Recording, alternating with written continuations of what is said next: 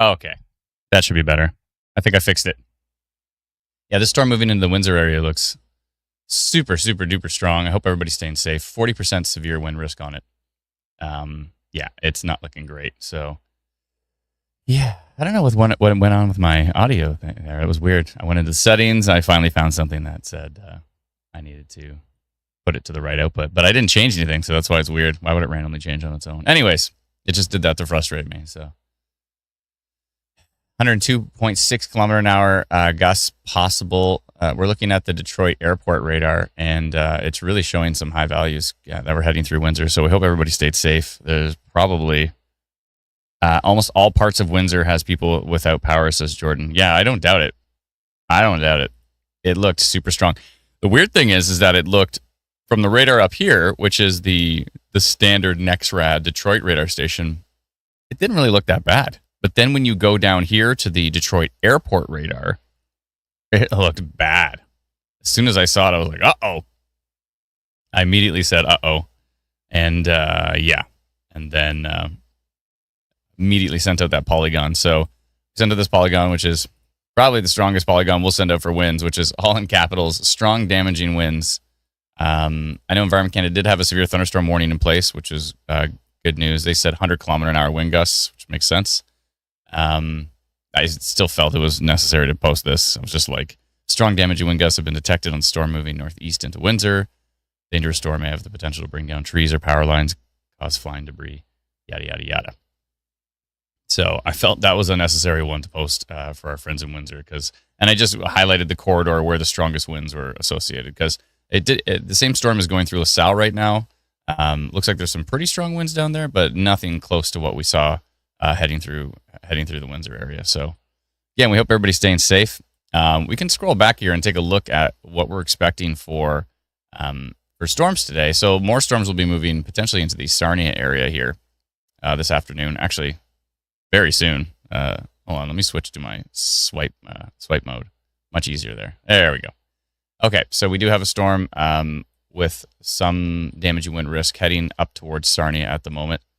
Let's just do a little animation of that. And let's see here. Yeah, so tracking to the northeast right into the Sarnia area. If I flip over to Exeter radar, you can see the location of it as well from Canadian radar. Right now it's at a 29% severe wind risk for that particular storm. Environment Canada has updated their forecast map where they actually said this whole corridor was going to be non-severe. So I think yesterday they had this severe, all from Windsor all the way up to Barrie. They had a severe area on their forecast map. Actually, if I change this, you can kind of see it in more detail here. So this is all, I mean, it's not that they said it was non-severe. They switched it to their minor risk. So they said minor. Minor doesn't necessarily mean non-severe. So they've actually changed their terms a bit. So minor just means there's a minor risk for severe weather. So it doesn't necessarily mean non-severe. But typically when we see the gray area, we usually think of it as non-severe. Yeah, they don't actually mean that in this case. Now, all the way up here, Manitoulin Island, all the way into Sudbury, North Bay, Parry Sound, Bracebridge even, Huntsville. They've got... on the thunderstorm outlook here, they've got tornado risk, yes, wind gust risk, 90 to 110 kilometers an hour, 2 to 3 centimeter hail risk, and 30 to 50 millimeters of rainfall possible. So, yeah, I've seen some of the future radar here. I'm a bit concerned about Sudbury, maybe North Bay as well. We'll see. But future radar shows some pretty big, grumpy storms heading into that corridor later on today. So we're going to be keeping a close eye on that. Let me bring this back down to like 20%, just so it's faded in the background. There are some storms already here north of Elliott Lake we've been watching.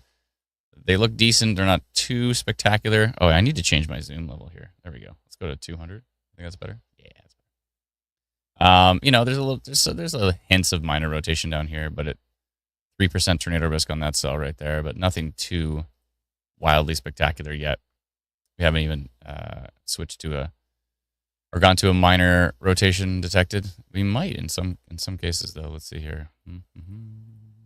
It's possible. Let me just hit refresh on this 1 second here. There we go. Switch back into live mode. Okay, cool. Yeah, so that will be interesting to see how it does develop. We did a change to Instant Weather Pro, by the way. We made it so that I don't know if you ever noticed, sometimes you hit play and there's just like the spinning wheel of loading and a radar doesn't show up and you have to like unload it and reload it again to make it work. Yeah, so we actually made a change today that should be a lot faster. We shouldn't see any more of those loading wheels. However, it looks like it may have come with some bugs. So, of course, we were so excited about it, we pushed it out to everybody. I mean, it works great. The problem is that sometimes with the U.S. radars, when you go to load them, they start reloading every 5 seconds. So it's more of an annoying thing than anything. Like, it still works. It's just every 5 seconds it flickers. So it's kind of annoying. So we'll work on that. Slowly but surely. Hangnails drive me nuts. Okay. So let's see here. I want to jump back to the airport radar. Yeah, so U.S. radars are loading super, super duper fast now, which is fantastic. As before, they were kind of hanging, and even sometimes the Canadian radars would hang. But that should be completely fixed now. However, I've noticed that when we go to some of the Canadian radars, instead of it saying live mode is working, it says data error. So, yeah, so I don't know if the Canadian radars are automatically going to update or not. But that might be a glitch. We'll see. I'm going to send that to our dev team right now. 1 second here. Hopefully they can get that tackled. It is the weekend. I usually don't try to ask them to do stuff on the weekend, but this one's a little bit critical. So let me just message them in the background here. Yeah, we got trees down. Trees down on cars in Windsor. That's not good. Yeah, wind damage in Windsor. I had no doubt that was going to happen based on what I saw on radar. Hence why we just like ran downstairs and jumped on live as fast as we possibly could. So fast that I didn't even test my audio. For those on the team, I am now in our Discord voice, so you can chat with me if you need to let me know anything. Yeah, I'm going to message our dev here.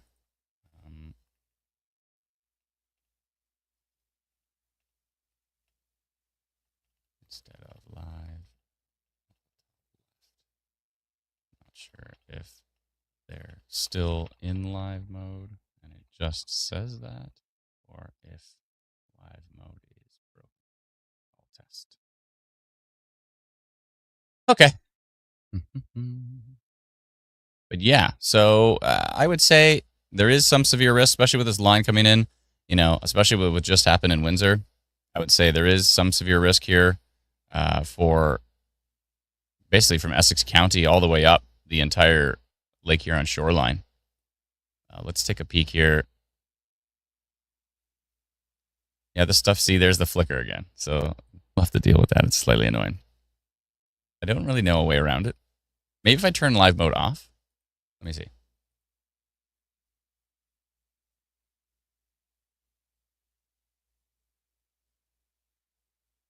Solved. Aha, I'm going to mention that to our dev team too. If I turn live mode off in the settings, the 5-second reloading flicker goes away. Aha, so it's tied to the live mode. I understand. That will help our dev team figure that one out. So anyways, yeah, so US radars and all the radars, there shouldn't be any of that loading wheel stuff anymore. It should just automatically all work super duper fast. So that's the upside. Downside is you might need to turn live mode off if you don't want to see that flicker, but that just means you have to refresh the radar to make sure you have the latest every few minutes. Let's see here. Yeah, so the Windsor storm has died down quite a bit, it looks like. That was so surprising that the KDTX radar, it looked boring for Windsor, and it was right there. Like, how did it not see those damaging winds? Maybe on the very front edge it sees them here. Max it shows is like 86. Maybe it's the angle? I don't know. It's shocking. It's shocking that it only saw winds that strong. Whereas when we went down to the airport radar, it was just like, wow. If we go to even this frame here, 97 it said, I think. Yeah, 97.2. So there was 100-kilometer-an-hour wind gusts that basically just rushed through. Yeah, Windsor proper, just north of LaSalle, straight up and towards Tecumseh. Oh boy, 2 trees down on Alexis Road, says Doom Basher. Thank you so much, appreciate it. Hopefully everybody stayed safe. It was It was pretty intense, for sure. Can we see the forecast for today? Yeah, so basically, I'm showing you the forecast for today from Environment Canada here. Yeah, the main risk that we're seeing is up here in northeastern Ontario, but of course we've also got a risk down here in southwestern Ontario as well too. Barrie isn't even in Environment Canada's minor risk at this point in time. You can see the gray is the minor, and Barrie's to the east of it. But that could change. We'll see. We'll see how these storms progress as they track to the east. Based on the model data, it looks like pretty much just southwestern Ontario and northeastern Ontario is in the crosshairs today. There is a minor risk over here in eastern Ontario as well too, from Environment Canada. A couple of little storms developing, but nothing too spectacular. So yeah, we might have a bit of a waiting game on our hands until, I think it's only 2 o'clock right now in Ontario. I believe the strongest stuff looks like it was going to develop around 4-ish, 4 or 5-ish, somewhere in that realm. I don't know why. What just happened? That was weird.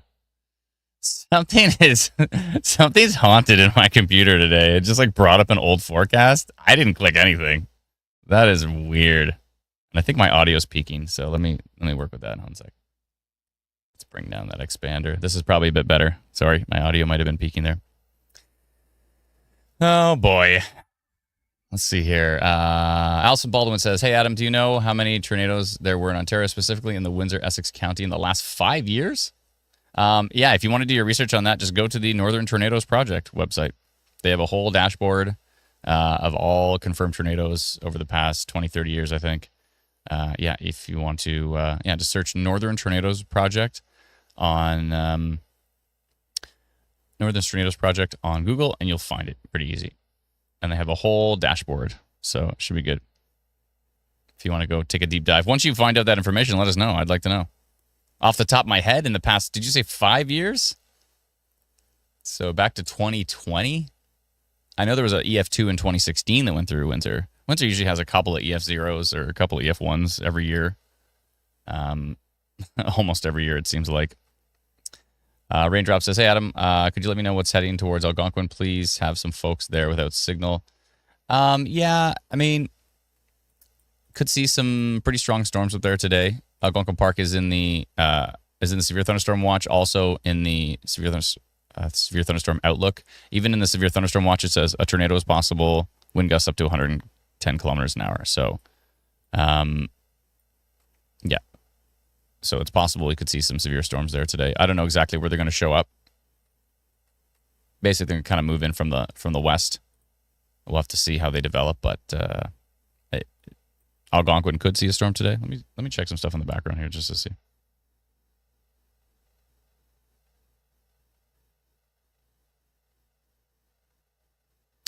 Let me see. Yeah.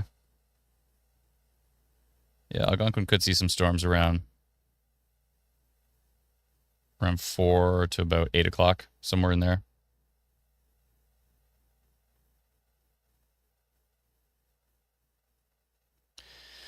Yep, I would say that's certainly possible. Again, I'm a little bit concerned with what could be moving into the Windsor area later today as well too.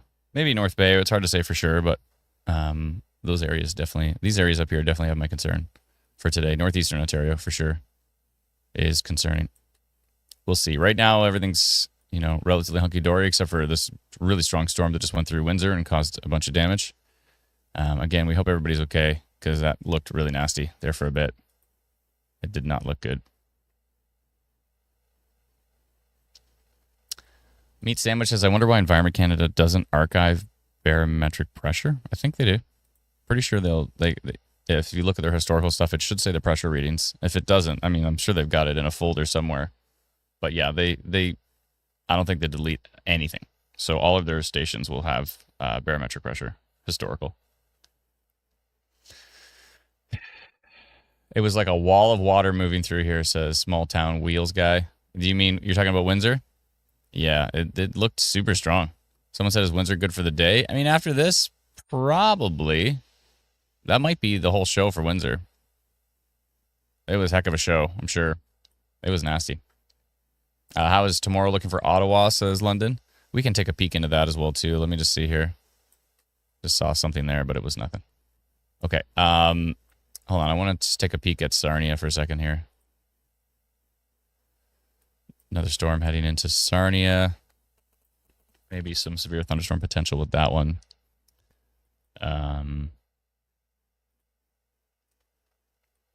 As Melissa mentioned, if you want to check your area to see if you're going to see storms today, download our free app. You can get it at instantweatherapp.com. Instantweatherapp.com. It's free. Jump on the hourly product and see if there's anything coming up for you today.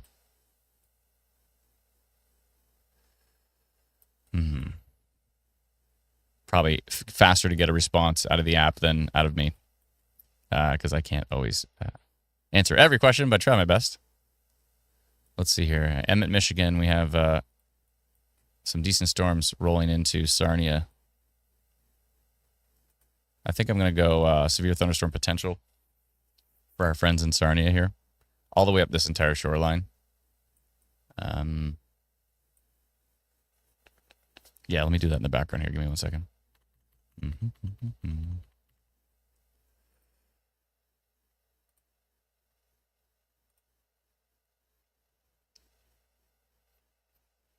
Now, I want to make sure my settings... That was so weird. A random forecast just showed up. How did that even happen? And my audio just magically didn't work. I had to do a big Windows update, so maybe that's why. It could have been the Windows update. But why would the Windows update change settings in OBS for me? I have no clue. Not a clue. Still see some strong winds in Essex County as well, too, on Detroit radar. Yeah, east of LaSalle, around the McGregor area as well, too. Still some really strong winds in that line.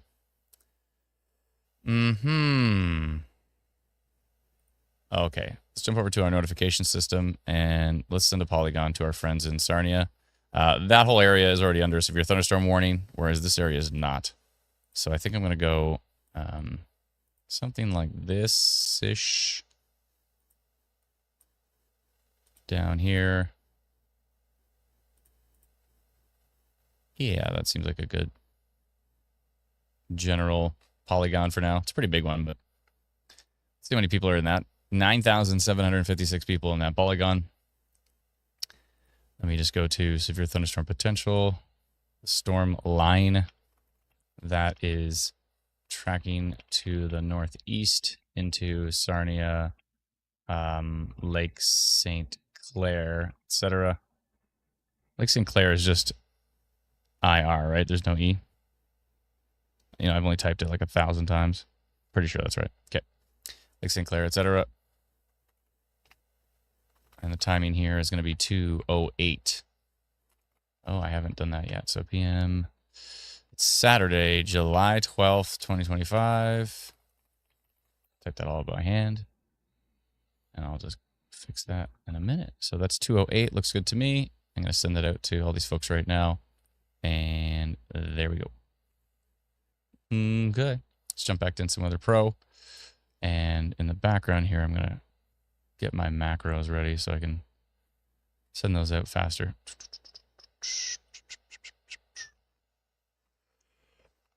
Excuse me. Looks good to me. Okay.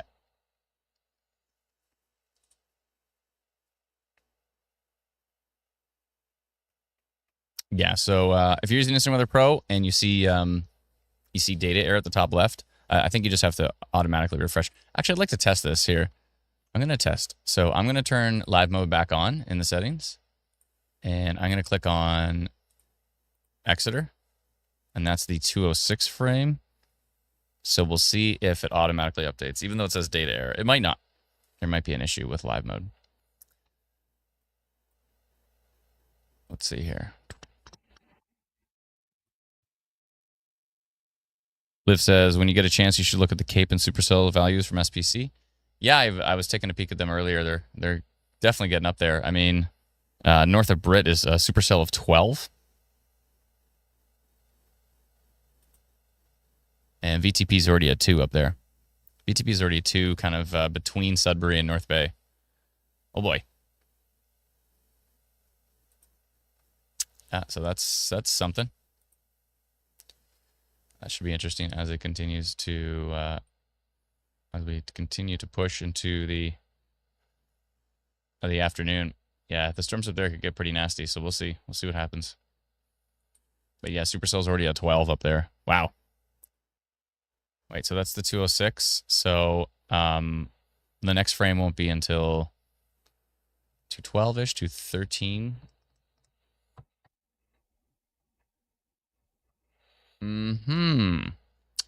So yeah, that's what's happening in our world. We hope everybody stayed safe in Windsor with that storm coming through. That might be the whole show for Windsor. Essex County is still in it at the moment. I'm just trying to see if this is going to refresh or not. I can always come back to it. Let's take a look at Detroit Airport radar. Not like me. Oh, that's strange. Oh, I see. Okay. Yeah, still 23% wind risk here. So going through McGregor, there's still some pretty strong values over here near Maidstone, 80 kilometers an hour, etc. Definitely not as strong as it was as it came through Windsor. It just looks super duper strong. It just strengthened up real strong just for Windsor and then died right back down again. So yeah, for all those in Windsor who say, it's funny when people in Windsor are like, we never get any strong storms. I'm like, what? I'm like, you get more storms than like anybody in Canada. So I don't know what you're complaining about. And you guys have had tons of tornadoes. You guys have had tons of downbursts. And people still, they're like, Windsor always gets missed. I have no idea what you're talking about. Windsor has more storms than pretty much everybody. Oh yeah, London, we're talking about tomorrow. Yeah, I can switch over to, so at the top left here, actually, wait, what time is it? Oh, you know what? Let me see. Okay, I want to see if this auto updates. Oh, now the Canadian, oh, there we go. Okay, so that's 206. Bell River is some strong winds right now, but it's nothing as strong as what happened as it went through Windsor. Found Pond says Windsor people are just desensitized. Yeah, that might be it. That could be it. They expect it to be more storms, maybe. Yeah. Sarah says Windsor has the craziest summer weather. It rains so hard here. Yeah, exactly. So every time I hear people from Windsor say that they always get missed by severe storms, I'm just like, have you been around for a while? Because that's definitely not the case. Definitely not the case. Okay, I'm just trying to see if this will auto-update. Let me see here.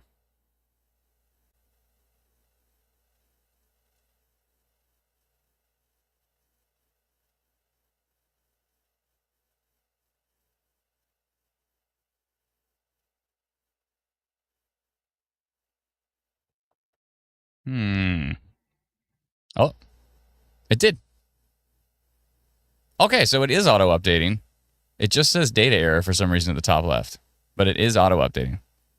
Okay, good news. Good news, team. So, oh, Brendan's got his forecast map done. Oh, thanks, Brendan. Appreciate it.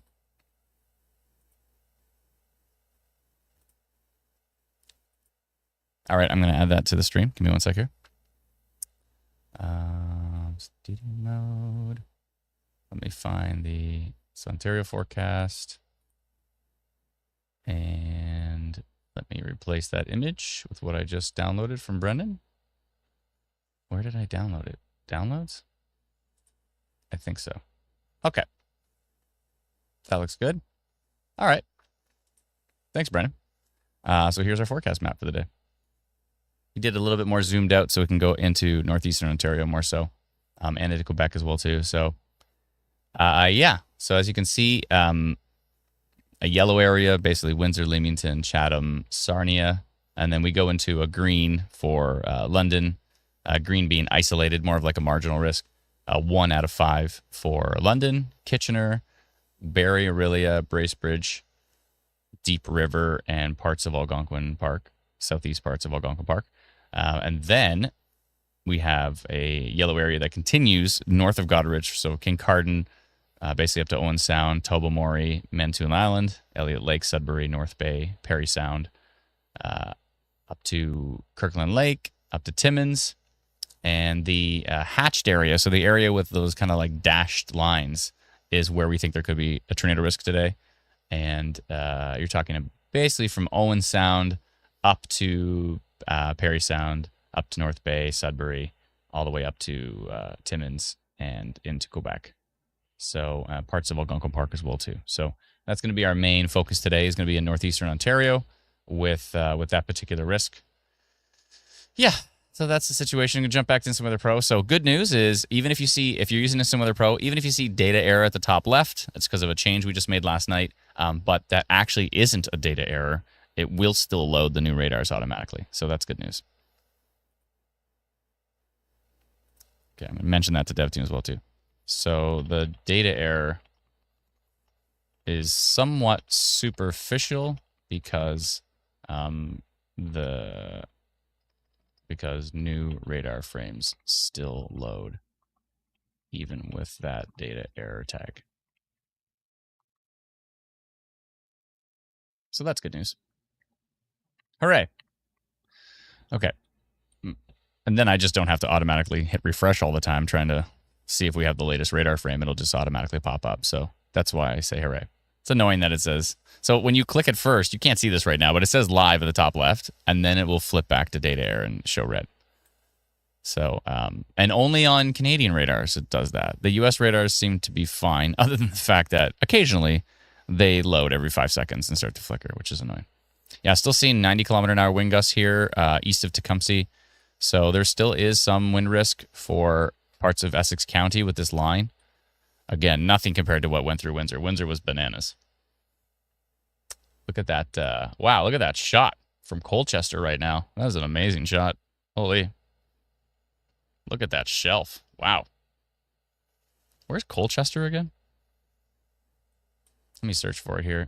Colchester. Colchester, Ontario. I see Essex County. Okay. Right down there. Okay. Oh yeah, with that line coming in. That's the shelf cloud coming in off the water. Looks like more bark than bite from what I can tell. So that's good news for those in Colchester. Could be some strong wind gusts in there, but right at the moment, it doesn't look like anything too spectacular. It looks a lot more nasty on that in those photos than it does on radar. But yeah, the strongest winds right now we have in Ontario, probably these right here, 90-kilometer-an-hour winds, southeast of Tecumseh. So, yeah, so Bell River might see that. Remember, someone was asking about Bell River earlier. Yeah, some pretty strong winds could be heading up into the Bell River area, Lakeshore, Stony Point, Comber, maybe Tilbury as well.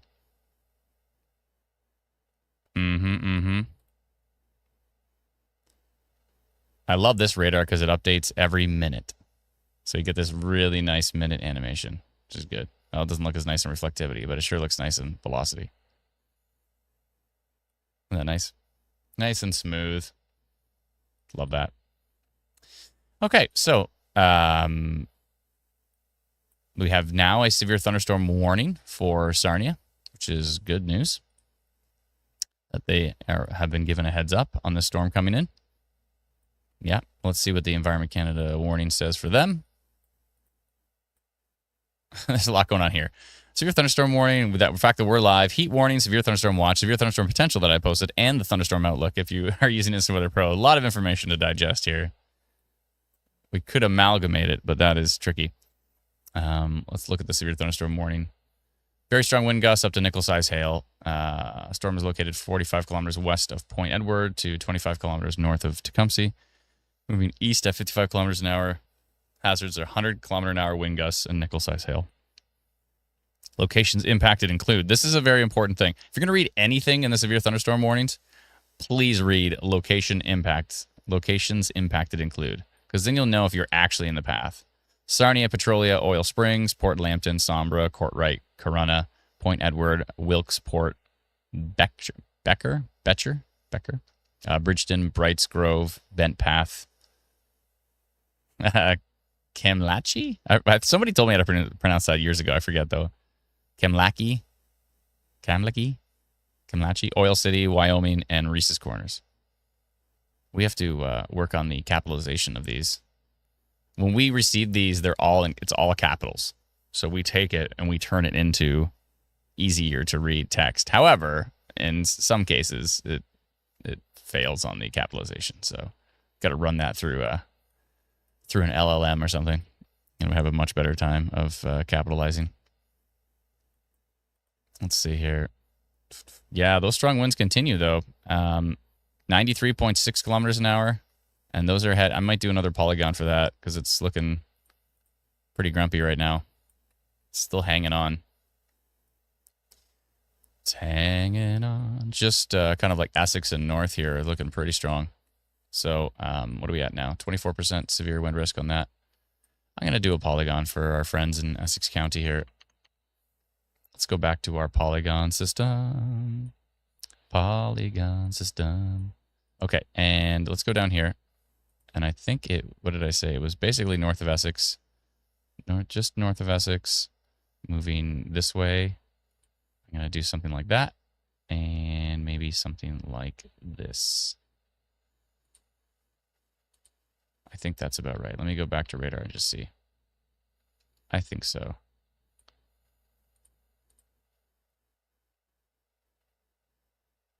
Yeah, that looks about right. Might want to extend it up to parts of the lake shore, I think. Maybe something like that. Okay.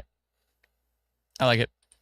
How many folks in there? 1,274 in that little box. I'm going to go orange. Damaging winds detected on this storm. Let's see, what have I done? I don't want to do that. Oops. Just on the storm located just north of Essex. Of the town of Essex. Tracking to the northeast. And the timing here is going to be 2:22. There, my macros work now. I can send that off. There we go. Sent. Yeah, those ones are strong enough to send out another polygon on, I would think so. I'm going to get rid of that, excuse me, the polygon from Windsor. I'm going to get rid of that one.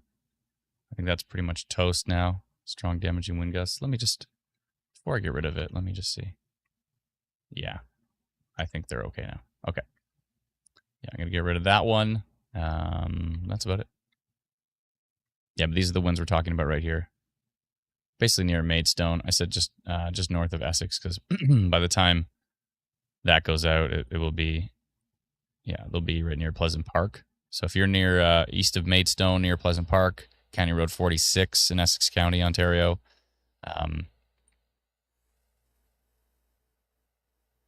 it's pretty darn strong winds moving your way right now.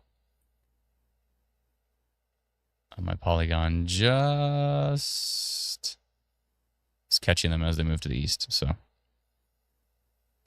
pretty accurate polygon, I would think. Pretty close. Maybe it could have gone a little bit west with it, a little bit further to the left, but that's okay. Oh, we just got an update. It's trying to just sneak into my polygon here. Oh, is it doing the flickering thing? Flicker. I mean, at least it instantly loads, which is great, but the flickering thing's annoying. Again, not as strong on the Detroit radar. I wonder if it has to do with the tilt, because this is like a 0.5 elevation, and if you look at the airport radar, it's a 0.1, so it really reads closer to the ground. I can really see like close to the ground surface stuff, probably because it's an airport radar, so they need to make sure they see stuff really, really close to the surface, as close as possible. Whereas these radars shoot much greater distances, so it's not necessarily an issue. Let's jump over to Exeter radar and see. You can see a little bit of what's happening there, but it's quite a distance away. Could be some hail in there as well, too, for Essex. That whole area is still under a severe thunderstorm warning from Environment Canada, which is good. Good that they are alerted to what's up. And we've got that storm coming into Sarnia right now. That's a weird... So it looks like noise or something. Could be bringing in some really strong wind gusts to Sarnia, though. Before the front even gets there. Before the main line. That's weird. That's a strange signature. Yeah. So strong storm coming into Sarnia area. This could be interesting heading towards was going to say Marine City, but that would Sombra is actually what I'm thinking of. Yeah, Sombra area. To watch for that one. We've got this fairly potent storm still moving through Essex County down here with some strong wind gusts are definitely a concern.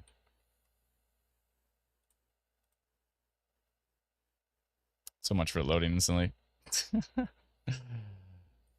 Come on, load. No, doesn't like me today. All right, fine. Oh, there we go. Okay. It's probably just loading the new frame. Let's take that into account. Yeah, that storm's looking pretty strong moving to the northeast into parts of Essex County here.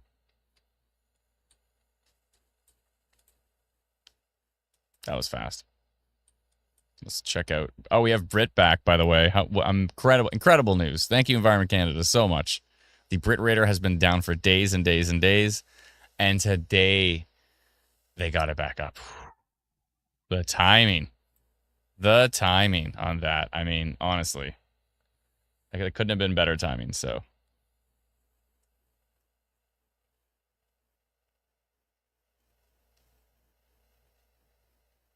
yeah, the timing is incredible. So, decent little storm heading through Spanish, Ontario, Elliott Lake, Ontario areas.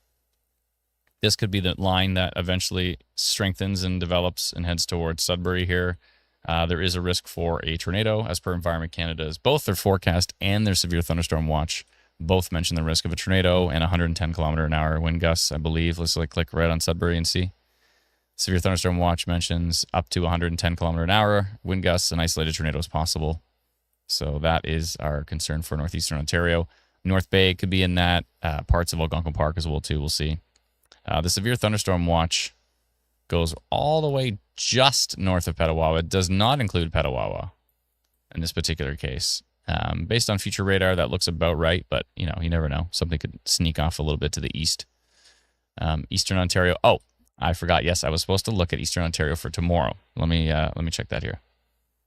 So if I click on, if I go to the menu here and I go down to thunderstorm forecast and I switch it to let's switch it to night 1. See what night 1 has. Okay, cool. Sometimes night 1 shows up. So they're thinking more of a minor risk in the evening. If I switch night 1 to day 2, now we have the risk for tomorrow. So the risk in Eastern Ontario for tomorrow, let's take a look. 90 to 100 kilometer an hour wind gusts, 2 to 3 centimeter hail, and 30 to 50 millimeters of rainfall for tomorrow in Eastern Ontario. So that is the case there. Give me just 1 sec. I will be right back with you.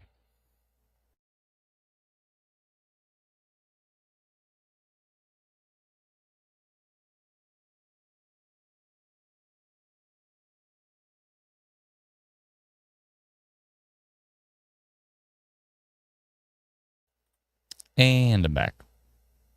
That wasn't too long. But yeah, so this is the severe thunderstorm outlook for tomorrow from Environment Canada. You can see this yellow area. It's not really that yellow. I have to turn it up a bit. Hold on. There you go. Yeah, so that is that's super awesome that we have it back. We have it back now in SimWeather Pro. We finally have, and it's across the country too. So you can see the risk across the country for all the different areas. Big risk in Quebec, way, way, way up. But yeah, so that is for tomorrow in Eastern Ontario from Cornwall through Ottawa, Petawawa, Pembroke, just east of Bancroft. Now they have a minor risk as well too outside of that, but the main risk is going to be this yellow corridor here, the main moderate risk for tomorrow. So that's for Environment Canada. So let's go back to let's actually go to day 3. What's happening in day 3? Okay. Northeastern risk again in day 3. More further to the north for Timmins. And that's about it for day 3. Let's go back to day 1. And the only thing happening in the prairies is a bit of a minor risk for thunderstorms from Fort Mac down to Melfort, Humboldt area, Prince Albert, up through Flin Flon, and way up here. So, and a little bit into Northwestern Territories and a little bit into the Yukon as well. So that's all that's happening there. It looks like a little bit of a minor risk just off the shore of St. John's in Newfoundland. Cool to be able to see the whole country is awesome. And a minor risk in New Brunswick as well. And that's for today. Let's go back and take a look at our storm down here in Essex County. Seeing some pretty strong winds on that one. The wind risk is actually dialed down a little bit, but we are still seeing some pretty high values here. That's 88.2. Yeah, so there's still some wind risk for this. This looks like it might be tapering off a little bit, which is helpful. Nicholas says, what is the tornado risk for those storms tomorrow near Ottawa? As at this point in time, Environment Canada hasn't mentioned a tornado risk for tomorrow for Eastern Ontario. That could change. They usually don't do that until like day of or night before. So that could change, but I haven't looked too deep into it. But there could be a small isolated tornado risk with that system if it's that strong. We'll see. We'll see. I'd like to see the latest model runs first before I kind of make a decision on that.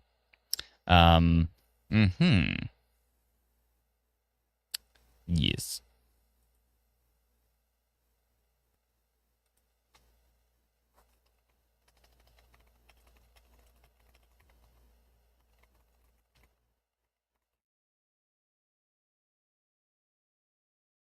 Okay. So again, I hope everybody in Windsor is okay. Miranda says Bell River update. Yeah, Bell River, I mean, you're kind of in the path. You got my new polygon. You're kind of in the path of those stronger winds. I don't know if they'll reach severe levels for Bell River or not. It's hard to say. They could. But as per right now, they're somewhere in the middle. It's kind of a 50-50. Duck Hat Alt says, are you planning on adding MPing to Instant Weather Pro? Yes, and more. So MPing for sure. And then we also have our own database. So if you have our free app, you can actually report the weather right in it. And we put that all into a database. And so that database we're going to put on the map as well too. So it'll be a mix between MPing and our own community database of storm reports, which is helpful. So you see like little like power outages pop up on the map in real time and stuff like that. It'd be pretty cool. So yeah, that's all in the planning. Sam says Amherstburg update. I think you might be out of the show for now. There is some rain piling in behind you, but I think that first main line was like the story for you guys. I don't think there's going to be anything else too significant. I could be wrong. Let me just take a peek at some stuff here in the background. But I think that was the show for you. Oh, I might be wrong. Never mind. Never mind. I forgot. There is another line expected. Okay, so Essex County could see more thunderstorms develop behind this first line. Maybe around 6, 7, 8 o'clock, somewhere in there. And so, yeah, there is another cluster of thunderstorms that could move through Essex County at that point. Yep. Uh-huh. So, yeah. So there's that. Thanks for joining me on the live stream, by the way, everybody. Appreciate it. We're live on YouTube and we're live on Twitch at the moment. We may go live on Facebook later, depending on how intense things get and how widespread they get. We'll see. HJ says, can we check on Wallaceburg, Hun? Can do. You got a storm coming in. It's nothing spectacular from what I can tell. Let's check it from Exeter. Yeah, gusty winds, heavy rain. That's about it. Sarnia looks interesting. Sarnia could get pretty darn windy with that storm. We'll see. What is it at? 19% severe wind risk on Instant Weather Pro here. If you do want to use Instant Weather Pro and track these storms like we do in real time, you can head over to instantweatherpro.com. Yeah, huge thank you to all those who subscribe. Looks like there is now a severe thunderstorm watch. Oh, I guess there has been for a bit for Bruce Peninsula as well, too. And obviously because this storm line coming in. This storm line is probably going to head towards Kincardine. It looks pretty much like it's going to. If I back this up a bit and you look at the motion here. I've got it on 6 times animation. Let me dial that back a bit. I know folks like it a little bit slower. There's 2 times animation. That storm right here near Harbor Beach, Michigan, it's trying to go a little bit further to the east. That might go straight towards Bruce Peninsula, though, if it misses Kincardine. But it could maybe clip it on the way. 4% tornado risk on that cell right there. Let's take a closer peek at it here. Let's go back and take a peek. Interesting. Let's look at it from Detroit radar. I think that's probably the other closest radar. Got some strong winds in there. Hard to see from there, though. Might get a better view, actually, from KAPX in the States, possibly. Let's see. No, it's not a great view either. All right, let's go back to Exeter. Seems to be the closest. Yeah, that's a nice look at that storm.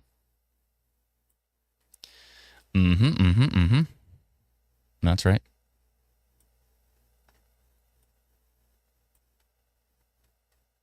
Okay. HJ says, I'm going to check the Algonac live cam to see what's coming. Yeah, we got to, we definitely need to look at more live cameras. I think that'd be a great idea. We definitely need to look at more live cameras. I think that's a useful thing. A lot of them are just like still images, which aren't, the greatest, but still better than nothing. But there are some live camera feeds in different places. So I think we should, I think you should make a post, actually. I'll make a post and say, hey, everybody, let me know if there's any live cameras in your area. And just, we already have done that in the past. We actually have a big database of cameras, but we should get more into that. I think that's a good idea. You never know what you can catch on a random traffic camera. Francis says a lot of damage in West Windsor. I do not doubt it. It looked pretty intense as it came through. That's why we jumped on the live stream as fast as we could. I sent that notification out before it even hit. And yeah, and I really hope everybody in Windsor stayed safe because that looked really intense. Hopefully everybody got my notification. Let me see what happens if I notify just Windsor. I want to see how many folks we have in Windsor. Let's see here. Let's go back to our map. Let's go back to our notification system. I just want to see. Like I don't know what the Windsor exact outline of Windsor would be. If I go down here, it has to be north of LaSalle, right? LaSalle is not considered Windsor. Okay, so it's probably here. It's hard because the population all kind of blends between LaSalle and Windsor. I would think it's probably here. The Windsor Airport, and it's not Tecumseh. So what's the city line? Like right here? Okay, let's just assume that's pretty close to Windsor proper, I would think, right? Think so? Something like that. So if I hit update, and let's see how many people in just Windsor. So we have 4,012 people in Windsor that we can notify, which is helpful. I mean, 4,000 people in Windsor got notified that we said strong damaging winds right before that storm hit. So they would have had at least a few minutes to get to a safe place. So, yeah. And 54 with text message alerts as well, too. So even if they didn't have internet access, as long as they had a basic cell phone signal, they could get our textmessagealerts.com service. All right, well, we tried. We tried our best. I hope everybody stayed safe. Let's see here. We jump to Detroit Airport radar. And yeah, still some strong winds heading through Bell River up towards Deerbrook, Stony Point. They do not look as strong as they did before. Hopefully they're tapering off a bit, but we're starting to get further from different radar stations, so it's a bit tricky. Let's go take a look at Sarnia. Everyone's saying that Sarnia is getting pretty darn windy.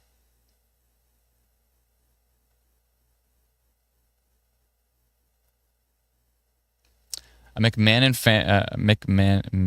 Yeah, McMahon? Yeah, I think so. McMahon family Sarnia says Sarnia has a huge sailboat race happening right now.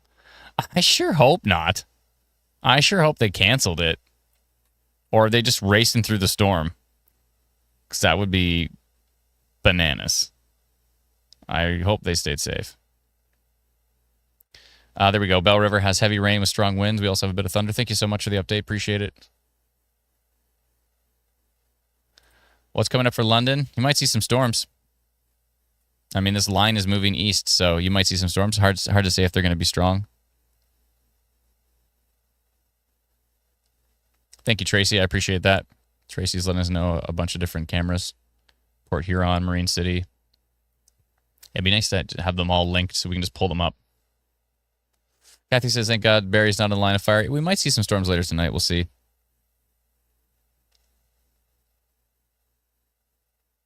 Tracy says Windsor has a live stream on YouTube as well. Thank you, Tracy. Appreciate it. Power went on and off in Bell River, says Vanessa. Thank you. Lots of lightning and loud thunder and now in Sarnia. I really hope the sailboat race was canceled until the storm passed.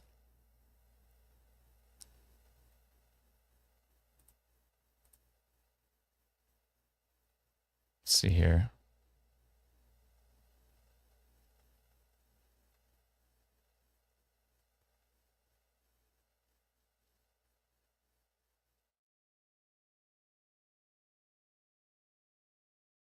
Emma says camping 30 minutes north of North Bay. Should we think about packing up and leaving the campground? Maybe. If there's no sturdy shelters there, it's going to get pretty intense probably later tonight. Yeah, if you're camping in northeastern Ontario right now, I mean, it is Saturday, which is not great. Yeah, if you're camping from like Blind River, Tessalon, Elliott Lake, Spanish, all the way over to Sudbury, North Bay, Parry Sound, Huntsville, Mattawa. Mattawa will tell you what camping like during severe thunderstorms is like. Not great. Not saying we're going to get a repeat of what happened there. I think that was an EF1 downburst in Mattawa. That was pretty intense. I mean, I don't know. When there's severe thunderstorms forecasted, the last place I want to be is in a tent. With every time back in the day when I used to be a storm spotter, I mean, I guess I still am. I do it on the computer now mainly. Or if there's like a really, really weak situation, maybe I'll take a peek outside. But if there's anything strong, I'm like, I have to be live, so there's no reason for me to be outside. But back in those days, whenever I'd pull over anywhere, the first thing I would do is look around me. Is there any power poles around me? Is there like if I knew a storm was going to run me over, I would immediately look around and be like, what's going to fall on me? That's what you have to think about. And when you're in a forest and there's trees everywhere and you're just like, I have a little soft tent or I have a little truck or a little car and there are giant trees all around me that are going to fall if a big wind gust comes through. That's what I'm most concerned about when I'm in those situations. Northern Spirit says the park in Mattawa won't open again until August. Yeah, that entire park got destroyed. That was wild. Mike coming at the super chat. Thank you so much, Mike. Many, many super chats Mike has sent in over the years. Will Guelph see anything later on? Always with a Guelph question. All good. Maybe. Emma says, thanks for the answer. We're in a trailer, but going to pull it into a Walmart and stay safe there. I mean, yeah, being inside a Walmart is still safer than being in a tent or in a trailer in the middle of a forest, for sure. If it was a violent tornado, being in a big building with a big roof and a big wide open space is not the greatest situation. You want to be in a more smaller, sturdier building, but that's still better. It's still much better than being out in a forest. I'll tell you that much. HJ says, can we send gifts to Adam? Like in the mail? Yeah, for sure. People sent me storm nuts before, a cool T-shirt. Anyways, yeah, lots of cool stuff. So yeah, if you're up for that, it's all good. Yeah, they can send them to our address is 30 Quarry Ridge Road, Barrie, Ontario, L4M7G1. Just care of Instant Weather to 30 Quarry Ridge Road. Let's see here. I think our address is on Google. So if you search Instant Weather on Google, you'll see our address. I don't know if they approved it. I just added it the other day. Matthew coming in with super chat. Thank you so much. Can you please send a breeze to North Gower, Ontario? Yeah, it is pretty hot, eh? My wife today, she's like, I think your app's broken. And I'm like, why? And she goes, well, there's no heat warning on it. And I go, okay. And so then I check the heat warning and it doesn't say Barrie. And she's like, why is there no heat warning in Barrie when Barrie's hotter than Toronto right now? Like, I don't know. You can see the heat warning right here. It just misses Barrie. They didn't add Alliston or Innisfil, the Innisfil Angus thing, and they didn't add Barrie. And it is boiling. It's because of the criteria. Okay. Because it's very specific. Like if you read the warning details, it'll say like the conditions are expected to be very close to the criteria. But Environment Canada went overrid the criteria for this event because of it being so prolonged. I see. Okay. Yeah, So it that's is what they're boiling concerned up there in about. Barrie right now. It is 33 degrees in 'Cause Barrie right now. 33 on it needs to my weather be station. 32 for 2 days, or humidats of 40 for 2 days. Ah, I wouldn't be that makes sense. surprised if they extended it up to Barrie. Me neither. I mean, yeah, right now it seems like we're even hotter than other places that are south of us. So who knows? Yeah, it is boiling though. Thank you so much for the super chat. I appreciate that, Matthew. I just saw a comment I wanted to. Melissa says, after I saw the video of the guy and his brothers in Ottawa during the derecho, I refuse to be outside during any storms. Yeah, that was bananas.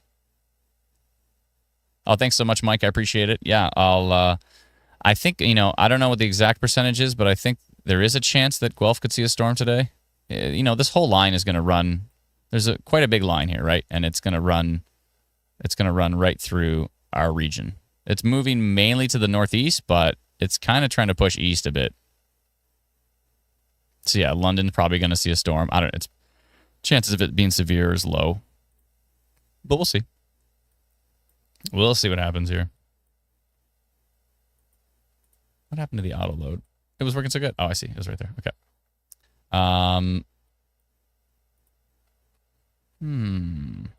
Let's try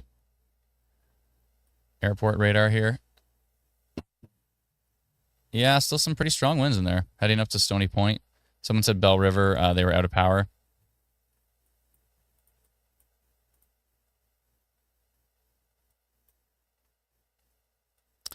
That storm is in Sarnia now, so it's probably pretty gusty there and pretty heavy rain, I would think. Crispy says it's hotter in Barrie or in Toronto than Barrie right now, says Crispy. That probably changed, yeah. When she mentioned it to me this morning, I was like, yeah, I don't know why there's no...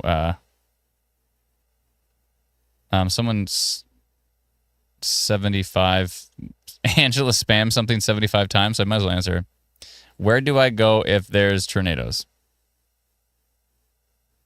You go to the lowest level of the building you're in, a most interior room with as many walls between yourself and the outside as possible. Yeah, you're going in a timeout, though, because that is too many times. Yeah, most interior room is the way to go.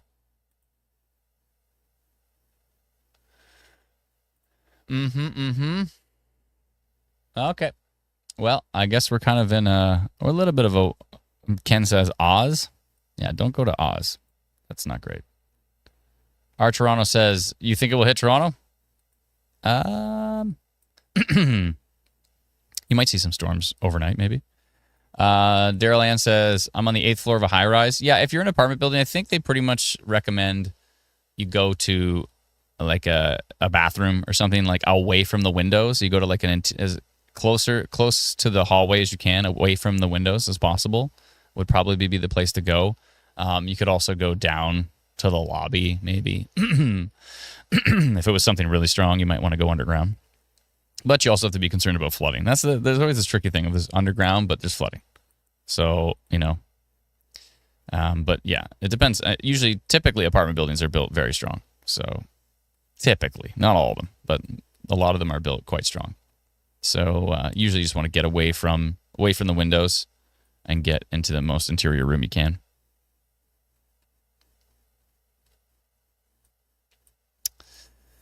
Yep. Well, we wait to see what's happening in northeastern Ontario. We expect there could be some pretty strong storms. This storm up here, actually northeast of Spanish, already seen an 8% tornado risk, likely because of the environment. IW Storm Risk is calling an 8% tornado risk on that particular storm.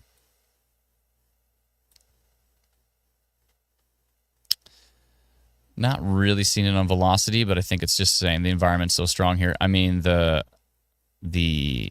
supercell right now is very strong in that area. It's a 12 at the moment.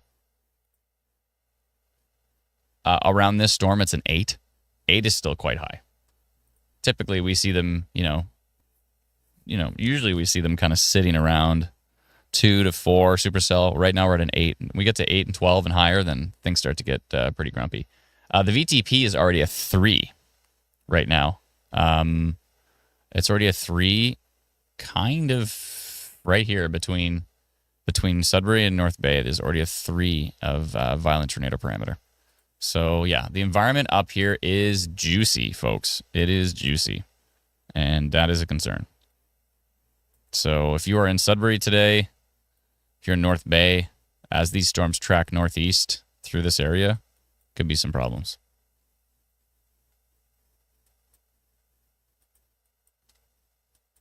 I've got this air conditioner on too cold now. It was so hot in here, I like cranked it down. Do you ever do that? You crank it down and then you forget, and all of a sudden you're freezing cold and you have to put it back up. I put it to like 20 and it just made it too cold. Oh, let's see here.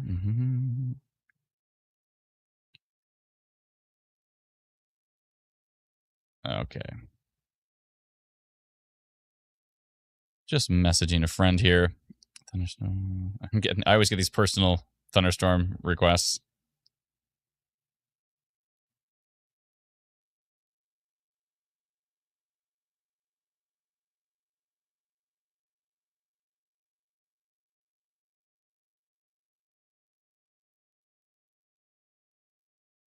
Okay. Let's see here. There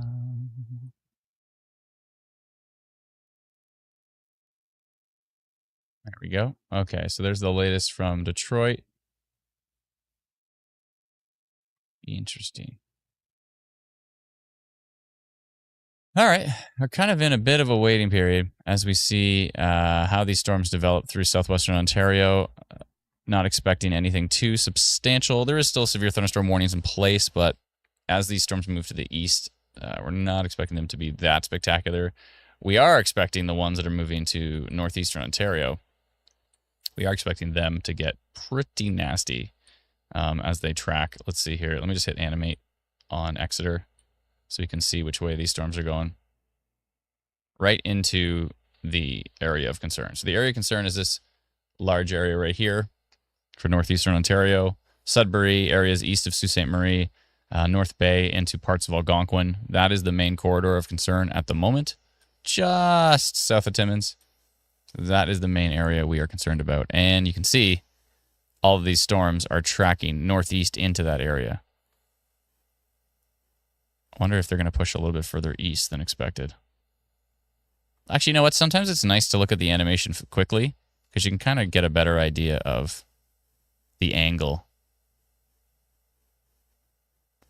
See these second trip echoes happening, these dashed lines. The radar's picking up on feeds from storms way, way, way further away. I don't know. I think this could affect Kincardine and Port Elgin on its way up.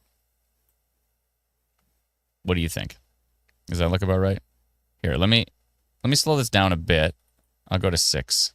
Let me tilt the camera and let's see exactly which way they're going. You think Kincardine can get hit by these? I think so. This corridor right here, like it's heading straight towards Kincardine. Right? Just looking at the latest HER, and it looks like it weakens as it comes to shore. I know, So I saw that that's too. possible. Yeah, I saw that too, that it should fizzle out and only the stronger stuff is going to move up and towards North Bay and Sudbury. Yeah, I was watching that too. So, but I mean, it looks like it's strengthening. So I don't know. Maybe over the water. It's not like the water's cold. The water is super warm right now. It's building on top of the water. Like, look at it. So if you watch it before, this is water right here, and this is the shore. So as it gets over the water, it actually builds even stronger. And that's heading this way, which is right towards Kincardine.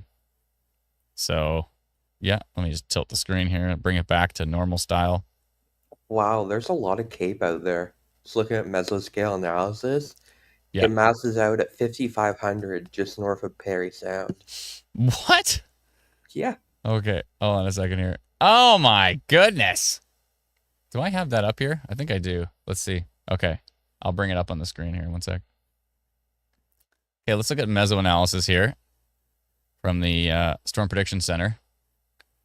Okay, so to give you an idea of where we are, this is Sudbury, right where my mouse is moving. This is North Bay, and this is Algonquin. This is Manitoulin Island right here. This is the Bruce Peninsula. And if I go to supercell, you can see where the 12 is. There's a 12. There's an 8 in the dark blue. And if I go to, see, not much in southwestern Ontario. Along, right where Kincardine is, though, there is a supercell of 2. So there is some risk. There is a decent environment here, but the big environment is to the northeast. But as Brennan's pointing out, surface base Cape is 5,500. That is, I don't think we've seen Cape that strong this year in Canada. And interestingly, it's pretty high along the Lake Huron shoreline, too. Like, where that storm's growing, there isn't even that much Cape, but once it comes on the land... Yeah, there's like 3,000, 2,500, 3,500. It gets stronger as those storms move to the northeast. They're going into more and more convective available potential energy. Our Toronto says, think there's any tornado risk today? Yeah, for sure. In northeastern Ontario, for sure. Absolutely. With 5,500 Cape? 5,500? Oh my goodness. Let's see what the shear's like. Yeah, there's decent shear. 40. Yeah, the shear's decent. It's not incredible, but with that much Cape, I mean, that's enough shear. 40 knots of shear is enough. So if we go to the VTP, you can see we have a 2 in red, and we've got a 3 right here. So we're already up to 3 on the violent tornado parameter. So yeah. Amazing Person 349 says, that much Cape along with that wind shear is not what we want to see. Storms will have very strong updrafts in that area. I agree. Brady says, so what's the tornado risk for Sudbury specifically? Pretty strong. I would say pretty, I don't know, Bren, you went yellow. You might have wanted to go orange. Yeah, I considered it. I mean, just with what's happening with the surface-based stuff right now, you might just want to. Have you posted that map yet or no? I did post it on Facebook. Okay. I don't know. You might want to upgrade that because this is. I might even want to send a polygon to this area and be like enhanced. I would not be surprised if Environment Canada went tornado watch up there. That's up to them, but I mean, you've got a VTP already of 3. You've got supercell of 12. You've got 5,500 observed.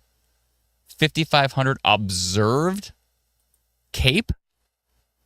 5,500. That is ridiculous. That is so much energy. It's ridiculous. Just checking a bunch of different parameters here. Let's see what the tilting and stretching is looking like. Oh, yeah. And there we go. 15%, 21% chance of an EF0, it's saying here. And I think that may change over time. We'll see. I think that's going to get stronger. Yeah, so that's pretty bananas. Yeah, I think that's pretty bananas.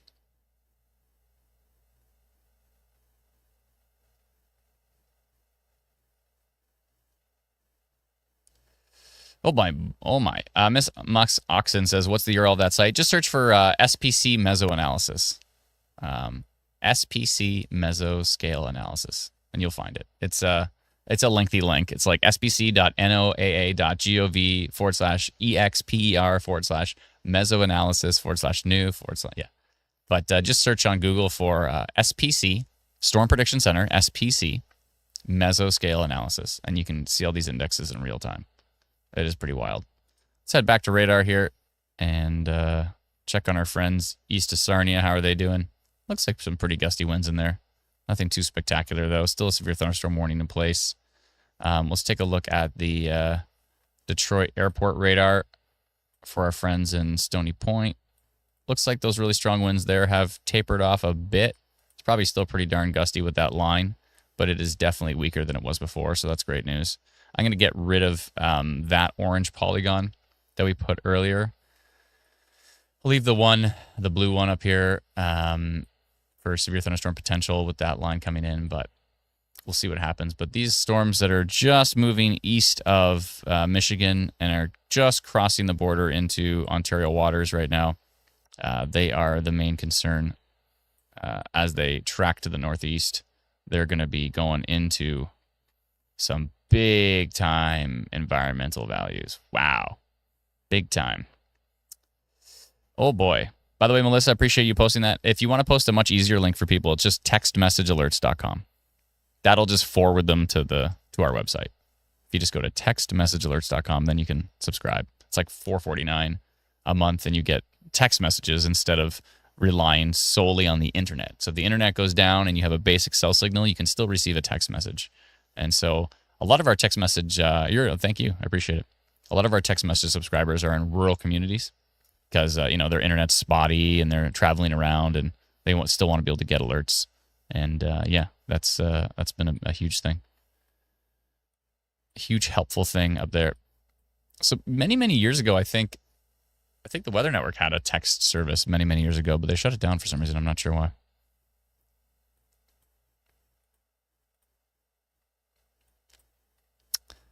So you're stuck with us. We're the only one. Let's see here. I mean, of course, there is the, like the Amber Alert style tornado warnings that get sent out. So those typically, I think, no, you know what? You actually have to have internet. You have to have internet service to be able to receive those. So if you're in like a major city, then sure, it's no big deal.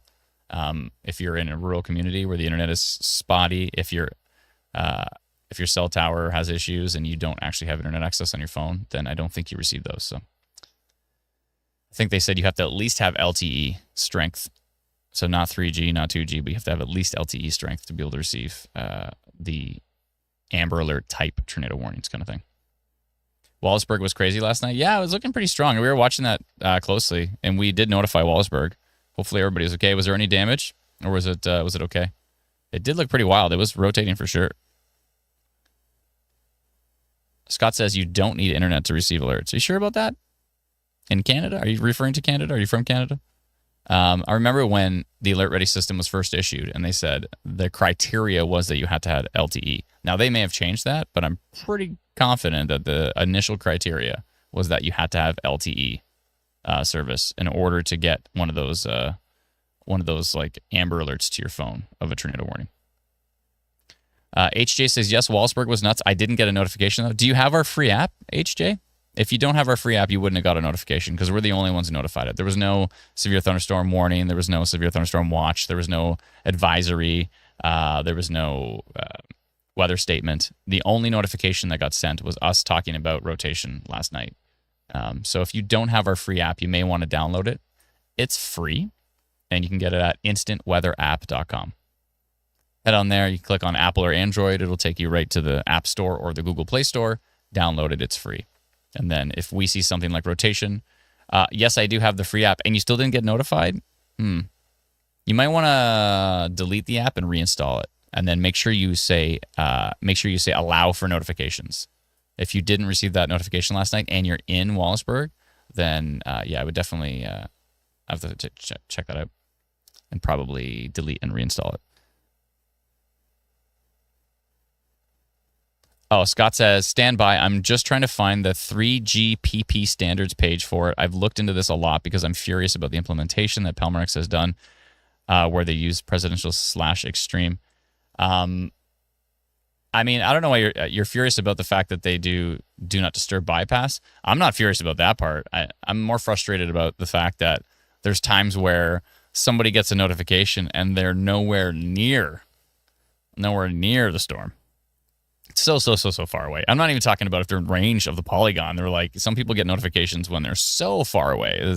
So that issue is concerning. And the thing, obviously, where, in the past we've had people like in Ottawa receive they saw the tornado warning on their TV, and the tornado warning was in Thunder Bay. So do that math. It's pretty far. They use presidential extreme for all alerts. Yeah, I mean, they're trying to get them across, So I'm not. I mean, some people might have an issue with that.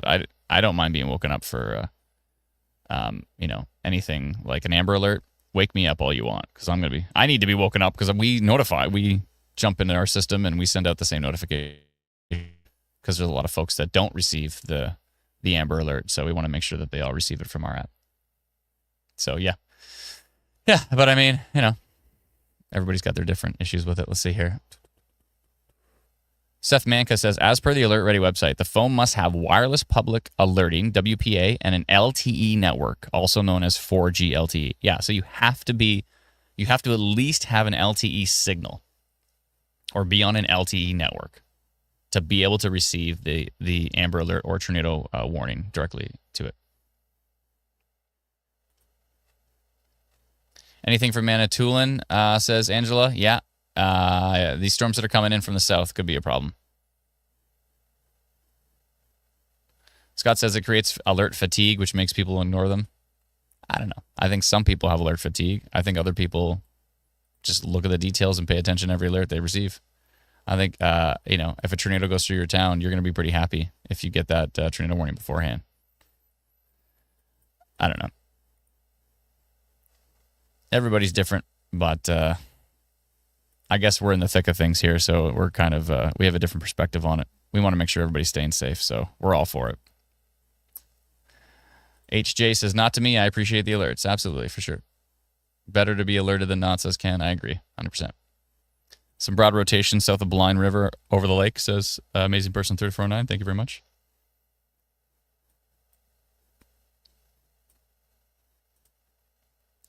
From which radar? From the U.S. or from KAPX?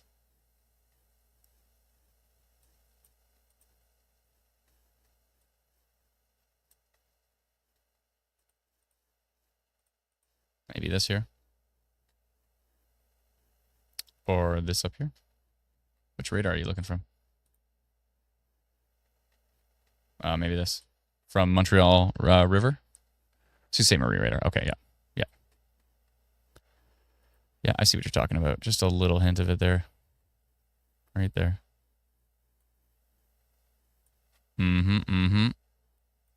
It's going to be a day. 8% tornado risk on this storm west of Sudbury, but I'm not seeing any strong rotation on it at the moment. So maybe there's something upper level that the algorithm's picking up. The algorithm looks at every single tilt. It looks at the entire environment. There's a lot of factors that go into it. The lightning development, a lot of different factors that go into the algorithm. I mean, this storm for sure has got to be hitting Kincardine. We'll see if it weakens, though, because the models are trying to say that this line, as it heads towards Kincardine, is going to weaken, but I don't know if that's the case. We'll see.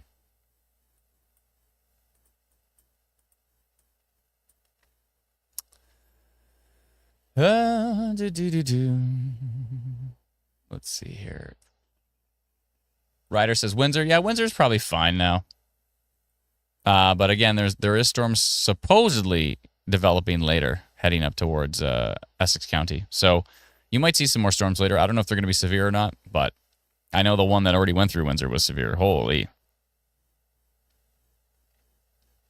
Jen says, "Look, looks like the trajectory may miss Huntsville." It's hard to say for sure. You kind of can't just take these storms at face value and think that they're just going to move northeast and that's going to be the situation. Storms could pop up east of them, to the west of them. It's hard to say exactly how it's going to unfold. So I would definitely not, if you're in Huntsville, I'd still be paying attention just to see which way these are going over the next few hours, for sure.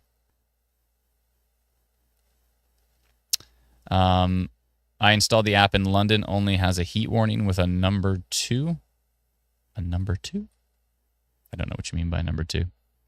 Yeah, if you click on London right now, all there is a heat warning. I want to include these thunderstorm outlooks, though, in the alert bar. I think that would be useful to include Environment Canada's forecasts directly in the alert bar, at least for day 1. It'd be interesting to do them for day 2 and day 3. It'd be cool if you could click on them, and then you could click like day 2, day 3, and it would just show you like the Environment Canada forecast for your area for the next few days. That would be helpful. I like that. Dallas says, hey, Adam, question for some of the not much weather experienced folks, but what does that big yellow circle mean on the radar there? Which one? This? Do you mean this big yellow area? That's Environment Canada's forecast for today. That's their day 1 forecast, if that's what you're referring to. If you're referring to something else, I don't know. If it was this yellow box, that's a severe thunderstorm warning. Is that what you're referring to, Dallas? Let me know.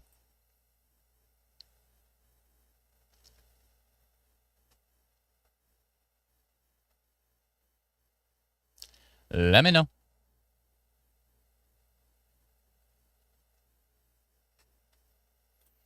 Mm-hmm.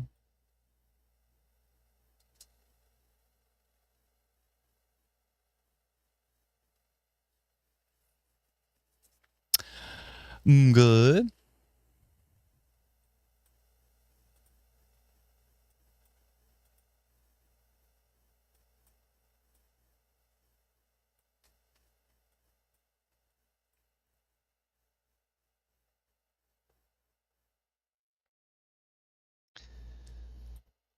Seth Manka says they need to adjust the way they do mobile alerts on the weather radios. They will say tornado warning for list area. The cell alerts just say alert type tornado, and list the areas way down. Yeah, that's frustrating. The area should be like the first thing, you know? It should basically be the first thing.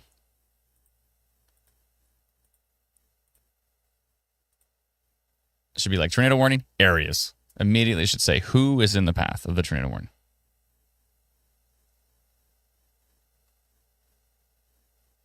Jay says, sitting in a trailer at Ipperwash Beach, should I go or should I stay?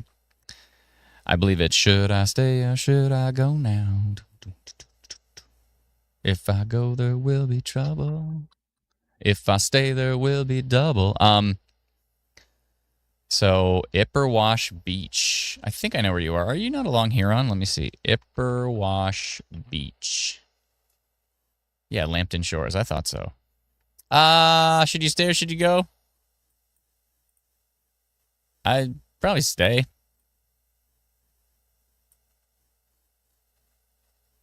Nothing too wild. Severe watch was issued for the Lake Huron shoreline. Okay. That makes sense. Let me hit refresh and see it. Where is it? Oh, right here. Yeah. Severe thunderstorm watch for Kincardine, Hanover, Port Elgin. Yeah, that makes perfect sense. Did they mention tornado risk in there? Let's see. I don't think so, right? Severe wind gusts up to 100 kilometers an hour. Nickel-size hail. Yeah. So they did not mention a tornado risk for Kincardine area. Did they mention it for Manitoulin? Or sorry, for no, they didn't mention it for Bruce Peninsula either. Okay. What was I just looking at? Ipperwash Beach. Yeah, I think you're fine. Ontario's most haunted. What's up? Oh, Amazing Person 3409 mentioned that it has now upgraded to a supercell of 16 and a VTP. The VTP of 2 is huge now. Goes all the way into Quebec. This is the violent tornado parameter. This is basically analyzing the current environment. And the supercell of 3 is now big time. I don't know, Bren. I think we might want to go up to strong risk on this area. I already did. What? You're not allowed to be faster than my brain, even though you always are. Yeah, that'll do it. I'm adding that one to the stream. Hold on. We got a new forecast map updated from Brennan.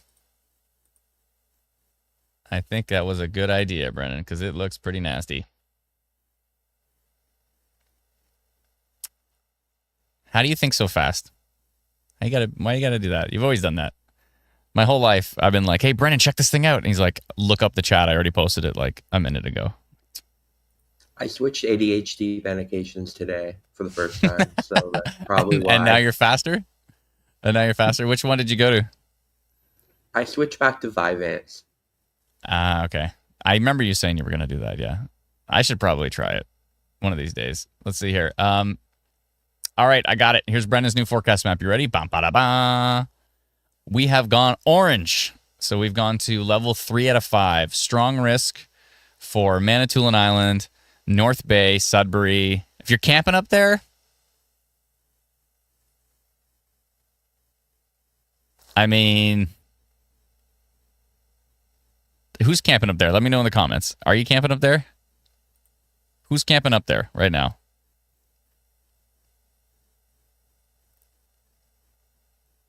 Wow, I just saw on Twitter some big tree smashed down against a house from Windsor. Windsor got hit pretty hard by those winds. I knew that was going to be rough. That's why we went red. I knew it. I'm camping up there, says Annette. She says, okay, glam. You're glamping? Even glamping. I'll be right back. Give me just 1 second.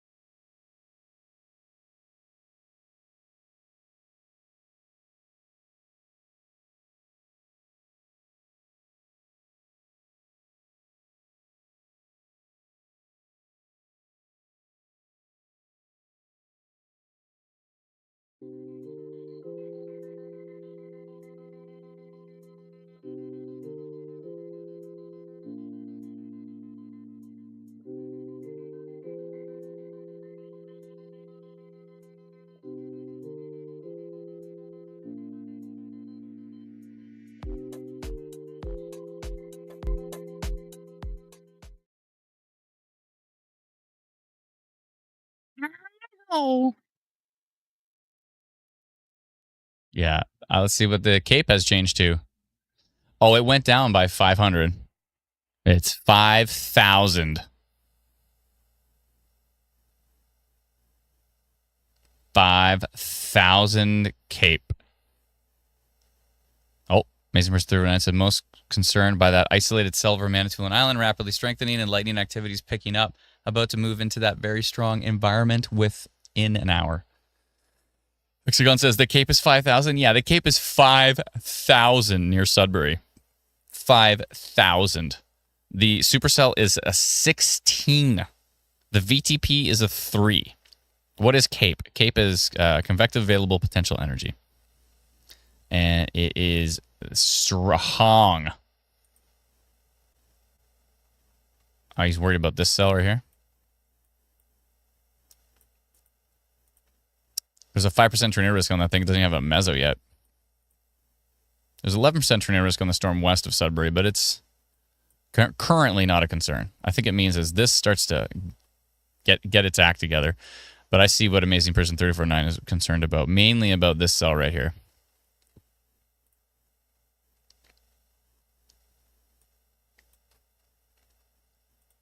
I'm pretty sure. The one over Manitoulin Island. I think he means this one. It's got the right shape.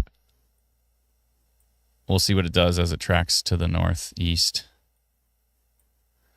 Yeah, currently there's not even a meso on it, and the thing's got... why am I so cold all of a sudden? I got to turn this thing down. Oh, look at that report. Wow, that's a nice shot. Watford, Ontario, 3:15. Storm is rolling in. That is quite the shot. Wow. Yeah, this storm over Manitoulin Island, and these storms moving northeast into what today is considered the danger zone here. 5,000 Cape. Right here. There's 5,000 Cape near Sudbury.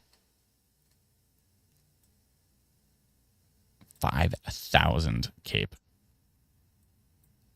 That's like Oklahoma Cape. Oh boy. Some really strong winds right here near Inwood.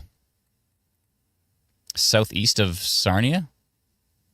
Right here, all of a sudden this just popped up as a little area of focused strong winds right there.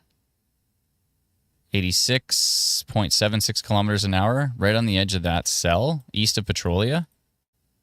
I'm going to send a polygon for that one right now. Let's go do that together. I'm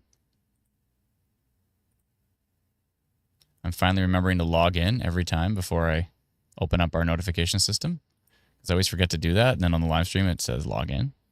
Okay, let's jump over to our notification system. Let's go find that storm. It is right down here, east of Petrolia. It's this storm right here. So it's coming about this way towards Alvinston and Watford. That's that storm that's coming into Watford. Yeah, that's looking pretty grumpy. Let me just make sure. It's 26% severe wind risk on that cell. Let me see here. It's heading right towards Alvinston. So down by Glenray. Yeah, I'll just say southeast of Petrolia. Let's see which way it's going. Yeah, it's heading right towards Alvinston. Let's say maybe I'll do something like this. Maybe up towards Strathroy, actually. Something like that. There we go. Okay, we're going to see how many folks we have in that polygon. 1,750. I'm going to go orange and say damaging winds, damaging wind risk. So we're almost there, but it's strengthening for sure. Damaging wind risk has been detected on this storm located southeast of Petrolia, tracking to the east, northeast, towards Alvinston. How do you pronounce that? Alvinston. Ston, that's right. And the time here is going to be 3:23. It'll be 3:23 in 5 seconds. 4, 3, 2, 1, send.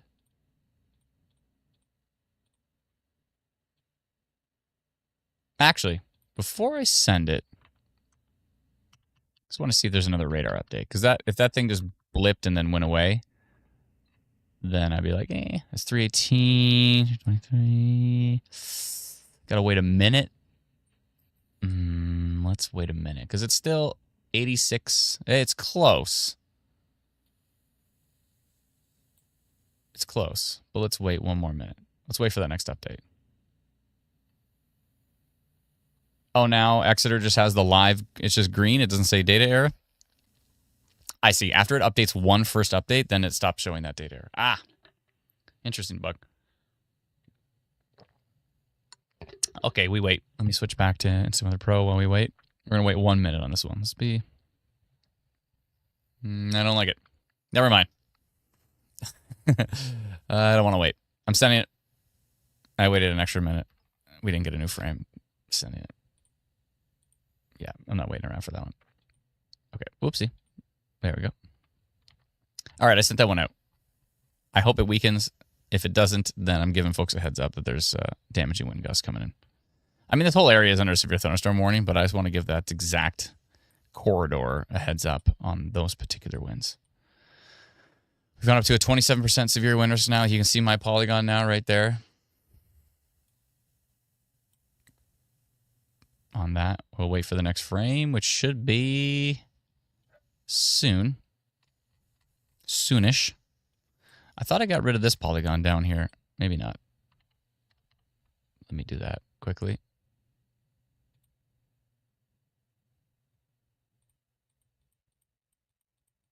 So many tabs open already. Wow. Okay.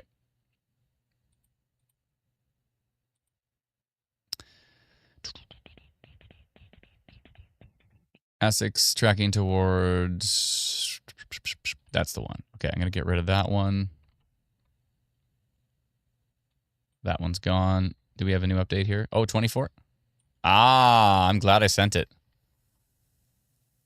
89.28, heading up towards Walnut. It looks like the strongest part of it may miss Alvinston, but it's heading up towards Walnut. Let's say Walmart. Steuderville, maybe towards Watford.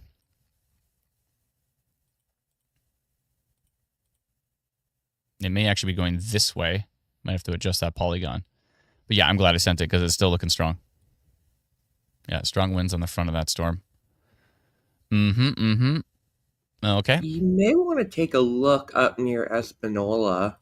The IW storm risk is quite excited about the storm to the north. 24% tornado risk now on it.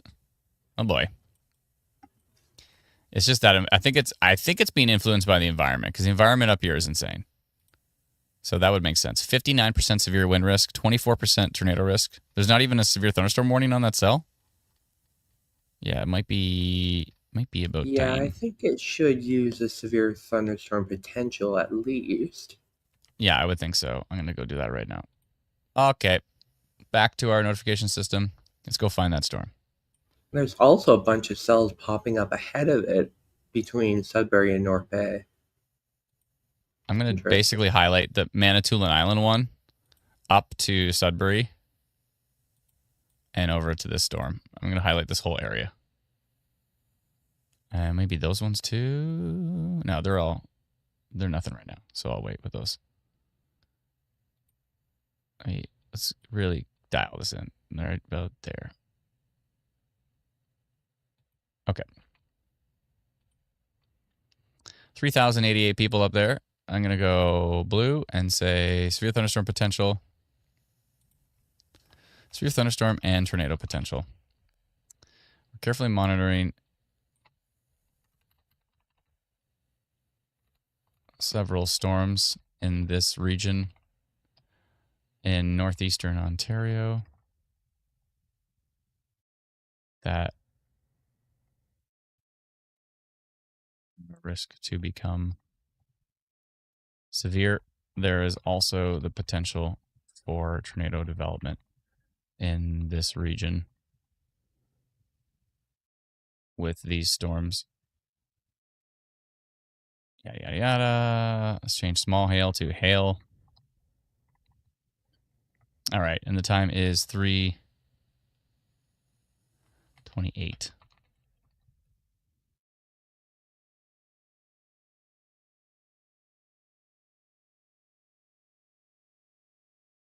Okay. Sending. I think that was a good idea.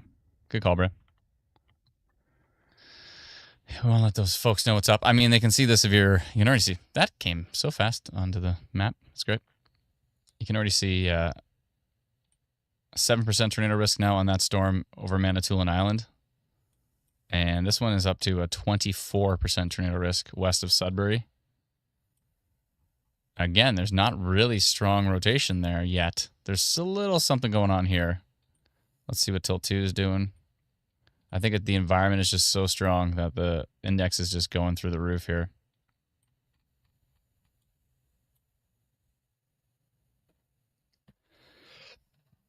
What is it, 23 degrees in here? That's fine.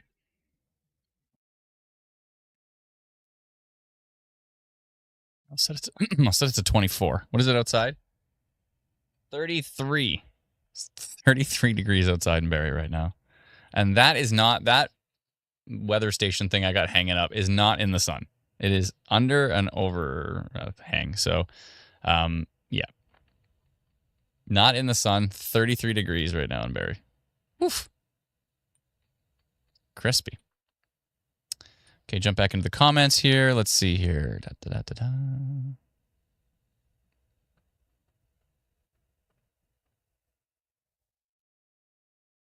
Those isolated pop-ups between Sudbury and North Bay also look interesting. Watching them closely as they strengthen. Also have that look before they have even lightning thanks to wind shear. Yeah, I was just looking at those too. He's talking about these right here. Yeah, I was just looking at those too. And those already kind of have that look. Already turning into little isolated supercells. Already getting there. How's Sudbury looking? Right now, Sudbury's looking okay. The storm that's coming up from Manitoulin Island has my attention. We'll see what happens here. Let me just go back down. I wanted to take a look at that damaging wind risk we were talking about down here southeast of Petrolia. Now we're up to 33% severe wind risk on IW storm risk here. And yeah, those are still strong. We're waiting for the next update here. That's the 324 frame. So should have an update in a minute or two. Warning just issued for London. Yeah, I'm basically on this cell. Yeah, makes sense. That's part of the storm is probably going to miss London. But they've basically warned the storm. So here's the difference between storm-based polygons and county-based warnings. So you see how big our orange polygon is? Right around the storm, right around the direction it's going. And then you have county-based warnings, which are these massive areas highlighting people that are not even in the path, basically. 83.88. It might be weakening just a bit, but heading up towards Watford right now. Still looking pretty grumpy. Yeah, thankfully next year, well, they're supposed to be this year, but Environment Canada told me that next year they're looking at doing storm-based warnings, so more of this kind of style than the giant county-based warnings. So that would be helpful. That would be helpful. Please, please, please, please, please.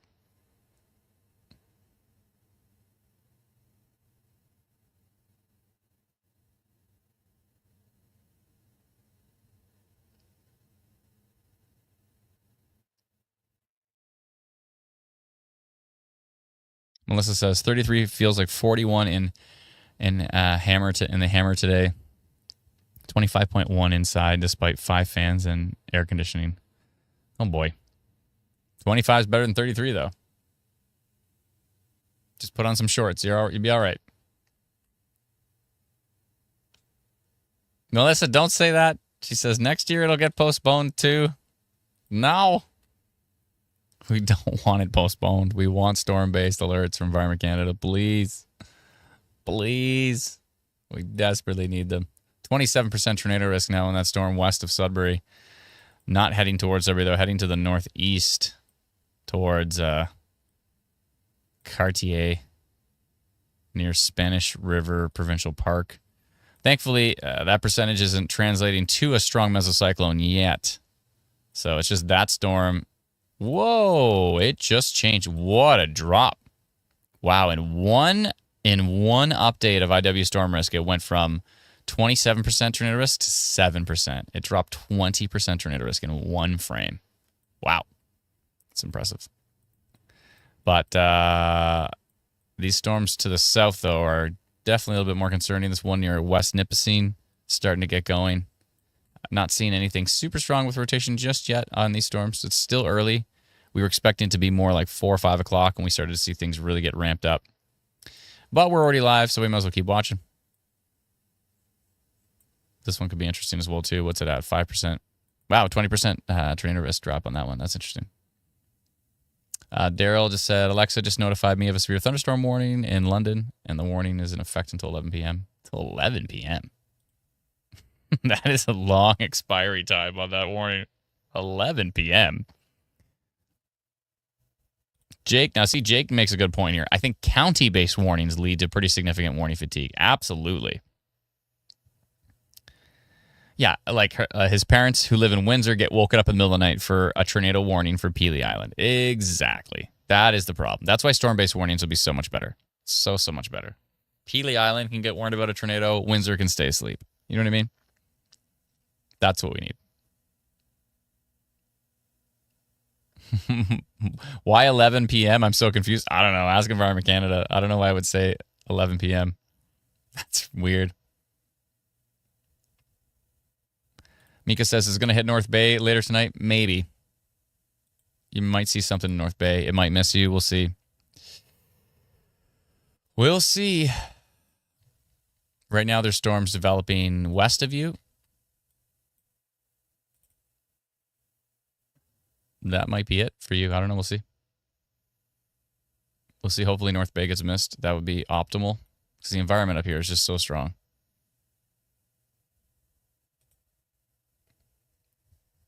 Too strong. 5,000 Cape. 5,000 Cape.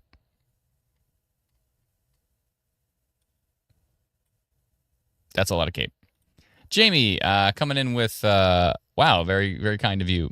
Been a member for 10 months. Appreciate being a member of our community. And then I didn't even read what you wrote before I put it on the screen. I'll say, that you don't have to, in terms of tech. It's very kind of you. It's all good. It's all good.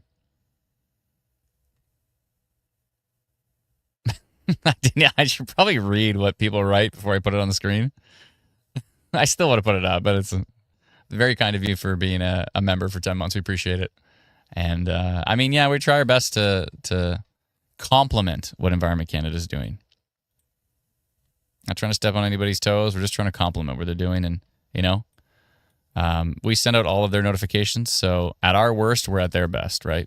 But when we're at our best, we're trying to give early heads up, even, you know, ahead of official alerts coming out. Jamie says 5,000 Cape is mid-spring Oklahoma values. You got that right. National Jones says, are they using AI to forecast weather at Environment Canada? The forecast seems wonky these days. No, I don't think so. No, they're still using classic numerical models. Travis says, this is definitely the most Adam has paid attention to Sudbury on a stream for a while. I'm in Chelmsford. Hopefully nothing too bad happens. I think we got our dog from Chelmsford. We got our Dachshund from Chelmsford.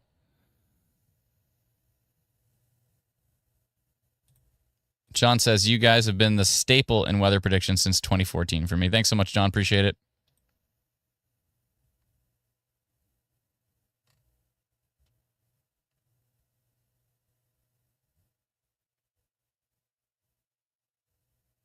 What is the timeline for Greater Sudbury? It's hard to say for sure.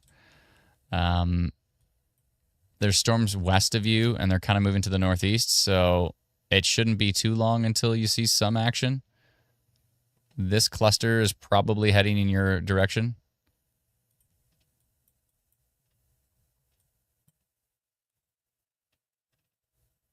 For those who are wondering, when I swipe back and forth here, I'm looking at rain, and then I'm looking at wind. Rain, wind.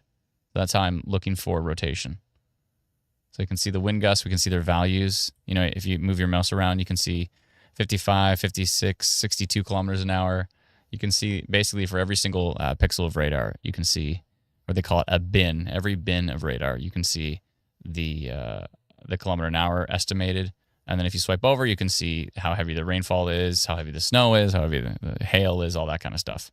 And that's using Instant Weather Pro, which is our amazing website that we've developed. And you can get it at instantweatherpro.com. It's like $99 for the year, which is equal to $8 something a month. And I think it's the best radar product in Canada. But I'm biased because, you know, I helped design and somewhat build it. I didn't code it per se, but I definitely ran the team of developers we have that are pretty incredible. And yeah, huge thank you to the Northern Tornadoes Project out of Western University for not only being official partners with us, but also for asking us to build this for them, and then also giving us the permission to you know, launch it for everybody. So it's exciting stuff. Angela says Watford doesn't seem bad yet. Yeah, I think it may have tapered off a little bit before it was heading towards you. Let me see. It's right on top of you, basically, right now. Watford. 81 kilometer an hour winds in there.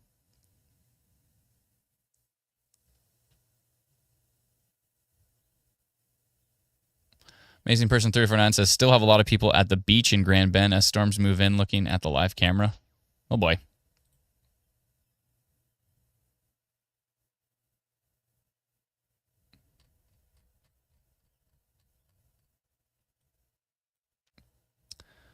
Brenda mentioning the severe thunderstorm watch for Western and Middlesex County. Yeah.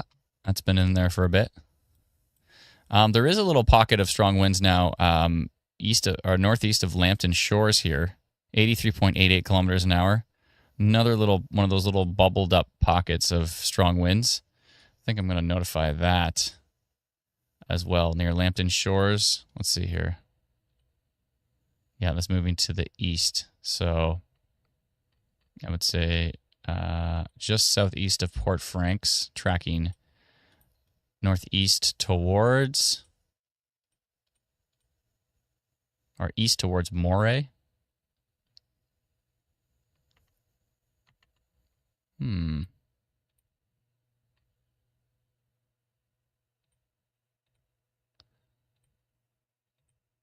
Okay, let's go do that right now. Jump over to our notification system. Let's go find that storm here. I think it was this one. Yes. Yes, it was. Okay, so where are we here? So just southeast of Port Frank, so near Thetford, I guess that would be. Thetford over to Moray, I believe I said. Park Hill. Something like that. Let me go back to some other pro and see. Yeah, so basically just north of Thetford, tracking towards Moray. I think that's about right.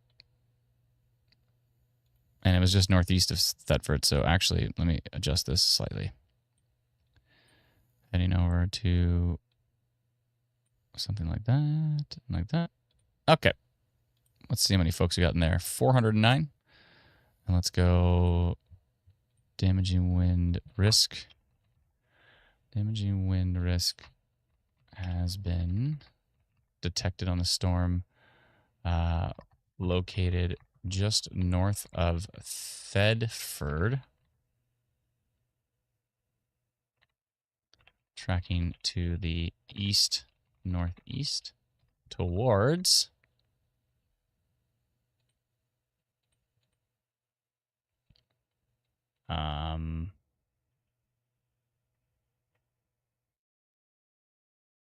Corbett, Corbett, Bett, Moray, it's amore, etc. Okay. Time here is 3:40. It'll be 3:43 by the time I'm done this. Okay. 3:43. Sounds good. Sending. Okay. That's the pocket we're talking about right here. Just north of Thetford, southeast of Port Franks, tracking to the east towards Moray and Corbett. That's kind of popping up as an interesting spot. Let's see what the next frame brings. And the next frame puts another pocket of strong winds down here near Arkona. And actually, this pocket is staying pretty strong, heading up towards Corbett. Yeah, it's moving a lot more northeast than I keep anticipating with my polygons. But I don't like the look of this either. So 88.2, Arkona. So we need to highlight Arkona now. Another polygon. Here we go. Where's Arkona? I see it right there. Okay. Is it right in Arkona? Yeah, it's just northeast of Arkona. Okay, so right there. Up towards Alyssa Craig, I think.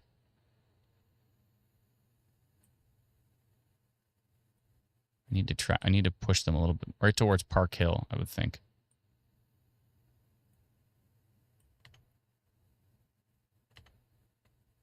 Yep. Uh-huh. You can't see what I'm doing. I'm going to jump back to it. Look at all the damage from, was that Windsor earlier? That storm looked nasty. I think this is about right. Here's Arkona right here. I think that's probably about right. Something like this.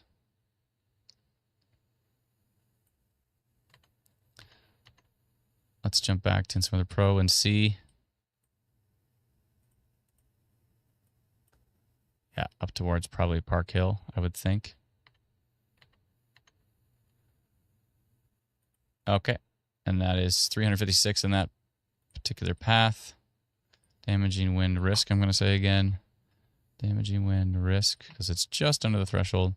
Risk has been detected on this storm near Arkona, tracking to the northeast, the east, northeast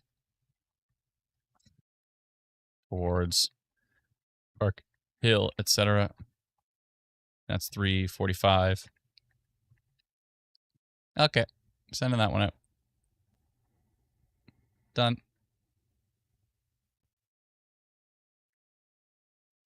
Yeah, strong pocket of winds right there. Strong pocket of winds right here. That's about to leave my polygon. Oh, man. Better work on that again.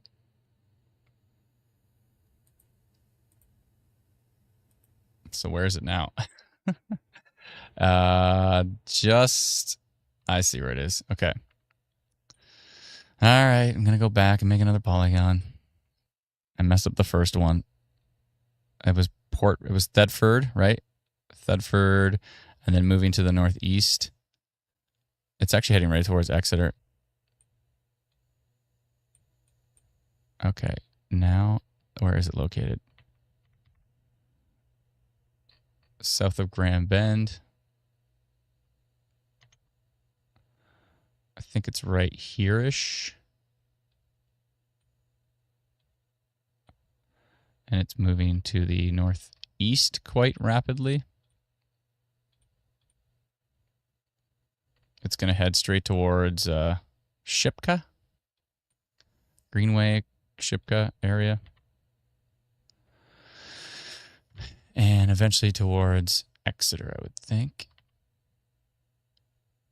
Do I have Exeter in this? I do. That's a pretty big polygon.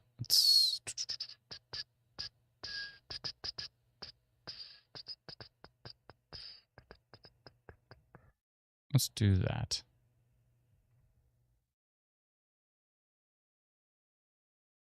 Okay. Let me see here. I want to go back to some other Pro and just take a peek at how I phrased this earlier. Okay, good. All right. Let's save that and let's do a new notification.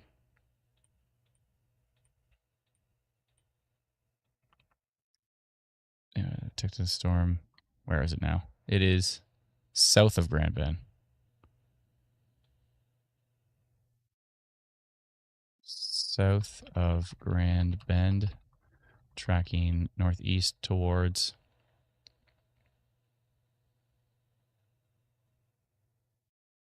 Dashwood, maybe?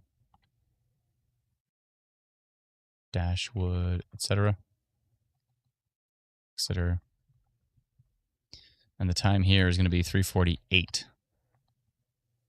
Okay. Resending that notification because I did it wrong. Okay, I've sent that out. Let's jump back to the Pro, which I've already still left on the screen this entire time.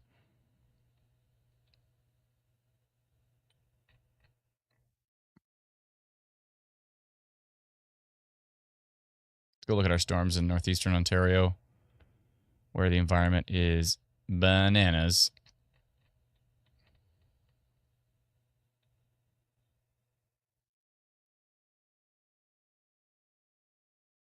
We'll see what happens with that environment. The environment details are just off the charts with these storms here. Back up to a 20% tornado risk on the Spanish River Provincial Park going into Cartier at the moment. Looks like that just updated. Yeah, 20%.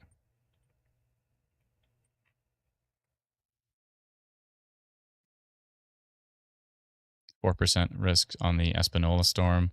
Now, again, not seeing super strong rotation on those storms yet. We anticipate that is going to change at some point because the environment here is absolutely bananas. 5,000 Cape, VTP of 3.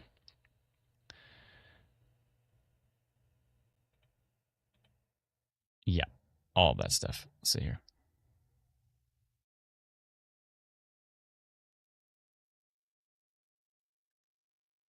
Scorpion79 says, thanks for the updates and everything you guys do, Adam. You're very welcome. It's our pleasure. Holly says, make sure to leave a like on the video, folks. Thank you so much. Yeah, if you could hit the like button on the live stream, we'd appreciate that.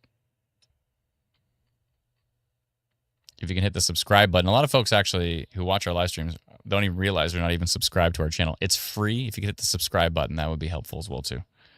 Trying to build up the channel, reach more people. So if you can help us raise awareness about tornadoes and severe weather, we would sincerely appreciate it.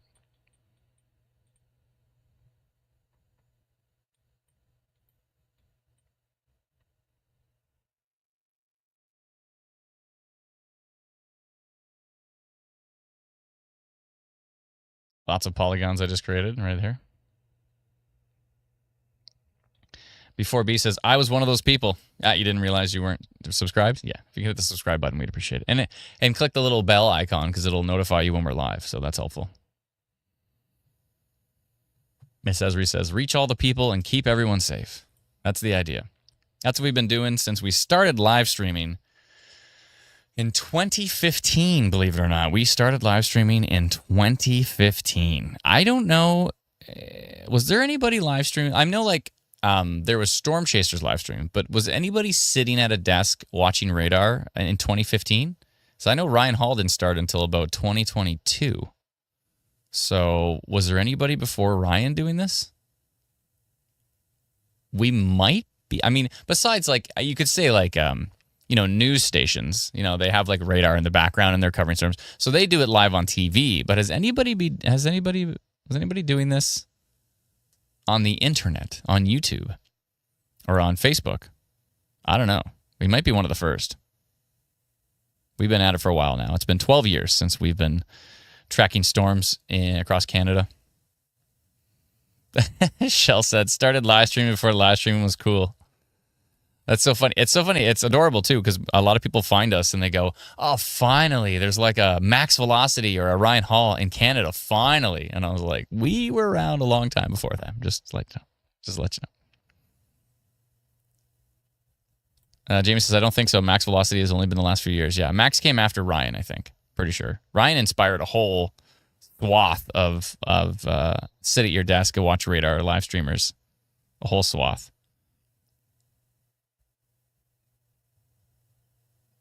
Oh, cool, Holly. That's cool. But were they streaming as far back as 2015 is the question.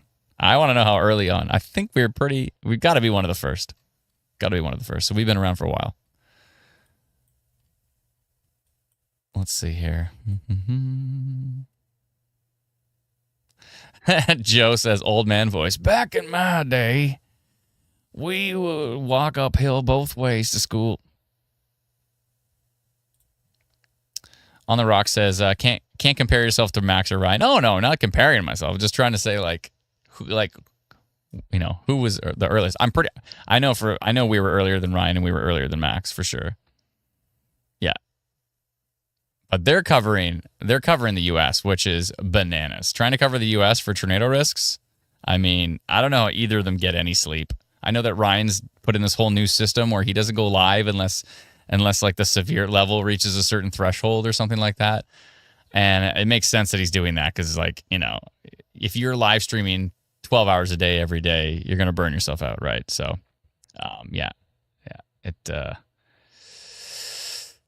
I do not envy those guys. And we haven't even talked about Evan Freiberger. He's amazing too. So in the States, there's a few different ones. Like Reed Timmer has a guy who tracks radar while Reed live streams. They kind of work as a team. It's really cool to watch. And then there's, of course, Ryan Hall, and then there's Max Velocity, and then there's Evan Freiberger. And we love Evan Freiberger. We think he's amazing. So, yeah, I think he's fantastic.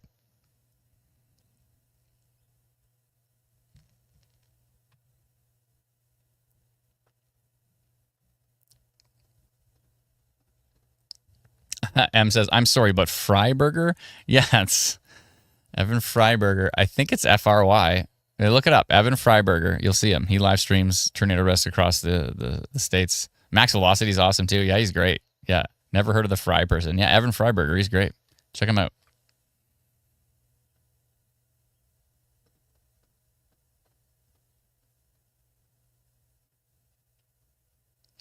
Alan says, the States also has 300 million plus people, whereas Canada has roughly 19 million. Canada's almost 40 million now, actually.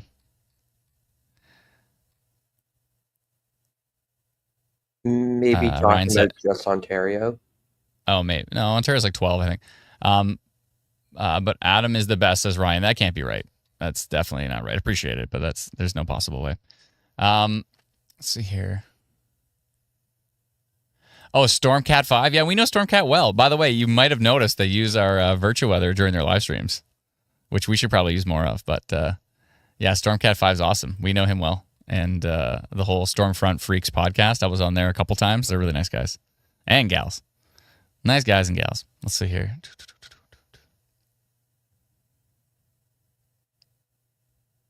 Roger Waters said some kind things and asked if storms are moving towards Wyerton or Sauble Beach. Maybe later on this evening, but it's questionable if they're going to be severe as they head into those areas. Probably just some storms overnight, I would think. Well, we continue to watch our area of interest. The parameters are bananas, and we just wait for these storms to really pick it up with rotation. So far, just some hints of rotation, nothing too exciting.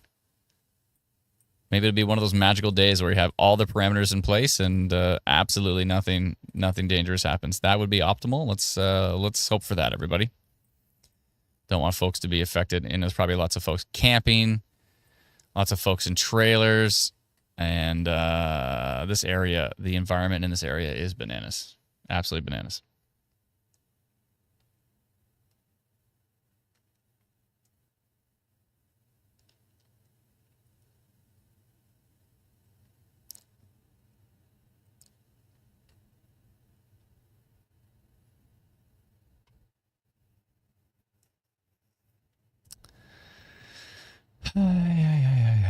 Ryan says, why do some radars have a small zone versus a large zone? If they're airport radars, then they usually have a much shorter range. When you set up a radar, there's trade-offs. You can say, do you want it to be really long range? Well, then you might have lower resolution. You can have really short range, which you can have higher resolution. You can have more. You can have quicker intervals. There's a whole bunch of different things. There's trade-offs of all these circumstances. So typically, it's the like Detroit Airport radar that is very short range. It's a very small. It depends on the type of radar too. Like if they're X band or C band. We used to have C band in Canada, and now we have S band. And S band is the same technology as NextRad in the States. Not as good, but it's still better than what we had before for sure.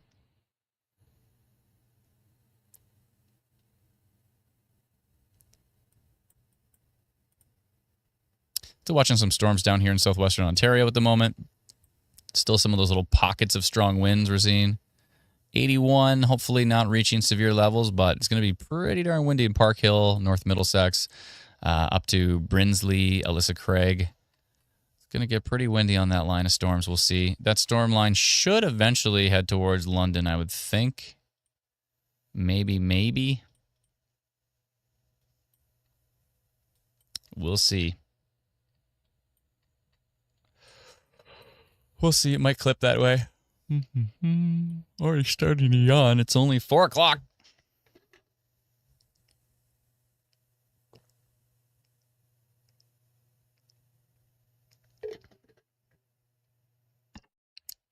Calgary Tech says, was a member of Reed Timmer, Ryan Hall, Max Velocity. I nearly bleeped myself when I found your channel thinking it's about time a Canadian channel came around. And then you find out we've been around since 2015 live streaming. Actually, we've been around since 2013, but we started live streaming in 2015. The second that Facebook said live streaming was available, I was like, that's it. We're doing that. We got to do that.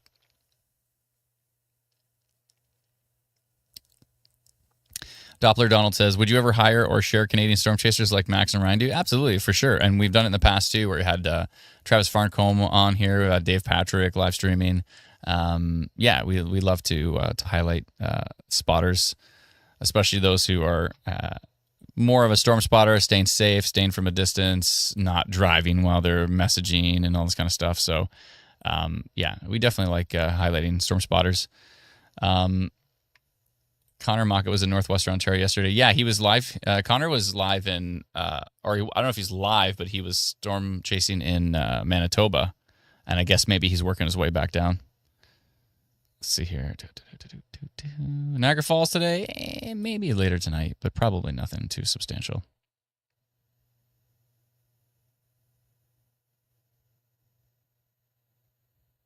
Ryan says Connor is in today. Oh, maybe he's coming back down. Oh, he's going to chase Ontario today. Oh, okay. So he's on his way back. He's probably already here. So, yeah, we could probably send him a message and see if he's cool with us sharing his stuff. Maybe, maybe not. Who knows? We'll see. He's always been cool with us, though, so we'll find out.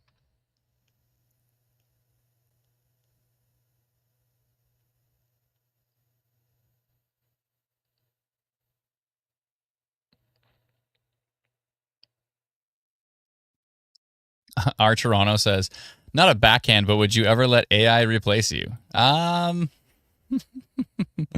Well, we've been considering doing like getting a helpful bot kind of thing. It'd be kind of cool. I know Ryan's got one, which is he has like one that does a 24-hour live stream, which is kind of cool because I can't be live all the time, right? There's times where I'm out with family and then all of a sudden there's a tornado warning and we get like 1,000 messages of how come I'm not live. So it could be useful to have like a bot live stream. We're thinking about it. We're toying with the idea. Lady Esri says, I think AI would be worse at town names. Actually, I think it would be better because it's literally called a large language model. It understands language much better than I do. It's read the entire internet. So I think it would actually be a lot better with pronunciation, but we'd have to see.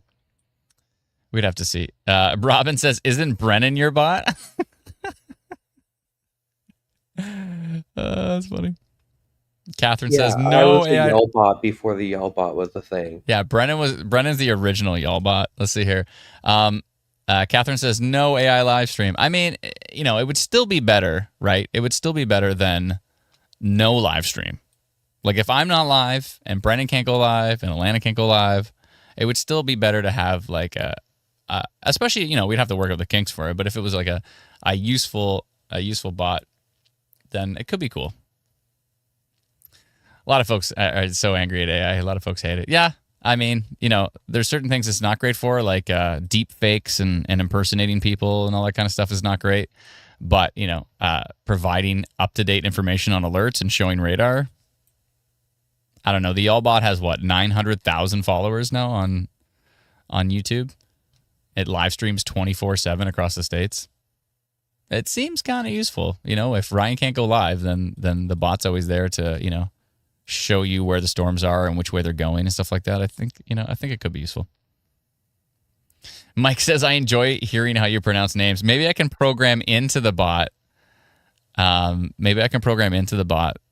to pronounce poorly like me.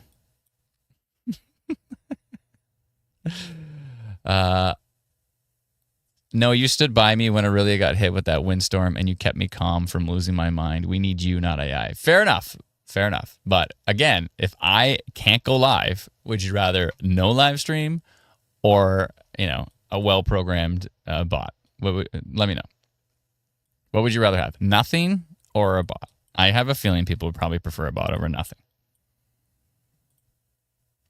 They're like, no, we want you. I'm like, yeah, but what if I can't go live? See, I can't always be live. I try my best to be as live as often as I can. Even sometimes at like 3 a.m, I'm live. We'll see.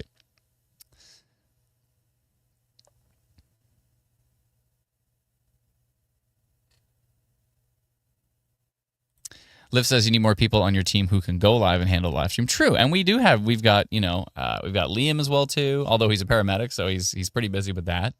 I could see Dalton going live because he knows his stuff. And Dalton actually just joined the team as well. So yeah, I mean, humans are cool too. Nothing wrong with humans. I'm a big fan of humans. JP says for sure better than nothing. Yeah, it's better than nothing, right? What if the AI bot had my voice?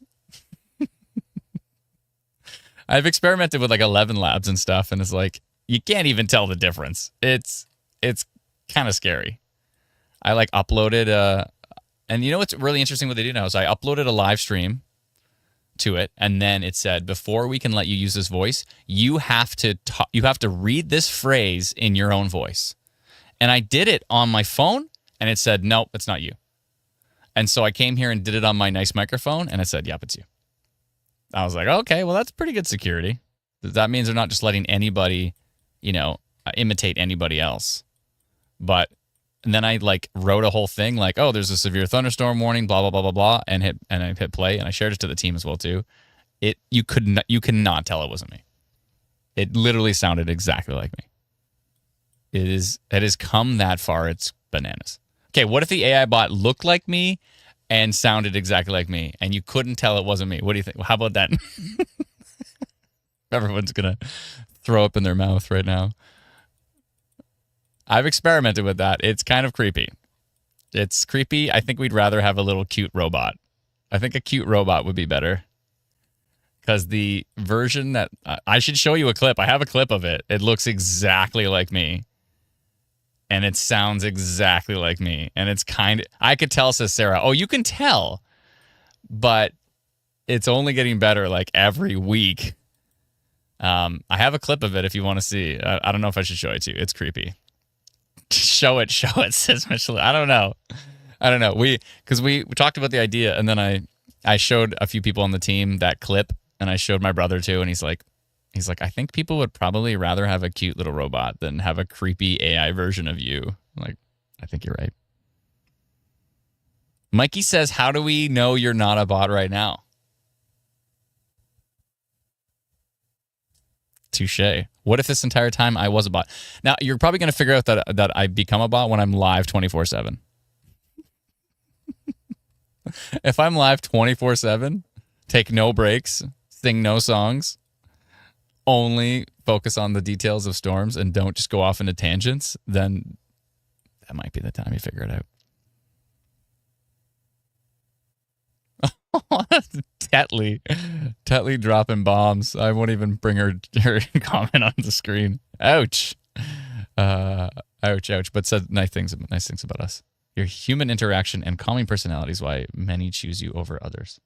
Thank you so much, Tetley. I appreciated that.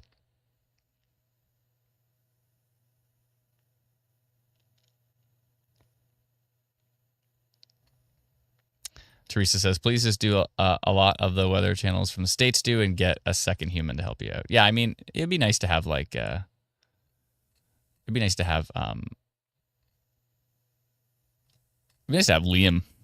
be on the stream all the time. Liam's great. The guy's busy saving lives, though. You know, he's a paramedic, so he's a busy guy. But he said he can help with live streams when he's not when he doesn't have anything going on. Like when he's got a day off, he can help. So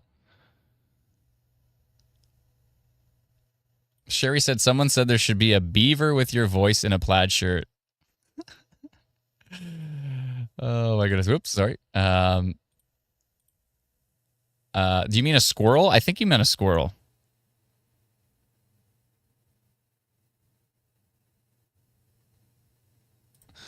Hopeful says, or Deanna says, show it so we know we are watching you for real now. LOL. And yes, a cute, obvious robot over impersonated a human. The least creep factor, the better. Yeah, I think that would definitely be better. Josh says, where is he? Paramedic. He's a Toronto paramedic. I think he's in Hamilton.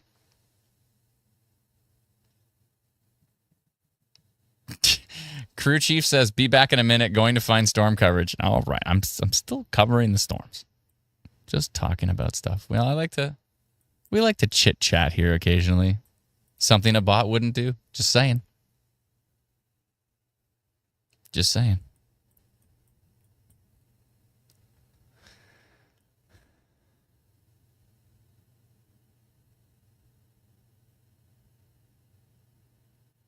Barbara says an Atom bot would pronounce the towns correctly. That's how you would know it's a bot. You know what I'm saying? Because it would, if it's like, why is Adam pronouncing all these French town names properly? Then you'll know.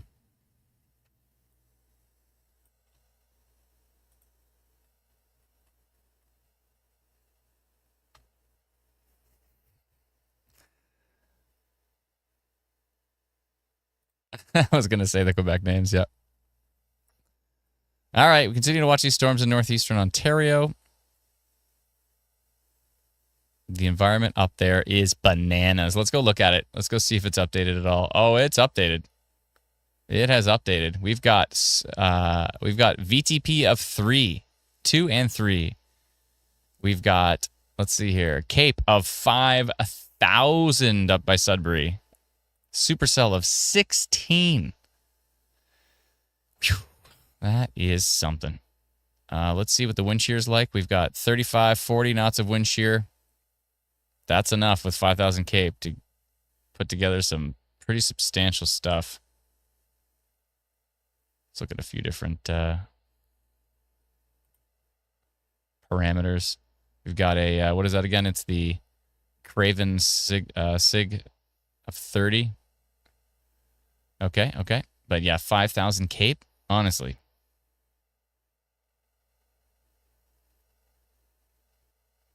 5,000 Cape. You don't see that every day.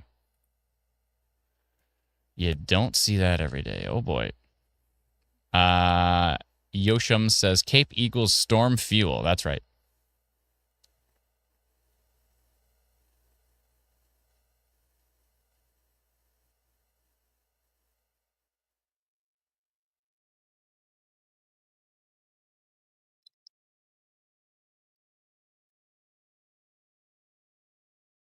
Ottawa tomorrow. Yeah, we covered Ottawa tomorrow earlier.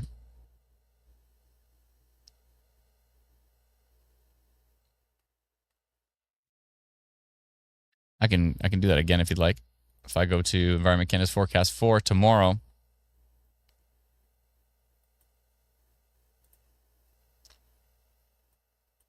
You can see in yellow here, thunderstorm outlook, 90 to 100 kilometer an hour wind gusts, 2 to 3 centimeters of hail, 2 to 3 centimeter hail, sorry, and 50 millimeter rainfall risk for tomorrow.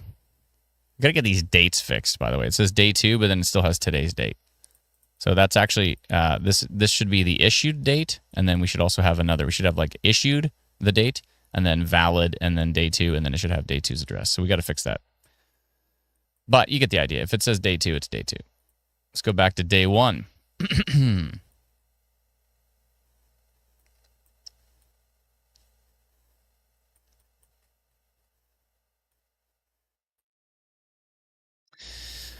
And we wait.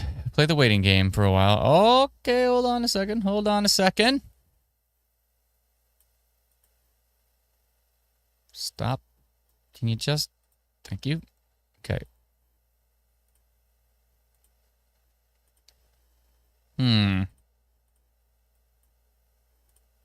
Something going on right here. This is just, where is this? Northwest of North Bay. West of Martin River. Little mezzo has developed. Might be some noise. Yeah, it's still kind of there in the next frame. But the reflectivity is kind of messy. Storms are split into 3 sections here. Keep an eye on that. This is heading up towards Temagami. A town name I've learned to pronounce because of Alana. Thank you, Alana.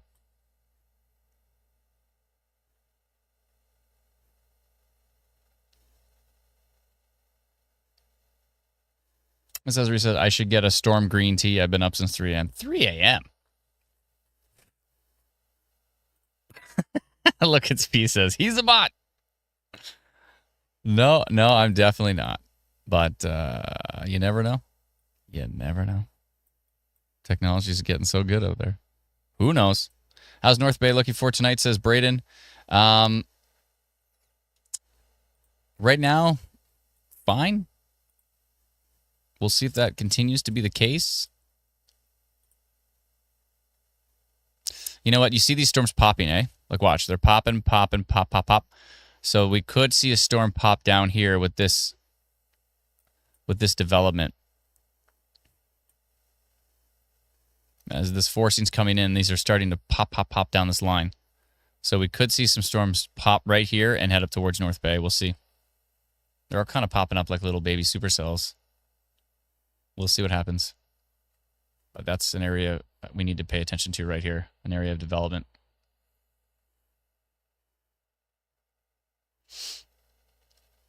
Switch Player says, are you going live tomorrow? Maybe.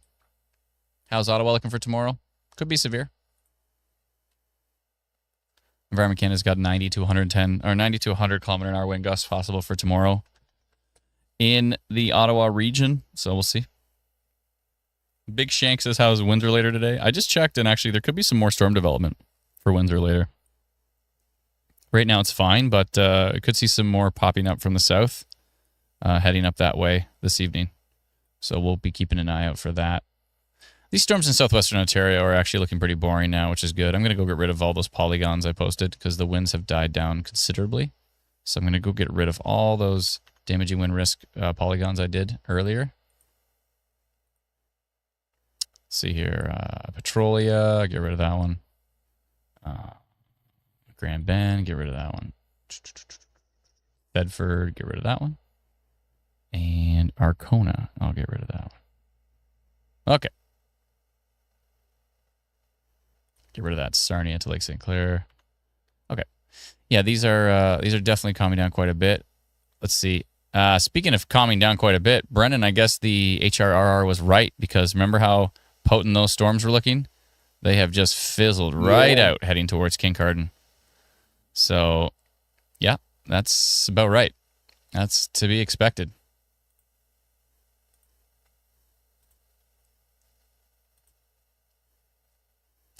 Brendan, can you hit play on that video? Are they parked on the side of the road, or are they driving? Oh, on a hands-free device. Ah, touche, Cara Lee. Touche. If you're going to post a video, that's the way to do it. Now, I hope she pulled over safely to share that video. But it looks like she said she was on a hands-free device. So, yeah, you can see her driving there. I guess she's got like a mount. Looks like she's got a mount to her windshield, which is cool. So if you're traveling and you want to record storms, that's the way to do it. And again, I hope she pulled over safely before sharing that video with us. We'll never know that part, but hopefully she did. Thank you, Carolee. Appreciate it.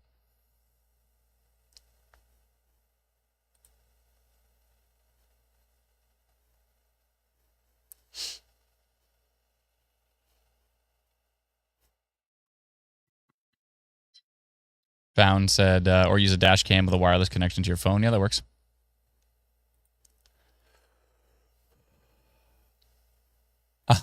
Robless says, hey, Adam, will your bot play sweet jams with a guitar?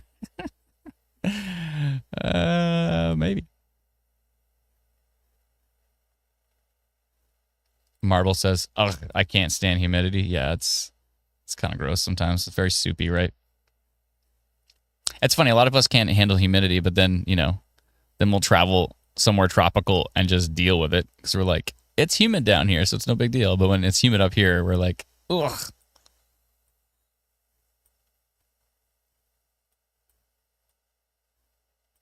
Yet we don't mind it when it's in the Caribbean or something. I still want to keep a close eye on this. See what it does as it heads up towards Temagami. Had a little something there. We'll wait for that next frame, which should be coming pretty soon. I think we get another frame in a minute or so. I want to see what the next frame looks like on that. And then I'll maybe send a polygon for Temagami. Will this storm continue east? Yeah, it's the whole system's going to eventually push off to the east, and eastern Ontario is in the crosshairs for tomorrow.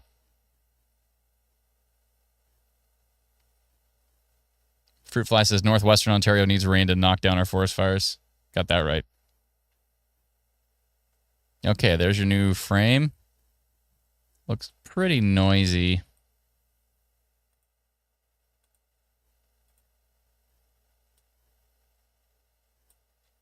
Bit of a mess on that storm. Let's see, are we getting any more development to the south here? Yeah, these are starting to pop. So North Bay could see one of these storms. I don't know how mature it'll be by the time it hits North Bay. Maybe just some rain, maybe just some strong winds, but it could be into some hail. And we might be into rotation at some point in time, too. We'll have to see. This storm down here near Killarney, even though there's no rotation on it, it's got a 24% tornado risk based on likely the environment. And that's moving to the northeast, potentially towards Sudbury.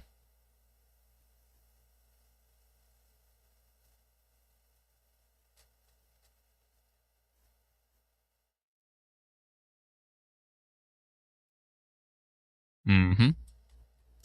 So there's that. Let's go take a scroll around. What's happening in northwestern Ontario? There's some rain in northwestern Ontario. Maybe some thunderstorms in there.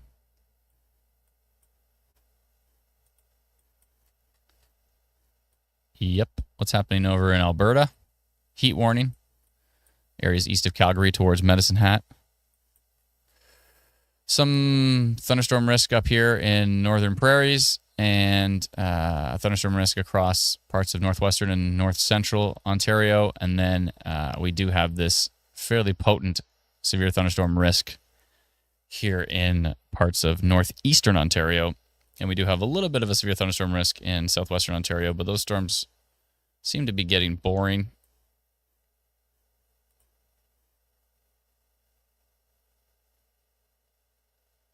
We're also going right under the radar right now, which is not helping us get a good look at them. Could be some hail in there. Still a severe thunderstorm warning from Environment Canada. For that whole line. Sorry.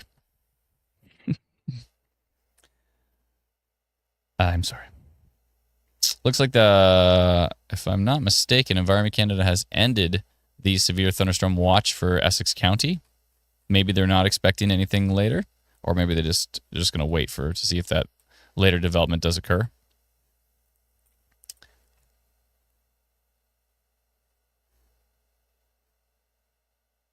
Nadine says it's starting to look hazy/gray here in North Bay, and it's real windy in my area of town. Thank you very much. Appreciate that.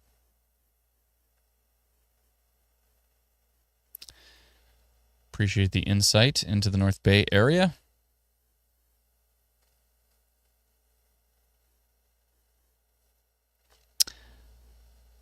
Sorry, I'm way behind in comments right now. Let me scroll forward.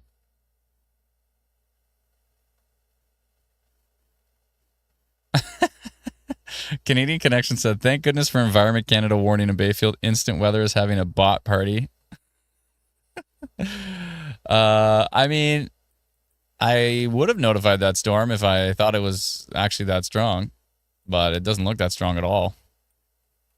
I mean, to clarify, severe thunderstorm would be 90-kilometer-an-hour wind gusts. So severe thunderstorm would be trees are falling outside of your house. If trees are falling, if hail is denting your car or denting your siding, if flooding is occurring, where there's substantial flooding on the streets or even in your yard, that would be considered severe. So a lot of people have a thunderstorm and they're like, how come there's no warning for this thunderstorm? Are trees falling? Is hail denting your vehicles? Is flooding occurring? If none of those things are happening, lightning does not constitute a severe thunderstorm. Of course, lightning is severe. In fact, lightning is incredibly dangerous. But if every single thunderstorm had a severe thunderstorm warning, then you want to talk about warning fatigue. I mean, typically you should only have a severe thunderstorm warning if it's going to probably reach severe thresholds, right? Braden says, are these conditions golfable? Thunderstorms? Are you seriously asking that? Are you in Eastern Ontario? The main risk is in Eastern Ontario tomorrow.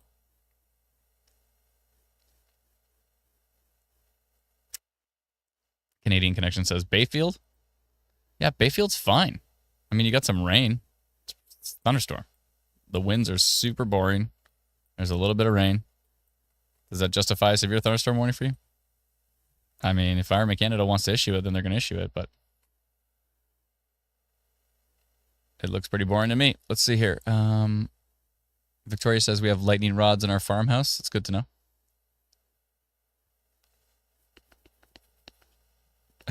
Look at P says, sure, let's stick the long metal pole in the air.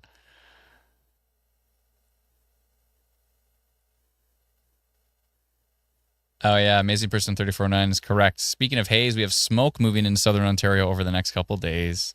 Could see it mix down to the surface on Monday. That's right. Yeah, we've been looking at that. Yeah, looks like Homer's voice. Boring.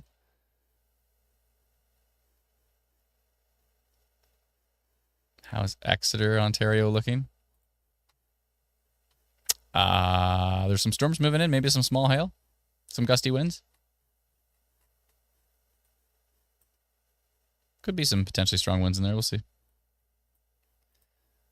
IW Storm Risk says it's only 2% severe wind risk on that cell and 0.01% severe hail risk and 0.01% tornado risk on that cell. So not very exciting on those storms. I would not be surprised if Environment Canada eventually dropped the severe thunderstorm warnings on these cells.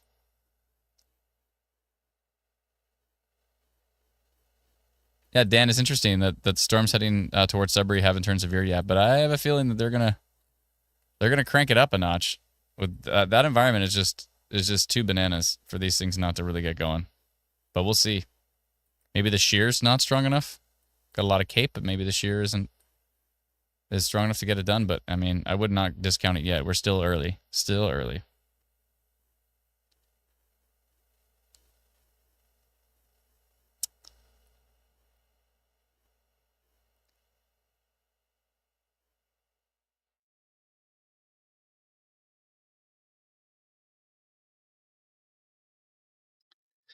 Liv's asking about Killarney on the water. Is there noise or rotation? No,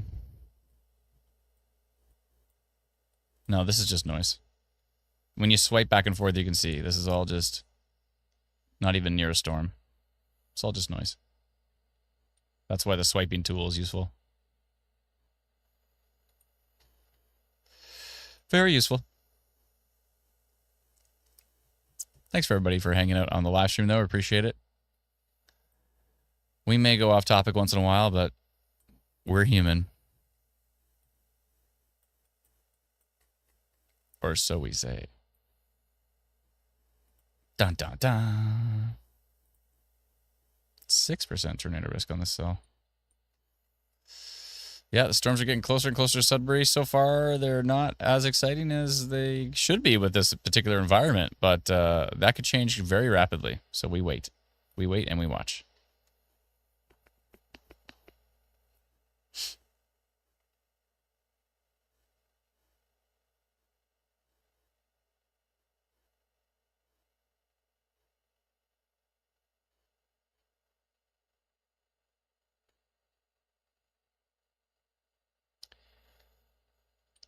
Virginia says, what about Penetanguishene? You're going on a cruise? How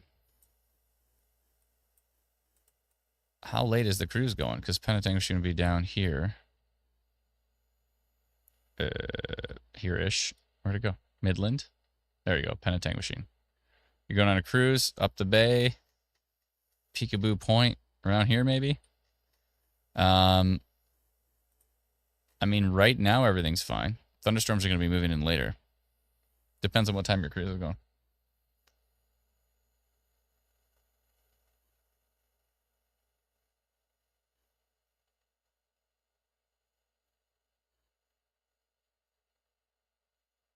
Melissa says, if we go off topic, just wait a minute, and Adam will be on to the next topic, thanks to ADHD. Undiagnosed ADHD.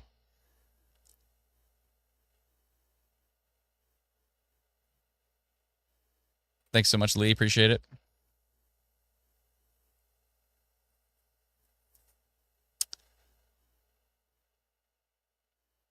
You can pronounce that, though? Yeah, I can pronounce Penetanguishene. I mean, it's probably because I live close to it. I live in Barrie, so. He's from the area, LOL. Yeah, exactly. That's how I know. How severe will Midland get? It's hard to say. Probably non-severe storms. We'll see. Big clouds moving into southeast London. I just heard thunder, says Mel. Thank you so much. Appreciate the update. Sarah says, the best coverage around as always. Much appreciated. Thank you kindly.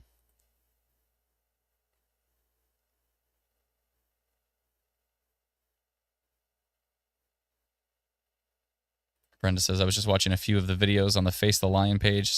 Great sounds since you joined. Thanks so much. Appreciate it.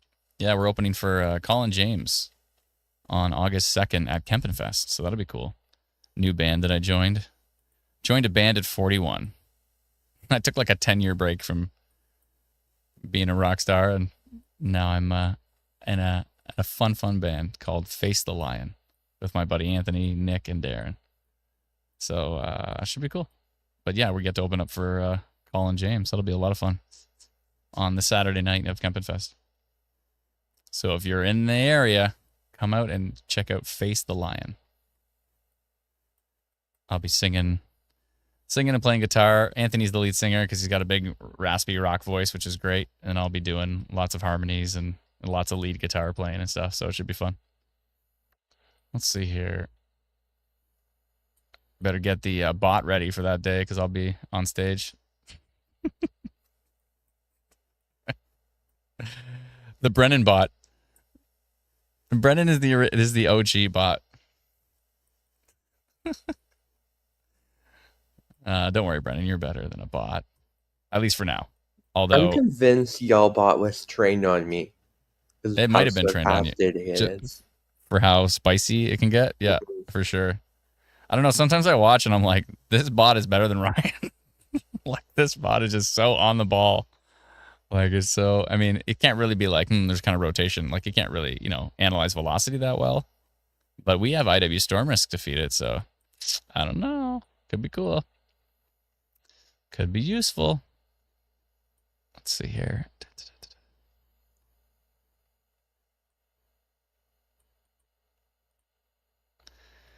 Little storm popping up north of Owen Sound here near Adamsville, Cape Croker.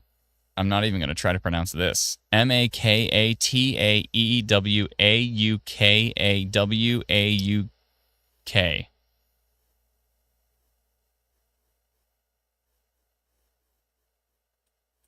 All right, I'm going to try. Here we go. No, I'm not. Okay, I'm going to move on. Yeah, little storm has popped up there. 2% tornado risk just over Georgian Bay at the moment.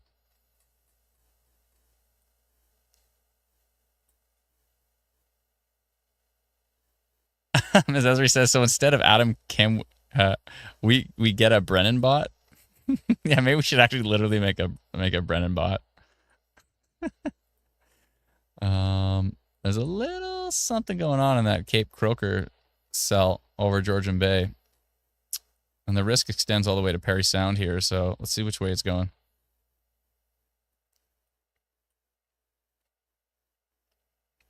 Some folks say there's lightning and thunder in the North Bay area. I could bring up that North Bay camera.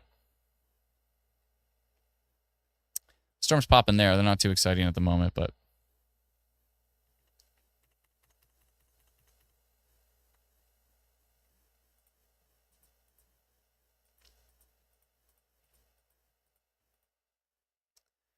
let's see here. North Bay cameras.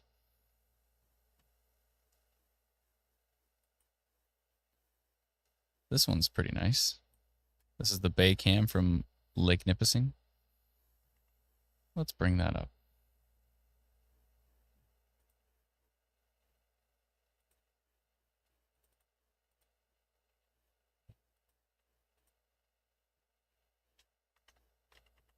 Second here. Okay. All right. That doesn't look that good. I need to adjust it. Sorry, 1 second here.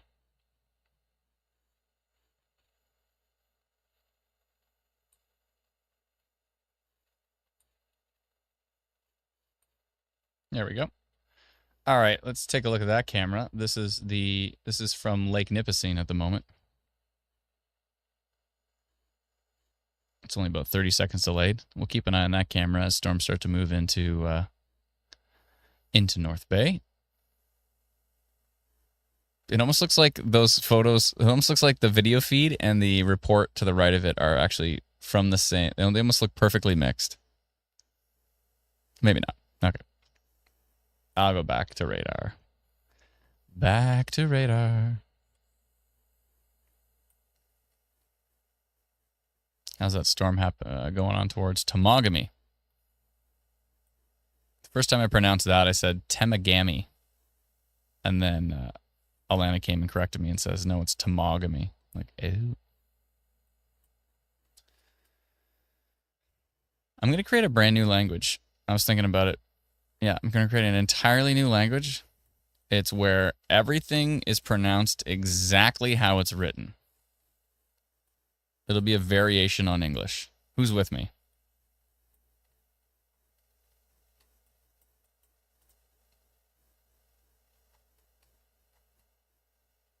That would be awesome.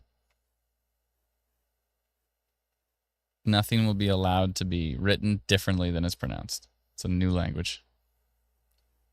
Duck Halt is with me. Let's go. Miss Esri says, as someone who teaches English, my head would hurt less. For sure. For sure. You ever see that guy, that video where the guy's got the flipboard and he's like, tomb, and then he keeps flipping the letters and nothing makes sense. That's amazing. Yeah, that would be awesome.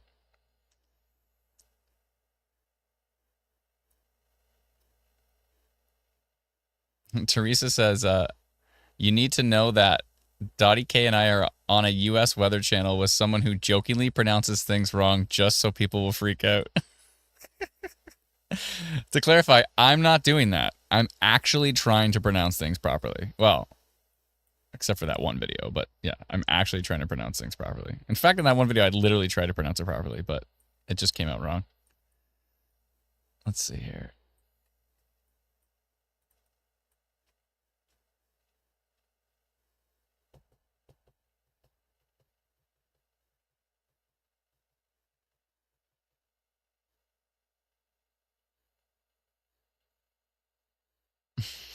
Dottie.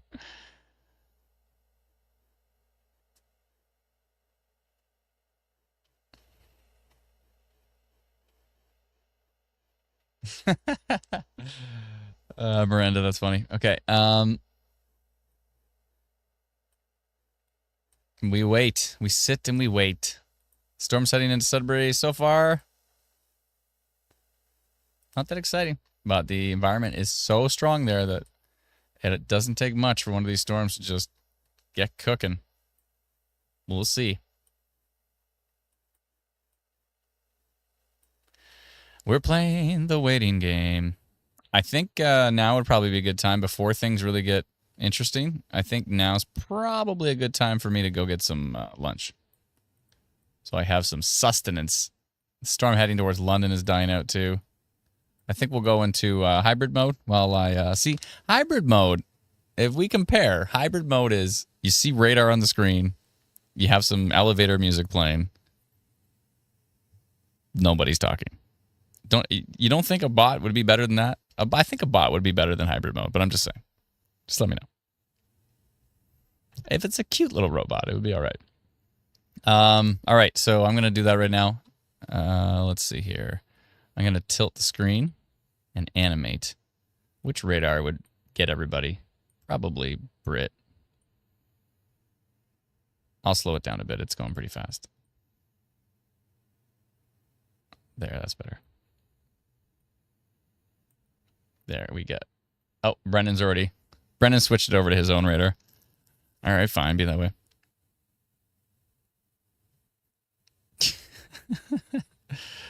That's all good. All right. It lets me control it while you're gone. No, I know. Exactly. No, I appreciate that. Tilt it so then you can see more. More with the tilting. Anyways, okay. I'll be back in a few minutes. I'm just going to go grab some lunch. Let me know what you're eating for lunch in the comments. I'll be back in a bit.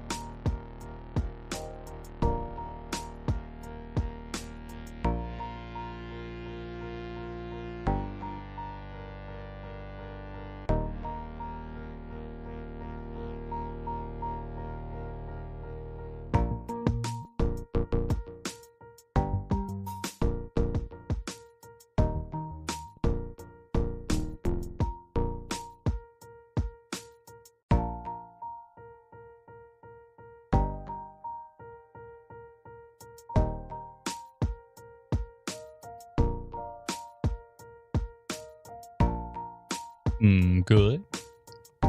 I'm back. What's up?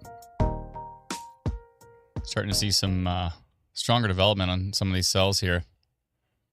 If I stop that right there, make sure we have the latest northeast of Sudbury. Starting to see some pretty strong signatures here. Pretty strong winds. 111 kilometers an hour, 107, 108, 108. Looking really strong here. I'm surprised no severe thunderstorm warning on that part of the cell here. And it's really starting to kick it up. Kick it up big time up there. Let's see exactly which way it's going, and we'll send a polygon to our friends north of Capreol. Is that how you pronounce it? Capreol. Heading up towards Temiskaming. Yeah, looking pretty strong. Okay, let's see here. Let me just do a... Let's go find that storm. We'll make sure I've got our notification system refreshed here.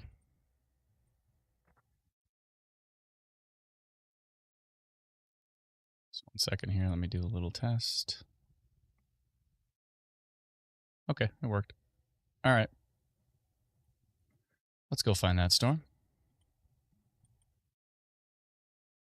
That would be the one right up here. Let me just make sure.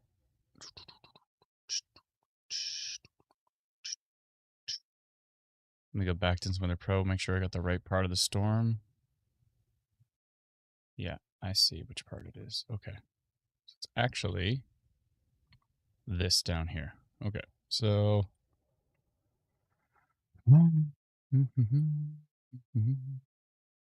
heading up this way, I think. Just make sure which way it's going.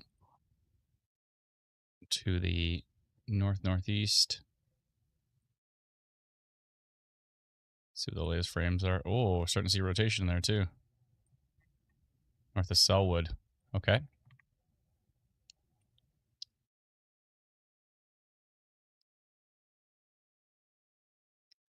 Yep, that would be it. Let's see. Towards Kirkland Lake.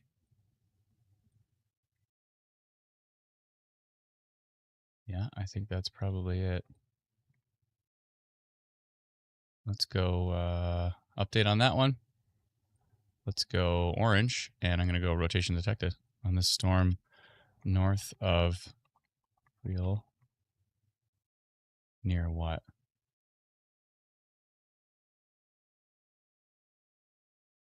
North of Selwood. Tracking to the northeast.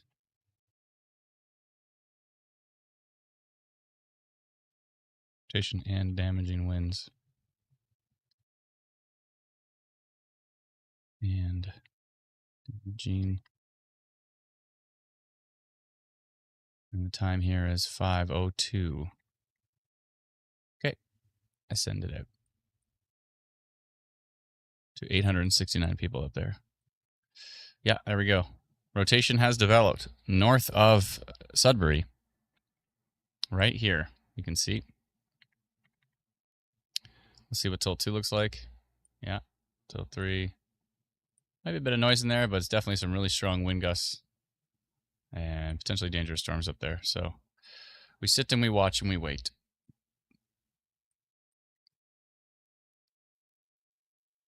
Storms have developed towards North Bay as expected.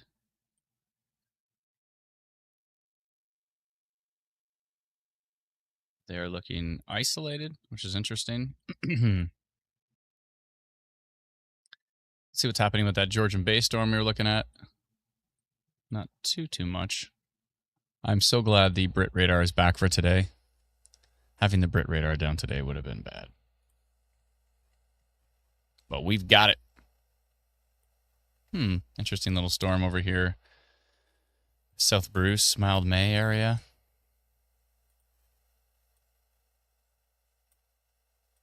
Got some pretty gusty winds in there.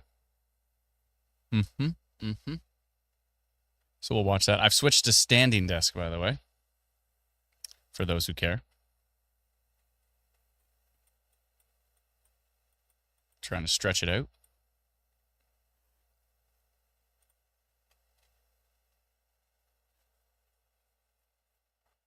Mm-hmm.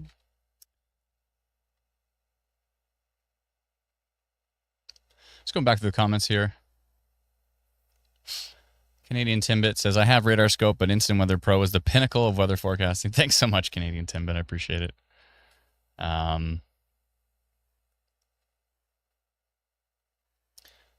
Teresa talked about WeatherWise. WeatherWise is cool as well, too. I don't know if they do Canada, though. I don't think so. 80-kilometer-an-hour gusts on mild May from radar, says a Macy person 3409. Thank you very much.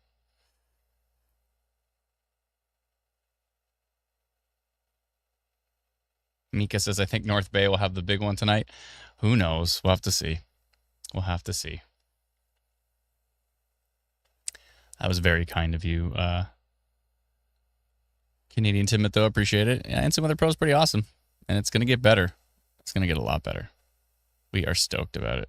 Some upcoming changes to it is going to be awesome. We're going to make the interface easier to use. A whole lot of things are coming up, so.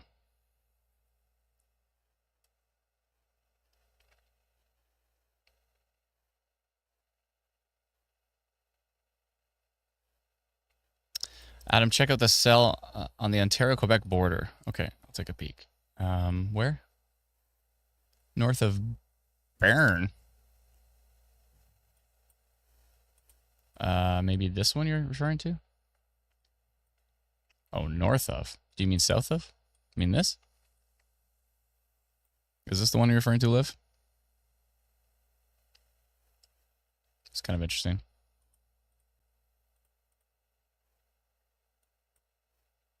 That right there, it looks interesting.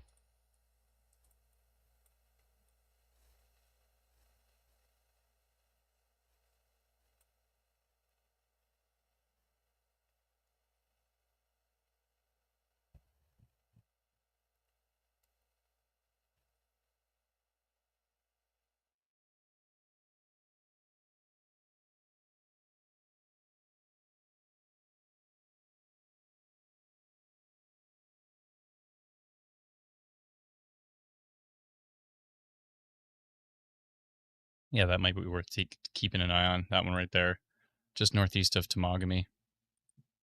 It's got a little something going on there, and more than a little something, actually. 101 kilometers an hour. Might be worth a polygon, actually, on that cell. This one over here looks more like noise, but this is looking much more interesting here. The Temagami cell, northeast of Temagami here. And which way is it going? Let's see. Yeah, and it's even got a stronger 111 kilometer an hour issue right there. Oh, it's actually merging. There's no alert on that storm at all, though. It's interesting.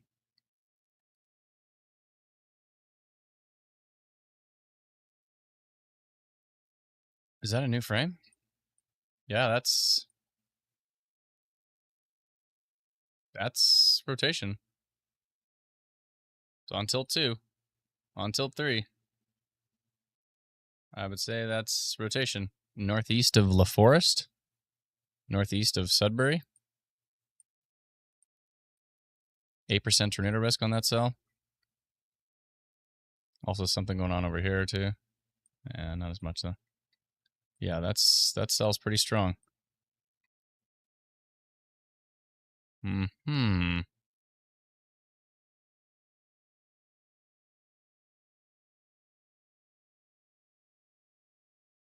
Anything going on Eastern Ontario? Not a whole lot. A few rainstorms. Maybe moving through the Ottawa area. Hmm.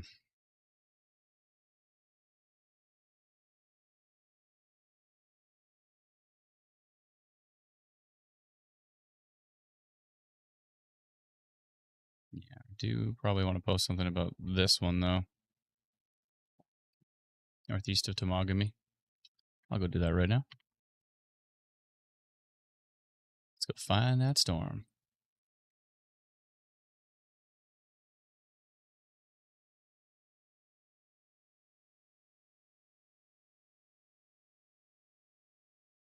It's up here.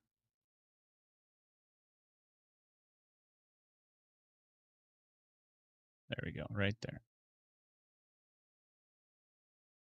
This storm moving to the northeast into Quebec. Give our friends in Quebec a heads up. Let's see here. Date that.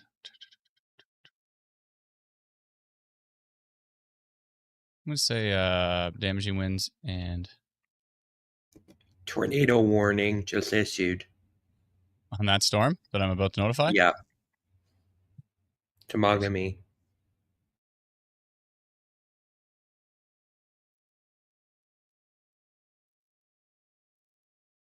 So much for my polygon. I'm still doing it. I'm still doing my darn polygon. I don't care. All right. Damaging winds and rotation detected. Damaging wind gusts and rotation have been detected on the storm just northeast of Temagami. Spell it right. Temagami. Temagami. Yeah, Temagami. Tracking northeast into Quebec. Timing is 5:10.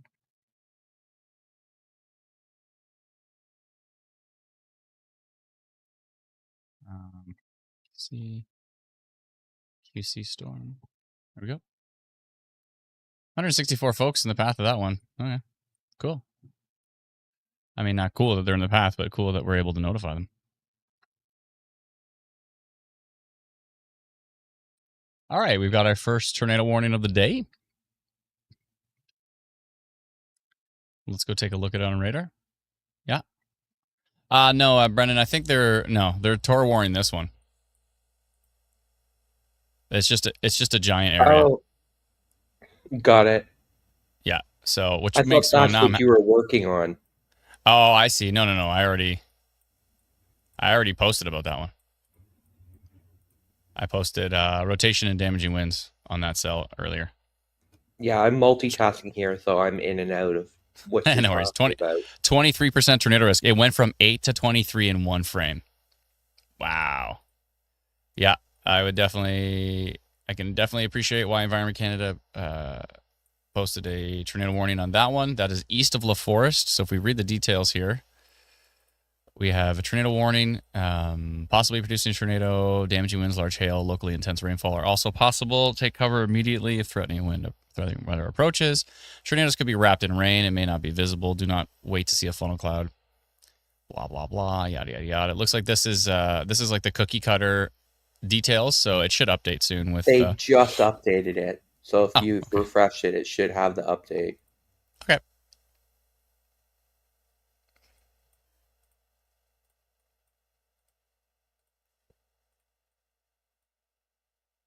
There we go.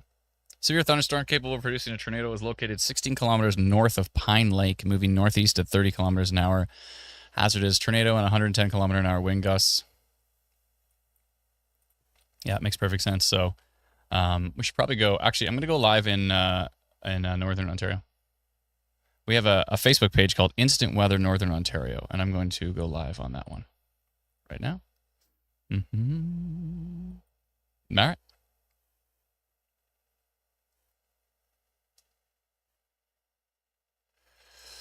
Okay, we are live on Instant Weather Northern Ontario. We've gone live on Facebook. We're also live on YouTube and live on Twitch as well. But Environment Canada has issued a tornado warning now for this storm that is east of La Forest. This is northeast of Sudbury. And got quite a signature right here. And we're talking 22% tornado risk on IW storm risk. And if you take a look at this storm, it's just pretty darn nasty right now. So, yeah. There's that. Some tree damage and power outages in the Mildmay area, says Steve Elliott. Interesting. Some tree damage, you mean just like small limbs, or is there actually like big time trees down?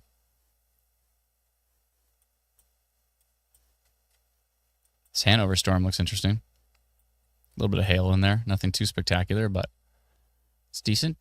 There's another just pop-up way behind everything else over here in Michigan. We'll have to watch as it tracks towards our area. Let's see here. storms north of Huntsville with some big-time hail, potentially. It's got some decent hail on there, actually. What do we have? 68.5 dBZ? Yeah, that's something. North Bay's got a decent storm right now. Nothing too super duper strong. We could probably go to that North Bay camera. Let me go find it here.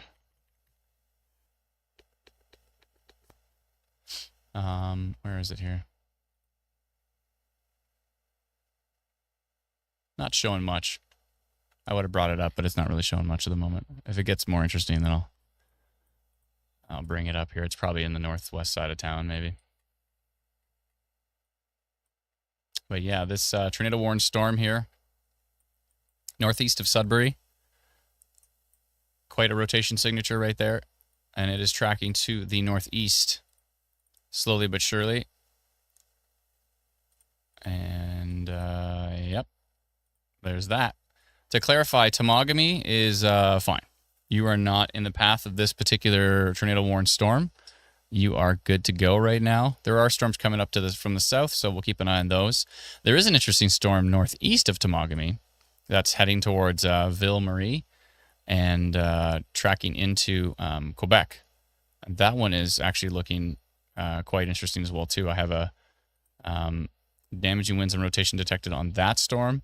And then we posted about rotation on this tornado-warned storm. Let's see what time we did that. We posted at 5:02. And the tornado warning came out at 5:0. I think the original was at 5:08, maybe 5:09, something like that. Or maybe it was 5:11. I'm not sure. I'd have to take a look at the first one to see. I'm curious. I'm gonna go do that in the background. One sec.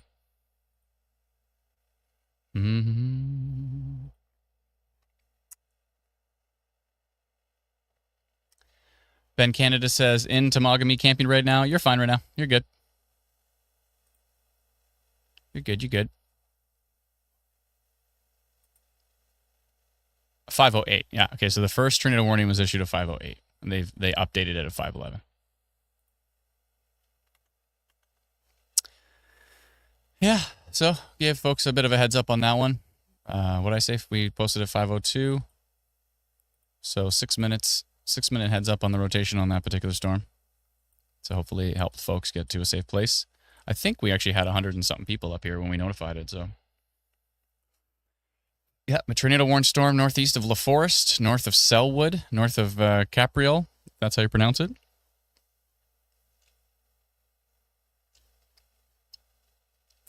Good to hear, says Ben. Yeah, you're good right now. I mean, there could be some more storms moving later, but right now you're okay. There's another area of rotation heading towards Goganda. Let me double check here. Oh, maybe you mean that up there? Do you mean this? Yeah, this is actually an interesting little pocket of rotation. I don't know if it's noise, maybe? It's got an interesting vibe to it. Let's see here. Tilt. Oh, it's on tilt 2.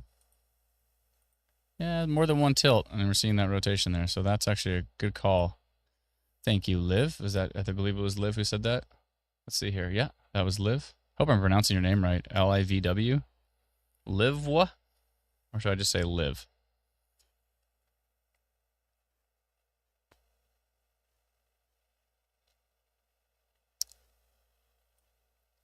Yeah, it might be worth notifying that as well, too. Going up towards Goganda. Yeah, I think it might be worth doing that. I'm going to go notify them. Let's go back, find that storm. Okay, where is that storm? It is...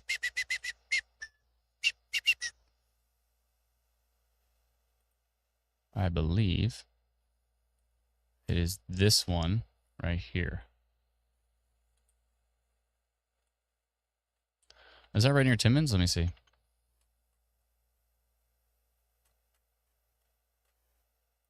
Oh, no, it's way further south. Okay, my bad. Actually, it's just northwest of where the other rotation was. Okay, let's go back and find that, which was here.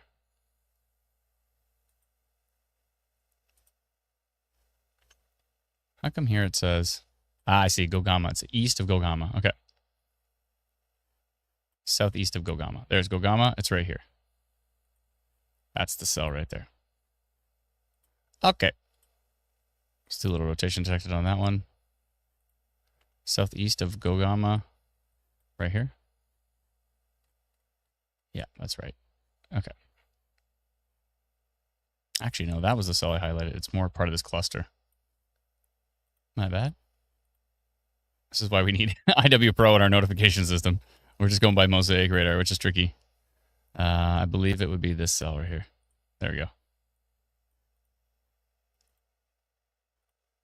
Somewhere in here, I think it was. All right. How many people in there? 72 somehow. Let me open up this map and see. Yeah, that's the right one. Right towards Goganda. Perfect. On this storm, tracking northeast towards, I'm probably pronouncing it wrong, but Goganda? And the time here is 5:20. Okay. Sent. Back to IW Pro. Cape Real. Cape Real? Oh, I said Capriol. It's Cape Real. Cape Real. Goganda. Gan rhymes with can. Goganda. Yeah, Goganda. Perfect.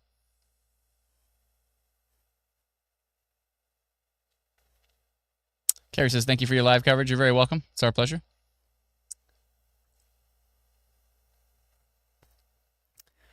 Trying to help folks stay safe. That Ville Marie storm is starting to get pretty grumpy. Lots of hail in there. Let's go back down and see what's happening for our friends in the North Bay area.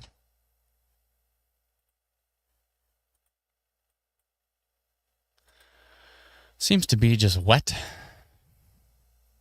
Maybe gusty winds in there too. Yeah, this storm's still looking pretty grumpy. Really strong winds in here. Look at this. 125.28 kilometers an hour showing up in there. Yeah, that is 118, 114, 120. Yeah, that is a pretty strong. If you're in Solis Provincial Park, you need to take shelter immediately with that storm. It looks super strong. Hopefully nobody's in that park right now, but it's possible. Also seeing this little area of strong winds and enhanced rotation heading up towards Goganda. And so if you're in that area, I'd be taking shelter as well. If you're in Ville Marie, Quebec, probably want to take shelter with that one. I believe Quebec did issue a severe thunderstorm warning on it. It wasn't warned on the Ontario side, but Quebec did for Ville Marie. So yeah, I'd be taking shelter in Ville Marie with that storm.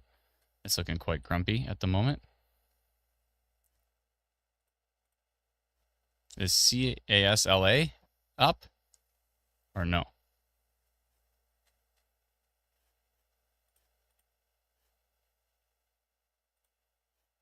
Every other radar seems fine. That radar seems dead. That's just us?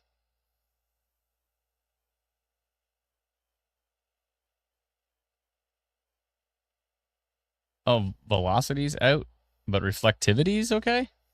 That's weird. Oh, it's been down for 7 hours. Okay. That radar's been out for 7 hours. Oh, somehow it has reflectivity, but velocity on that radar has been down for 7 hours. I've never seen that before. That's crazy. I saw that yesterday. The velocity hasn't been working. Yeah, velocity's been down for 7 hours on this radar, but reflectivity seems to be longer than that. It was down yesterday too. Oh, okay. Maybe it blipped back like 7 hours ago or something. Yeah. Okay. Who knows? But yeah, that's so weird. You don't see that often. It's not good for those tracking storms into Quebec. They need that radar desperately. We're up to a 30% tornado risk now. As per IW Storm Risk, 30% tornado risk on this storm. If you're in Solis Provincial Park, you need to take shelter immediately. Check out Kirkland Lake from CASRF. Okay, can do.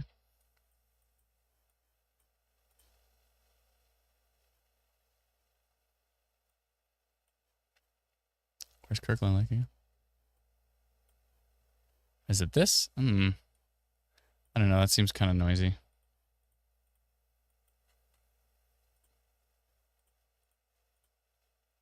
Kind of interesting. A lot of noise up here, though. That might just be noise. It's hard to tell. Yeah, and reflectivity looks pretty soft and washed out. Although it's soft and washed out over here, and this is looking super nasty, so interesting. Keep an eye on that one. Yeah, I don't like the look of this, though. Definitely strong rotation couplet. Strong area rotation northeast of the forest. Heading into Solus Provincial Park. Solus Provincial Park needs to take shelter immediately.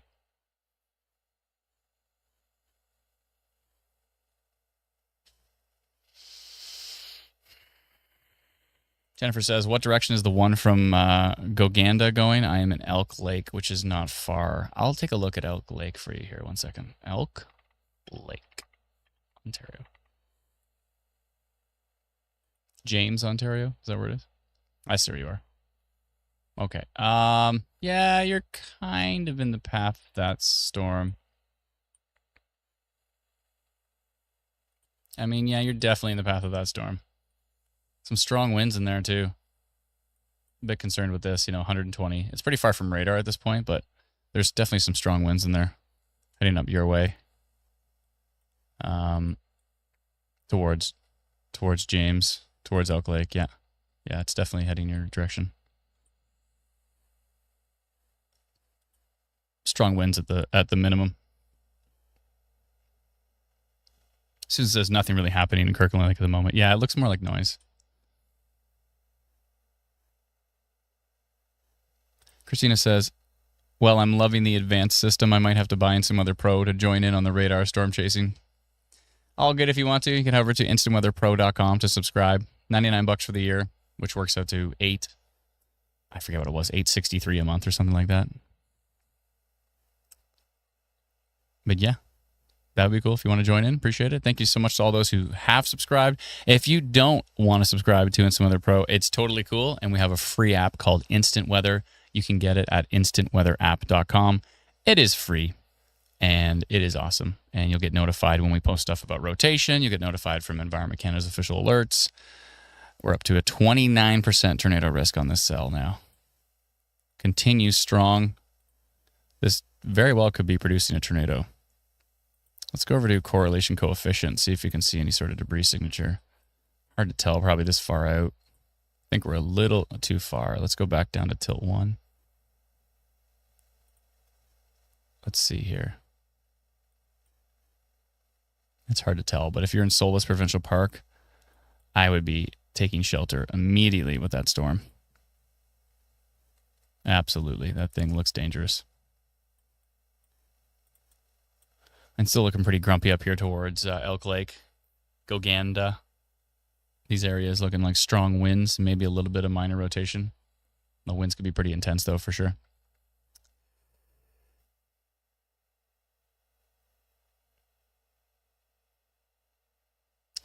Robert Ricketts says, what's going on, peeps? Tornado warning. The huge. That's what we cover here. Tornado risks, severe thunderstorm risks, all that stuff. Look like a pretty grumpy storm up towards Ville Marie in Quebec. Looks like some interesting development near North Bay and heading to the north. Nothing too spectacular on those storms yet, but they could increase in time. The Hanover storm seems to be weakening, which is good news. Southwestern Ontario just doesn't have the juice today, it seems. Storms come in and they kind of fizzle away. Like, did that storm even hit London? Looks like it just fizzled away. Oh yeah, it totally fizzled before. Maybe a tiny bit of rain hit London from that outflow boundary. That was about it. But although there still could be some more development in deep southwestern Ontario, we'll see. It is possible that doesn't occur, but it looked like later this evening, probably from these storms down here in the States, it looks like they could be on their way up. Maybe to our area, we'll see. as you can see. You see this storm over here in Ottawa, but this is not our Ottawa. This is Ottawa, Ohio. There's a place called Ottawa, Ohio right here. And you can see those storms are moving up. These storms are moving up. So Southwestern Ontario could still see some more activity a little bit later on. We'll see.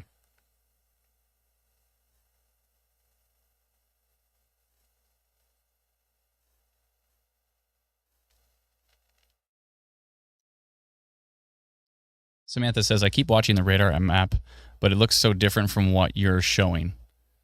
Which radar map are you looking at? Are you looking at our free app, Instant Weather? Because we need to improve that free radar quite a bit. But we have the technology to do that now, so we want to for sure.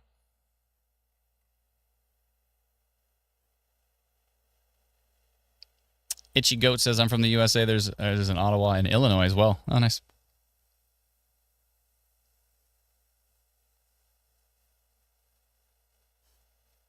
Wendy says, looks like Solis Provincial Park is a fly-in park. Probably not much shelter there. There's probably none. I keep seeing people post about the tornado warning, and everybody keeps mentioning Temagami. Temagami is fine. You're fine. The tornado warn cell is west of Temagami, and it is not heading towards Temagami. Temagami's here. Nothing happening there. Storm's over here, moving to the northeast. Temagami proper is totally fine right now. Had a decent little storm there, but right now, nothing going on for Temagami. That could change, but as of right now, Temagami is fine. Solis Provincial Park, not so fine. Oh, yeah. Look at the rotation on this thing. I would not be surprised if this is producing a tornado. 34% tornado risk now on IW Storm Risk on Instant Weather Pro here. 64% severe wind risk. Look at this cell. My goodness. Rotation on multiple tilts. 3. Supported in 3 tilts. Almost 4. This is a robust rotating updraft on a supercell storm. And it is cooking to the northeast. Let's hope it calms down before it reaches McCool up here, which supposedly is my actual last name. My grandfather was adopted, and we actually looked into it, and his original last name was McCool. So maybe I'm not Adam Skinner. Maybe I'm Adam McCool. That's a pretty cool name. It's funny, too, because I know a guy named McCool. His last name's McCool. I've known him for years, and then I found that out, and I was like, maybe we're cousins. Who knows? Everybody asking about Sudbury. Sudbury right now, there is a storm near you, or on top of you. I can't even tell yet. Let me see. There's a storm in northeast Sudbury, and there's a storm coming in from the west as well. Right now, they're looking pretty chill. Nothing is popping out to me as exciting on those storms. Torrential rain, some lightning, but nothing too spectacular. Probably everybody in Sudbury got the tornado warning, but it's not for Sudbury. It's for Solis Provincial Park, Florence Lake. Those areas need to be taking shelter with what is probably a tornado. Chances are that could be producing a tornado. Thankfully, not seeing a big debris signature there, but it is pretty far away from the radar, so it would be hard to tell. But yeah, I would say fairly good chance that's a tornado. Brad the Mechanic says, McLovin? No, it's McCool. Thanks, B. Appreciate it.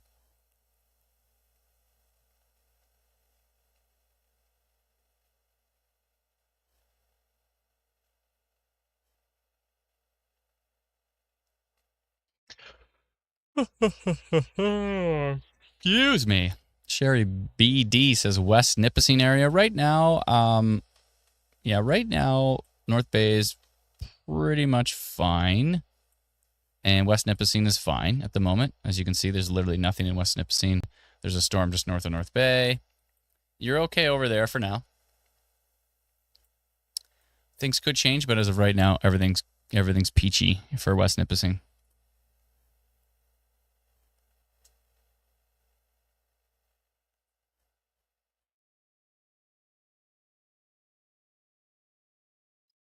Canada Ball edits and animation says, I'm intrigued in this stream as a Quebecois. I'm curious to see what's happening in Ontario because of you. Awesome. Yeah, I mean, we try our best to cover storms across Canada, so if things get pretty wild in Quebec, we'll definitely be showing off those storms as well, too. But thank you so much. Appreciate it. Thank you for the super sticker. Thank you kindly. I might have missed some. Let me see here. Did I miss anything?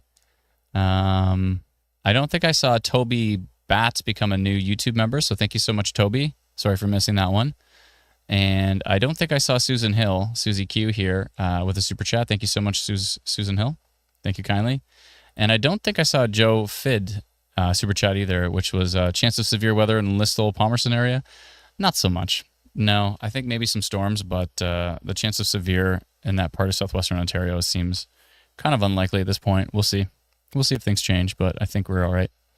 Yeah, so thank you so much to all those who are supporting the channel. We appreciate it kindly. Makes a big difference. Every little bit helps. Let's see here. North Bay. The Formula 380 kid says, North Bay is just on the line. Should we take shelter? No, you're fine. North Bay's good. You're all right. Timmons says less. We keep getting an emergency alert in Virginia town. Yeah, I mean, anybody near this giant tornado warning is going to receive it on their phone, because if there's a cell tower inside of this area, it will broadcast into its entire radius. It doesn't just keep it inside of the polygon. So yeah, you definitely want to make sure if you're actually in the tornado warning, for one, and make sure you're actually in the path. And those who are in the path are anywhere near Florence Lake and Solis Provincial Park. This is probably producing a tornado. It looks really strong right now. That is quite a signature. And I would not be surprised if that is producing a tornado in areas northeast of La Forest, northwest of Temagami, heading to the northeast, eventually towards Englehart and Armstrong, but hopefully it weakens by then, but we'll see. We will see.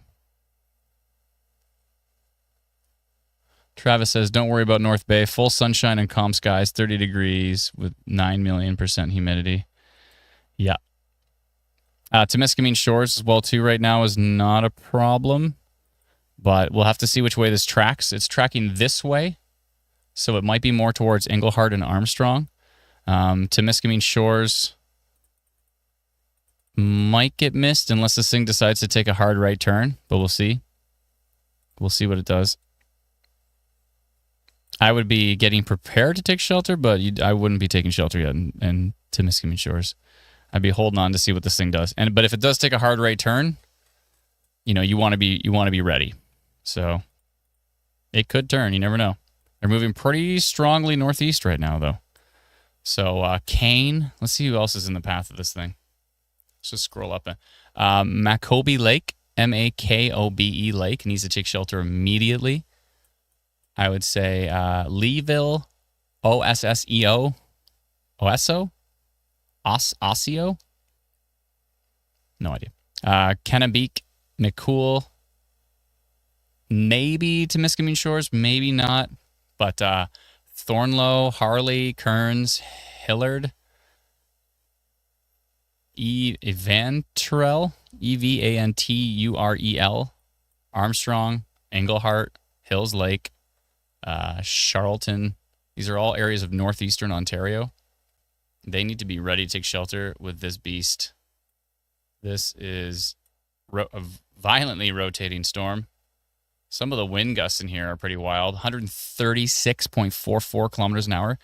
This is 139.2 kilometers an hour. This thing is rotating very quickly, rapidly rotating supercell, potentially producing a tornado, tracking to the northeast towards, again, it was Makobe Lake, I believe. Where'd it go? Right now, it is currently located in Solis Provincial Park, and it is tracking to the northeast. And I believe I saw a Makobe Lake in here. I also saw a Trethewey Lake. Trethewey? Trethewey? No, I don't know. Trethewey Lake? Something like that. And then I believe there was a Macoby Lake in here. Where'd it go? Can't find it. It was right here. Lake. Maybe if I get rid of a radar, then I can see better. No, I had to put the mosaic on. Let me get rid of mosaic radar. Okay. There we go. Macoby Lake. There's Trethaway Lake, Macoby Lake, Banks Lake, Mendelssohn Lake. Mendelssohn Lake. What else here? Mountain Lake, Leeville, Highway 65 area, Wabun, Wabun, Odessa, or Osseo. Everybody's probably pronouncing it properly in the comments. I'm in Temiskaming in a log cabin. Am I cooked? Said Steve. Not necessarily. It might miss you to the west. We'll see. We're not there yet, but it might. Well, might. If you're in Temiskaming Shores, I'd be preparing to take shelter, but this thing looks like it really wants to move to the northeast. So probably up towards Leeville, James, Kennebec, McCool. If you're in Mowat Landing, Kennebec, McCool, Hudson, Kearns, Kane, Leeville, Wabun, Wilson, James, if you're in those areas, I would be taking shelter immediately because this thing's going to be sneaking up on you pretty quick, and it looks pretty nasty. Yeah, that is a nasty-looking supercell. So if you're in those areas of northeastern Ontario, I would be taking shelter with that storm.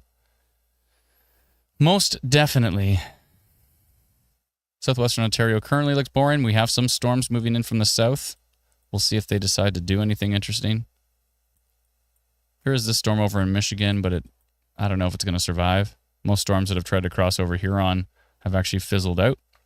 So we'll have to see how that tracks. Still a severe thunderstorm watch in southwestern Ontario. I don't know how long that's going to last. I could see them ending it and then issuing a new one as we get more storms in this evening, but we'll see. We'll see.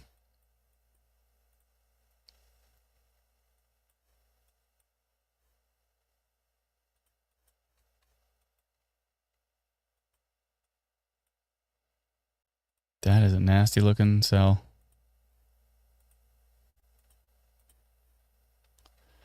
Yes, indeedy do. I don't like the look of that. That looks grumpy. Let's animate that for a bit. Clear rotation. We posted about early on. About 6 minutes before the tornado warning, we notified rotation detected. I don't know why I'm spinning the screen like that. Whoops, sorry. So at 5:02, we posted rotation detected. At 5:08, the tornado warning was issued. Kudos to Environment Canada getting it out quick. And then moved to the northeast, and we've just been tracking it ever since. And there has been another little pocket of rotation and strong winds up here. We're watching that as well, too. But I am still genuinely concerned with this storm as it tracks to the northeast, potentially towards Englehart and Armstrong.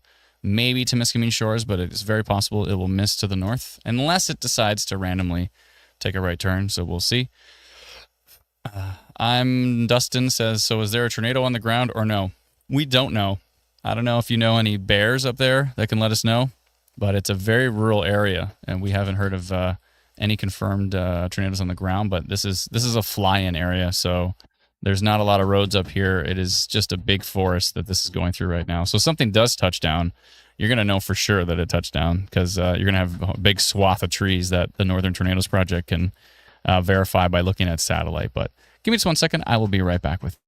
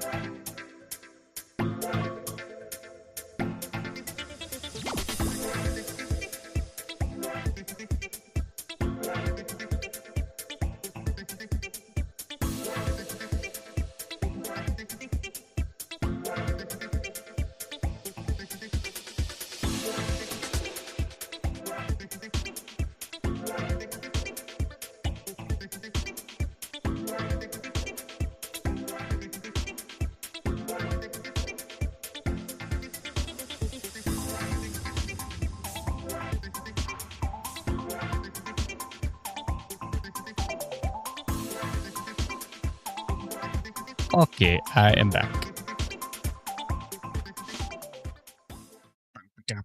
This looks worse on the next frame. This doesn't look any better. This looks worse. Yeah, they got worse. That's not good. Yeah, it's still, if we look at the direction, still really pushing northeast. So, Kennebeek, Leeville, James, Hills Lake, Armstrong, Englehart. You need to be taking shelter with this storm. Coming in hot. Big, strong rotation on it. Don't like the look of that.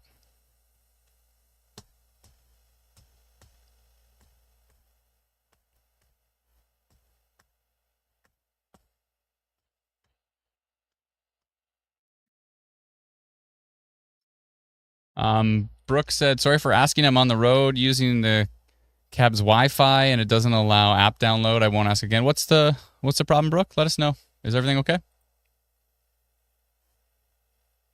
Victoria says, I'm in Sharbot Lake and we also have wolves and cougars.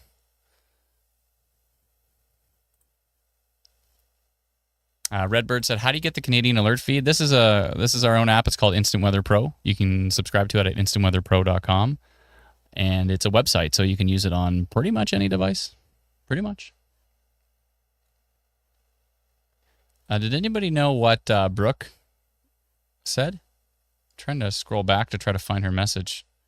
I don't see it. Brooke. Oh, she said Elliott Lake. I see.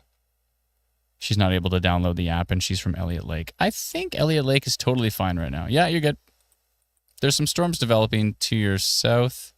They look like they're kind of fizzling out. All the action is kind of going basically Sudbury into the north.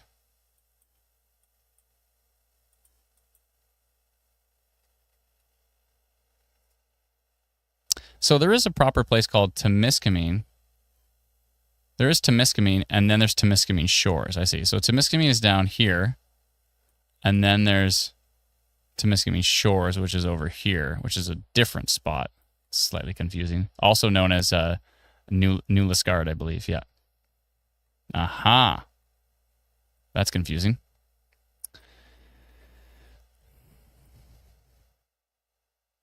All right, I'm going down. I've been standing for too long. Standing desk is going down.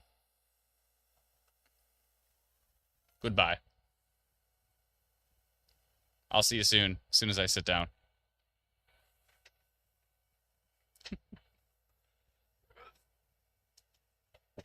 That's better.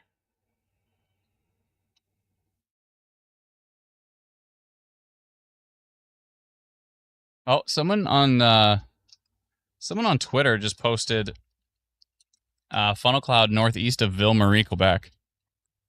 I'm just taking a look at the picture. Looks pretty small. Oh yeah, there's a little funnel cloud there though.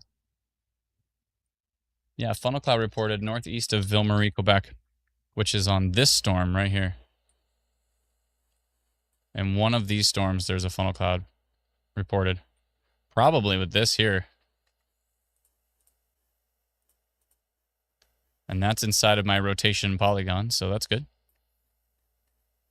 And what do we got now? 18% tornado risk still. We did get a new radar update on that one. And it is still heading straight towards Leeville. I don't think it's going towards Temiskaming Shores, but I could be wrong. But it looks like it's trying to go basically northeast, straight northeast. Yeah, it might even be heading up towards James. It's kind of really taking a northeast angle here. James, Leeville.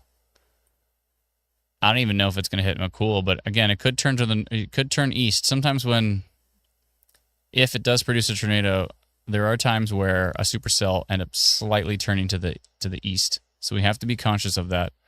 You know, is it going to turn to the east enough that it heads towards Temiskaming Shores? I am doubtful at this point. I think Temiskaming Shores is probably going to be fine from that storm. There's other storms though, so it's not over for them. But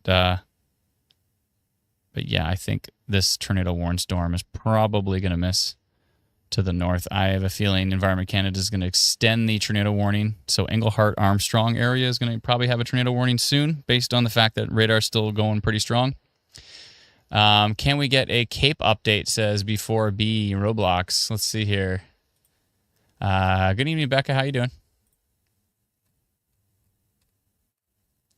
Let's see here. Pulp says, pretty sure you can drop the warning for Huntsville area. We don't issue warnings. Environment Canada does. So you'd have to talk to them.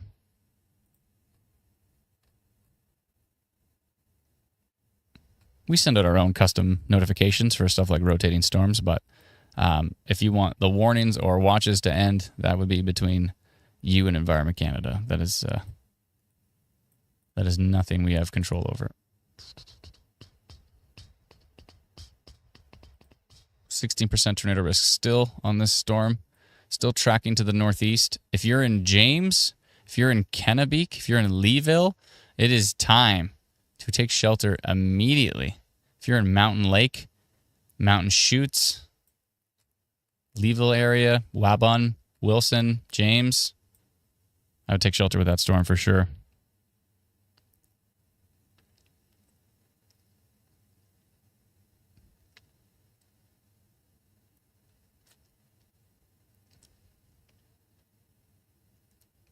The 12th alarm I've had in 40 minutes. Yeah, I don't like that either. That's annoying. Yeah, they keep continuing the tornado warning like every few minutes. It's weird. Strange. Maybe they put short expiry times on them or something, and they have to keep continuing them. I don't know why. Like Becca says, got your storm nuts ready? No, but I have a storm bar. We're up to 5 continued for the warnings. The last like 20 minutes.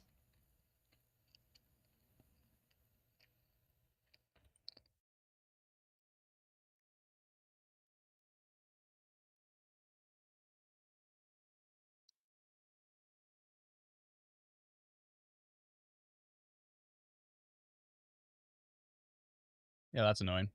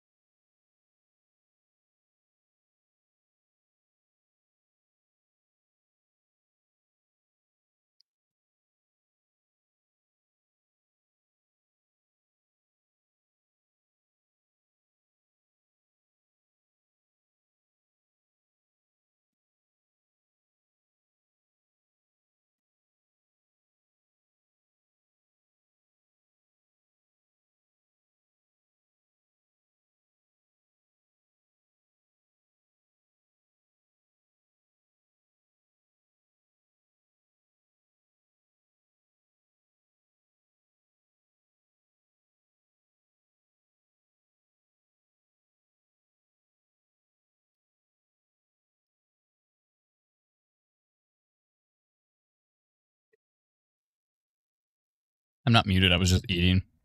And you don't want to hear me chew.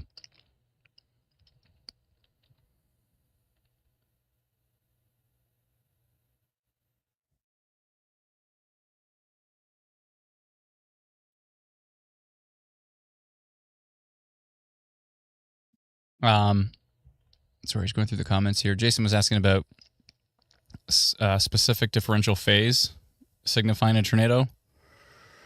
Not really. You just really want to use really reflectivity. Velocity is the main one because then you can see the rotation, and then correlation coefficient would allow you to see a debris signature. I don't like the look of this storm. I wouldn't be surprised if this is producing a tornado. We're back up to 29% tornado risk on this cell. What you munching on? Oh, it's just some chewy bar. It's one that my kid would always eat in his lunch. I don't know. Some chewy bar. It was good. It was delicious.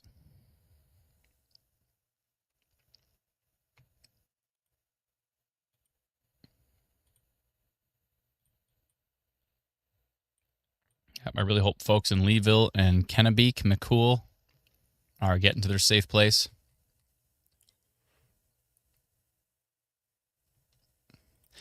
Habs 316, $27.99 as always. every time. I really appreciate it. Thank you so much. As Hope Volleyball today. At Hope Volleyball today for the concerts. Saw you were online, keeping everyone informed again, in a heart symbol. Thank you so much, Habs 316. We appreciate it. You're very kind. Very, very kind.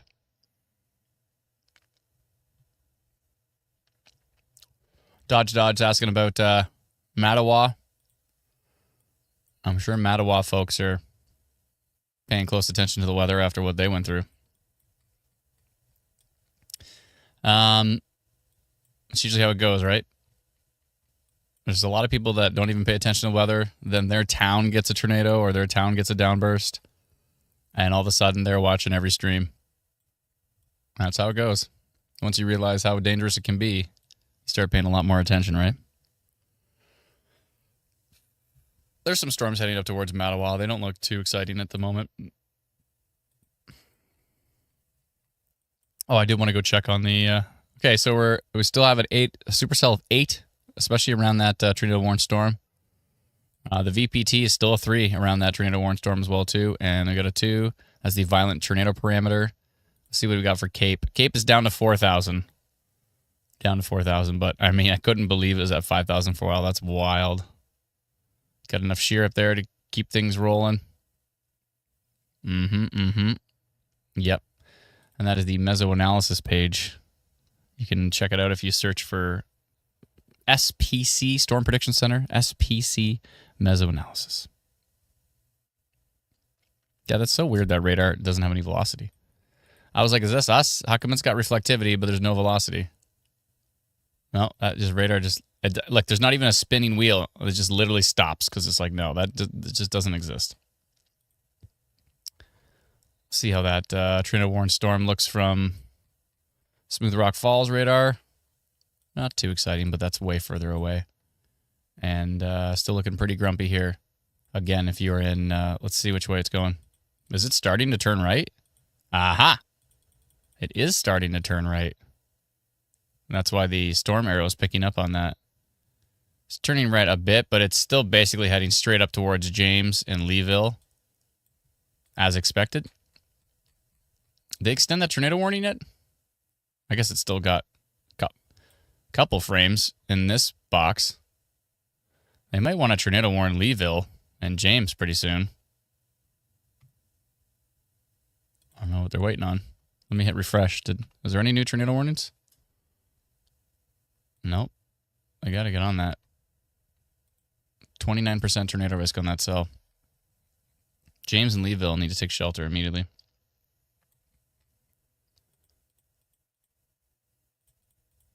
Yeah, maybe. Basically straight to the northeast. It's heading right towards James, Wilson, Wabun, Leeville.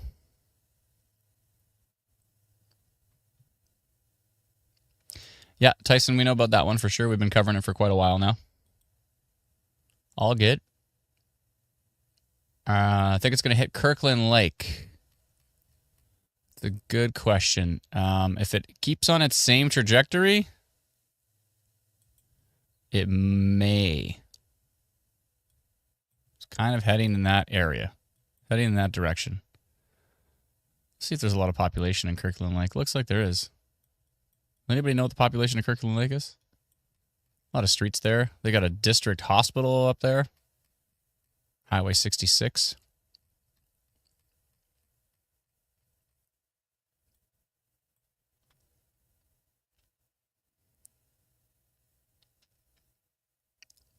North of Millnet on the latest frame.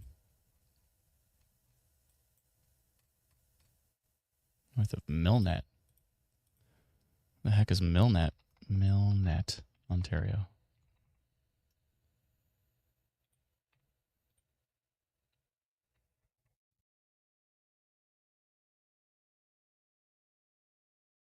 Right. I don't see it. Oh, you mean this? That might just be noise. I don't see it on tilt 2. I always check tilt 2 to see if it's just at the bottom or if it's somewhere else. But yeah, that's worth keeping an eye on. But I think that's just noise. For now, we'll see. We'll see.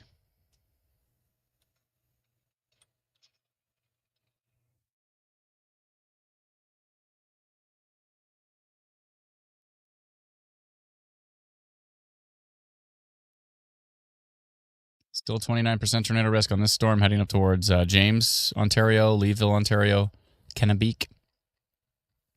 Let's scroll back and take a look around the nation. British Columbia looks pretty boring, which is good. Looks like there's a heat warning east of Calgary towards Medicine Hat. What kind of temperatures are they dealing with over there? Low 30s overnight. Oh, overnight lows near 15. Doesn't seem that hot. Seems kind of nice. 15 a night. It's not bad. We got some risk for thunderstorms. The Yukon, Northwest Territories, Northern Prairies, Northwest Ontario.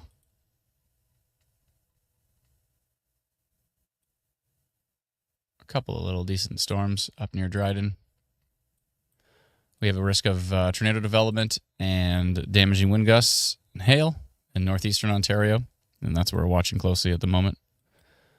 Looks like Sudbury may have missed the strongest parts, which is good for Sudbury.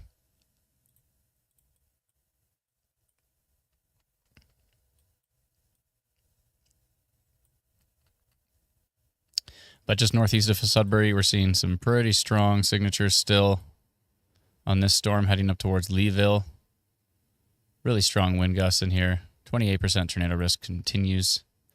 Tracking to the northeast, eventually maybe towards James, Wilson, Waban, Mountain Lake, Leeville, in northeastern Ontario, Elk Lake as well, possibly. Yeah, it looks like it's going to hit probably right between James and Leeville, right between Elk Lake and Leeville here, and then head up into the northeast, maybe towards Englehart, Chamberlain. Maybe, we'll see.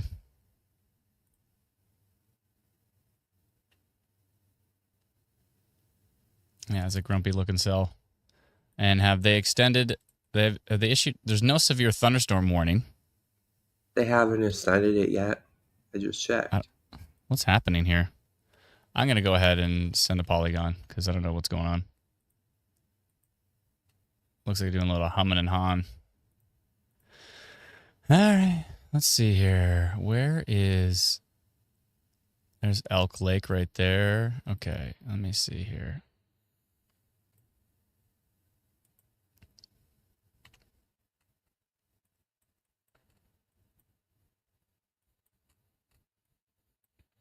It's kind of... It was a lot more isolated before, but it's kind of merging into this big system. Hopefully that might be weakening it some, but it still looks super strong.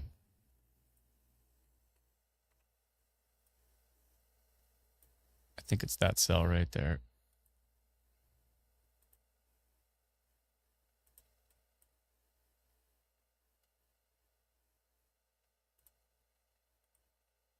Let me see.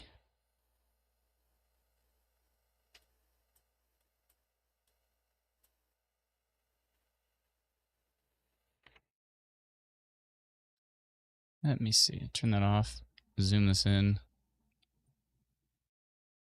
It's right over Macoby Lake. That's right. Okay. That's right. Perfect. Okay. Sorry, just in the background, I'm just making a new polygon right over Macoby Lake. Tornado warning just issued for Kirkland Lake. Aha. Well, still going to do my polygon because it'll be a lot more narrow and specific to the way it's going.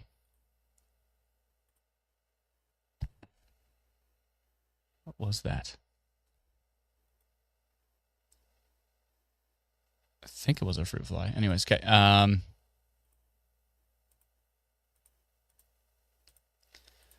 Storm near Macoby Lake, I think it was. Let's see.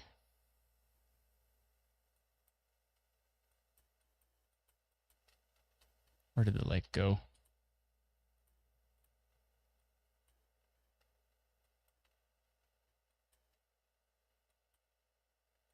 There we go. Macoby Lake would be right. Where'd it go? Should be right.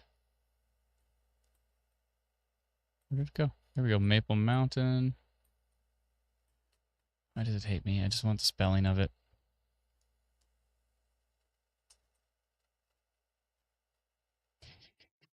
Of course. All right, I'll go find it here. One sec. There we go. Makobe. Okay. Oh, I had that. Okay. Kobe Lake tracking to the northeast towards Elk Lake. Is that Elk Lake, I believe? Yeah, James was Elk Lake. Elk Lake. Let's see here. Yeah, Leeville. Leeville. What else? Wabun. And Wilson. And the time is 6:06. Okay.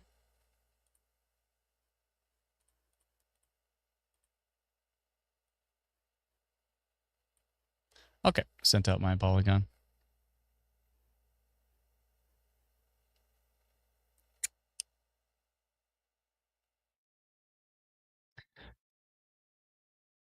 Oh, 10,000 people, Kirkland Lake. Some people said 7, some people said 8. Okay.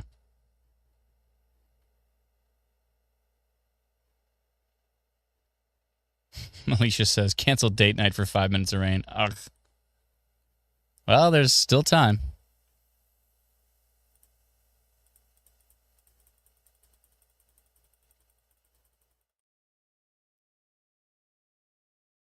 Still time.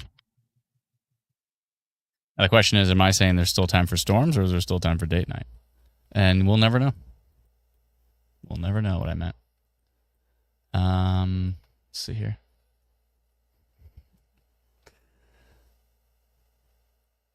Again, Temagami, no risk with the storm. Temiskaming Shores, you're fine. It's not gonna turn right and hit you. It's going too much to the northeast.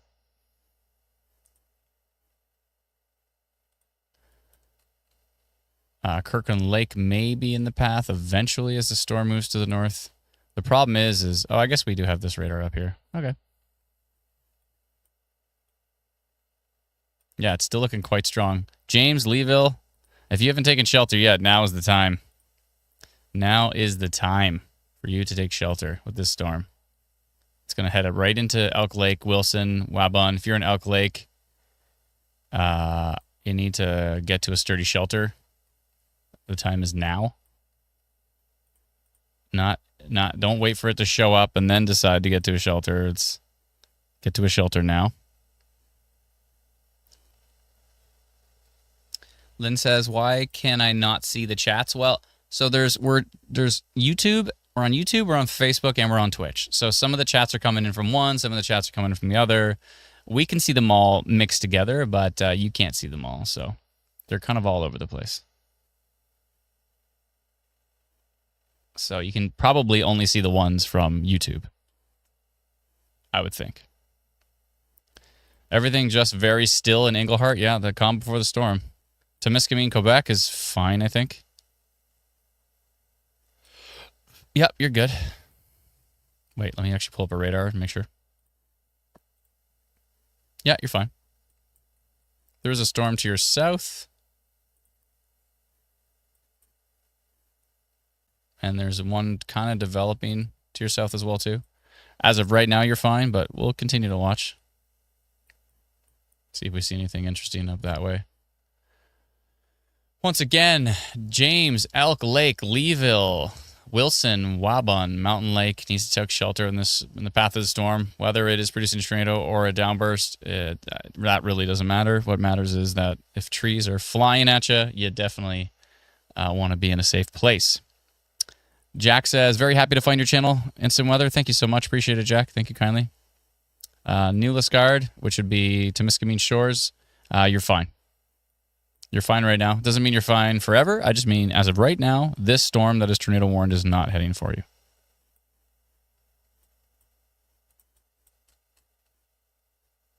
Oh my goodness. Cindy just got a notification. 3 people struck by lightning on St. Augustine Pier. Pier? Where's St. Augustine? Is that in Ontario? Oh, in Florida. Or do you mean Ontario? Wow, Wowanash? Or do you mean, can you clarify? Is that Ontario? That can't be, that couldn't have been Ontario. I think she means Florida. Can you clarify?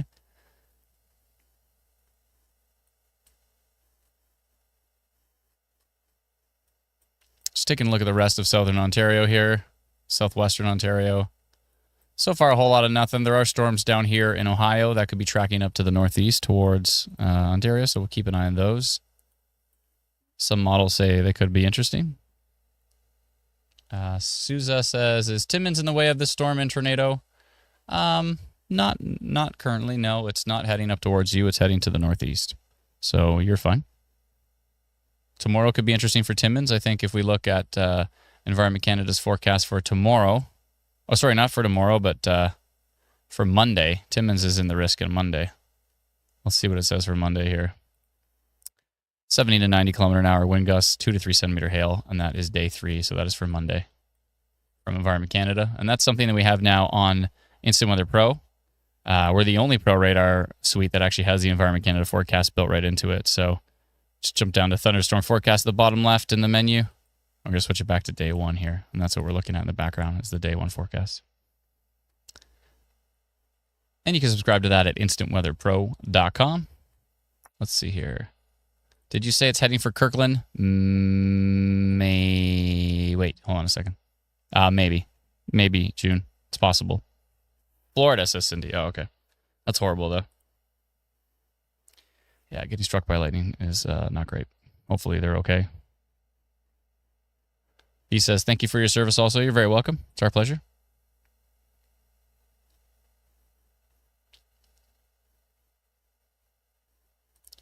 Okay, I'm on Elk Lake. I'm prepared. Hope you are, because it's going to get nasty. So we'll see. We'll see what it does, but it's could get quite nasty. Very calm in Kirkland Lake right now, says Congenial Misfit. How is it in Mattawa? I think Mattawa's fine. Let's see here. Oh, there's a storm near Mattawa. It doesn't look too exciting. Some gusty winds in there, maybe.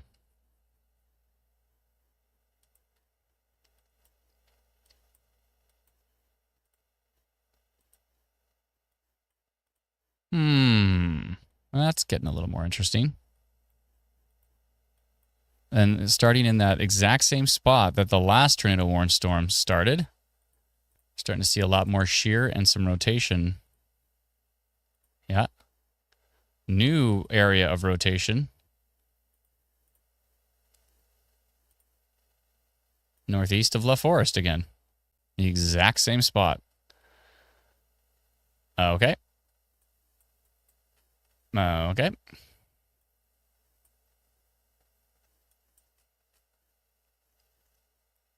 Polygon time? It's a polygon time.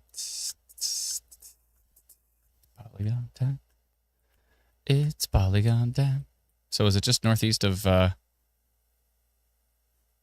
Okay, just northeast of Sudbury. It's almost identical to my last polygon there.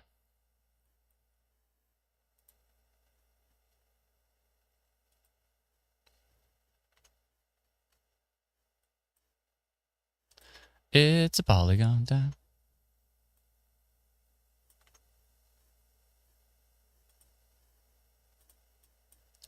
All right, well, new area of rotation. Exactly where the old one was. Okay.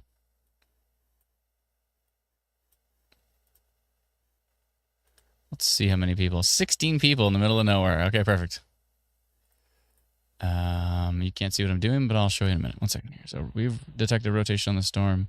Detected a new area of rotation northeast of Capriel.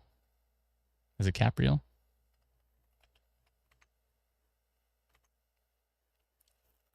I forget. Someone told me how to pronounce it. I forget.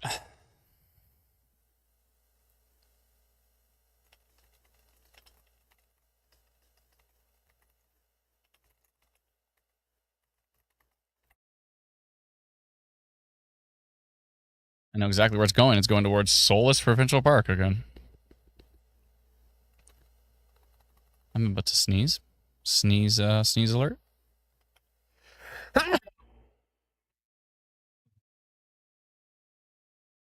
Excuse me. Even give advanced notification to sneezing. Thank you, everybody. Cape Real. Cape Real. Like Gabriel? Cape Real? Is that what's happening? Cape Real? Cap Real, someone said. Cape Real, someone else said. Sneeze reports. Ontario sneeze. Cape Real, says Tori. Cape Real. Like Gabriel. Like the name Gabriel. Like Peter Gabriel. Cape Real. Gabriel. Gabriel. Okay, I'll think of Gabriel when I look at it. I'll forget and say it wrong again, is what I'll actually do. Let's just, facts are facts here. Okay, new area rotation. Sending it out. Here we go again. Here we are. New boss, same as the old boss. There's going to be another polygon that shows up right here. What are the odds of Kirkland Lake getting hit hard? Based on the direction of this storm,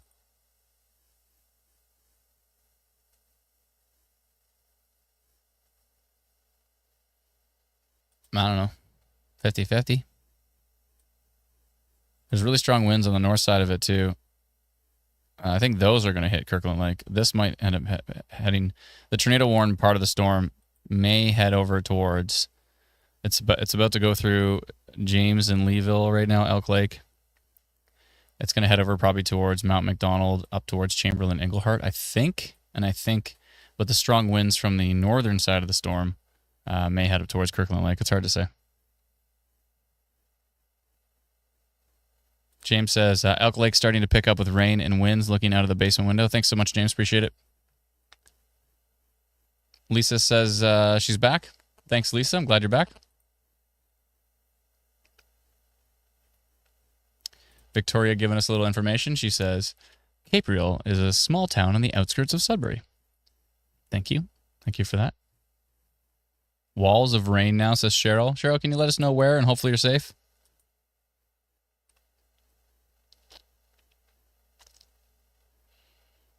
Heather says, whoa, you're still live? The amount of time you guys spend helping others is crazy. Thank you so much, Heather. Appreciate it. It's our pleasure. This is what we love to do. We want to keep people safe.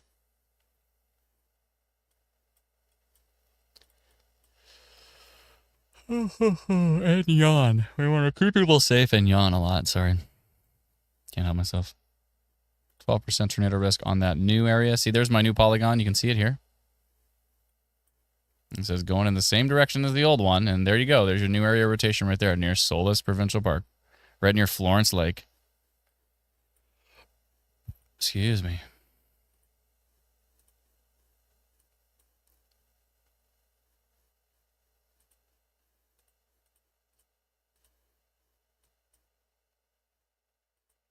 For those who are wondering what I'm doing, I'm swiping back and forth from rain to wind, rain to wind, rain, wind, rain, wind, rain, wind. Try to say that 5 times fast and go. Let me guess. It fell apart after one try. Rain, wind, rain, rain. See what I'm saying? Rain, wind, rain, wind, rain, wind. You can go slow.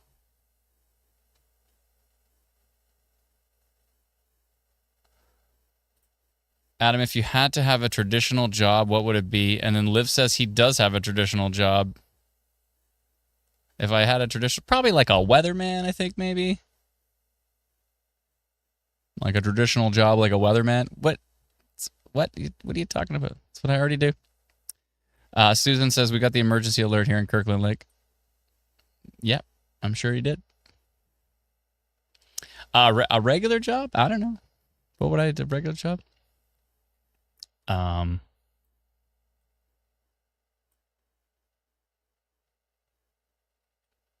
don't know. Ministry of Magic or something, maybe?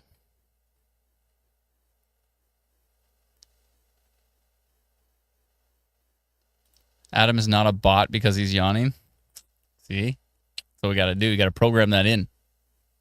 So if the bot yawns, he won't even know. He won't even know it's not me. I'm just gonna do a whole live stream one time where I'm just like this, and there is a tornado warning for and then everybody in the comments is gonna be like, I think Adam replaced himself with a bot.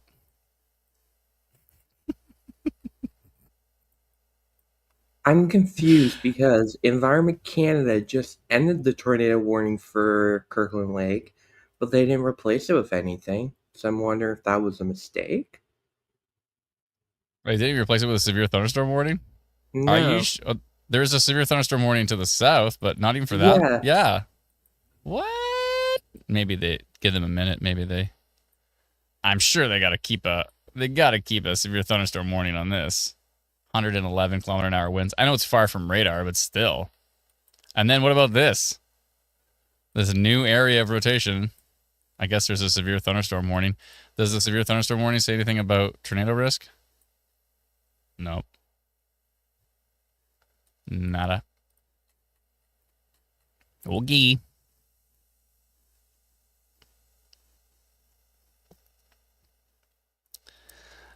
Claire says, OMG, you just sounded like the bot of Environment Canada on the TV. What? Ministry of Magic. How to stick to what you're good at, my friend. What? I just meant like sweeping the floors of the ministry. I didn't mean like, doing anything important there.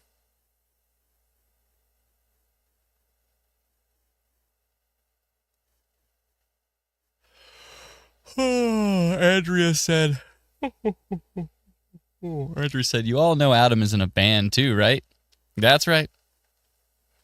Melissa says, Adam, your ADHD would give you away in 30 seconds. You know what though? I don't think when it comes to Halloween, I have gone entire nights of Halloween and not broken character once. Like entire nights.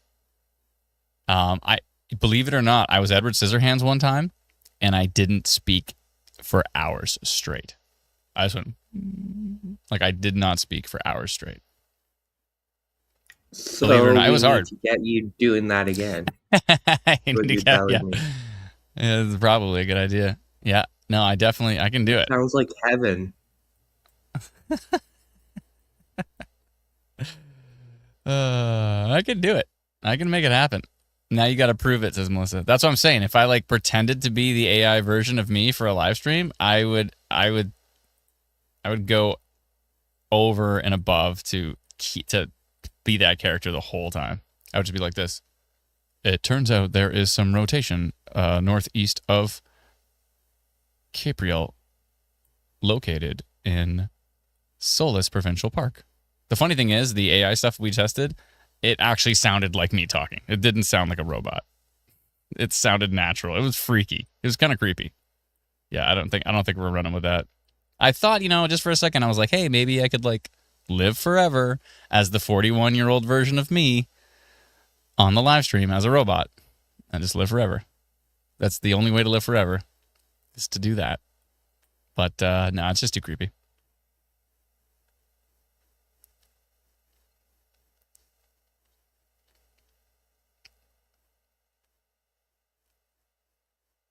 Tetley says she used to live near me in Barrie. Oh, cool. Let's see here.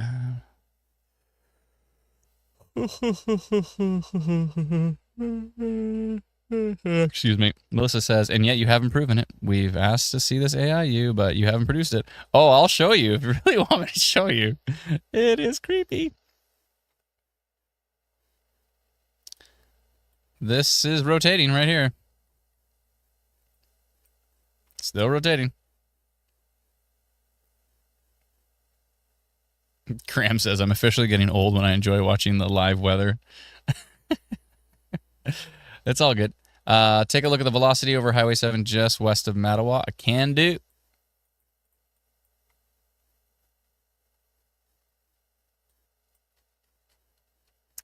On what radar? On Brit?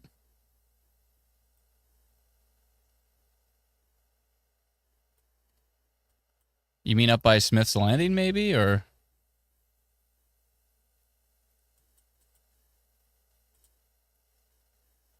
you mean that? Yeah, that's kind of decent. Then it fizzled off in the next frame. Only a 0.01% tornado risk on that. Is the tornado watch near? There is no tornado watch. Actually, there's currently no tornado warnings. And Temagami's fine right now. The rotation is northwest of Temagami and always has been. So Temagami's fine. You're good. Anything going to hit Englehart? Yeah, this storm might head that way, Ali. It's getting pretty close. It's basically over Leeville right now, and it's tracking to the northeast towards Chamberlain, maybe Englehart. Still concerned with what we're seeing down here. This has gone now up to a 26% tornado risk.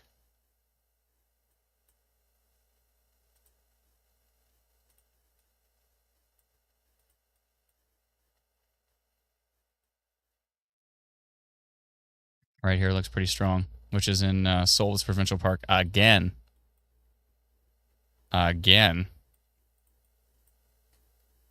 I'm going to remove that polygon for Sudbury. Sudbury may have missed the worst of it, which is good news for them. Okay, let's see here.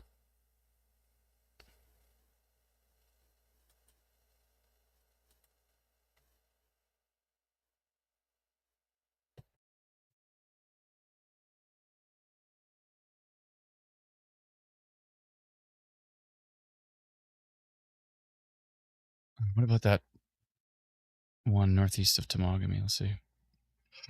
Excuse me. The Ville Marie one. I'll let that slide until that storm's gone.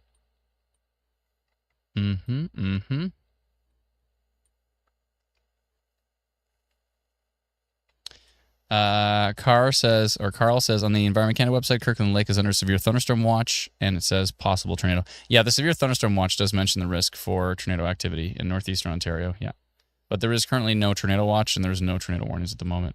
But we think that this storm right here, which is northeast of Sudbury, quite a bit northeast of Sudbury, basically taking the exact same path as the previous tornado warned storm, we think this one could be a concern.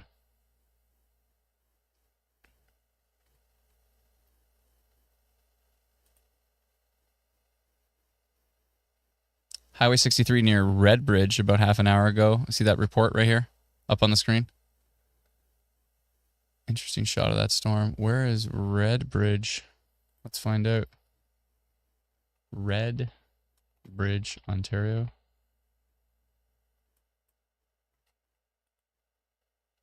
Okay, I see where you are. Basically North Bay. Okay. Cool. Thanks for your report. Appreciate it.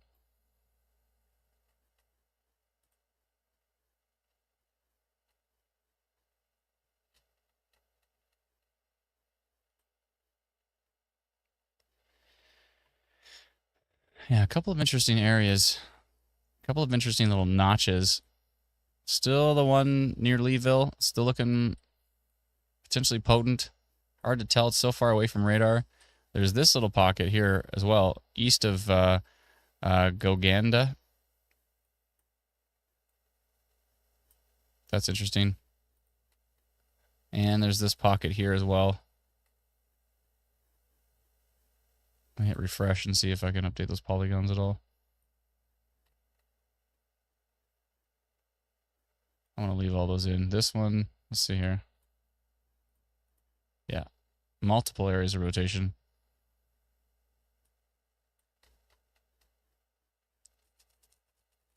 This one, towards Goganda. Let me see if I can find that one. There we go. I found it. I'm going to get rid of that one, which is this one right here. So that one should disappear when I refresh. Or maybe it'll take a little bit. Yeah, it's going to take a little bit for it to pull off. Good.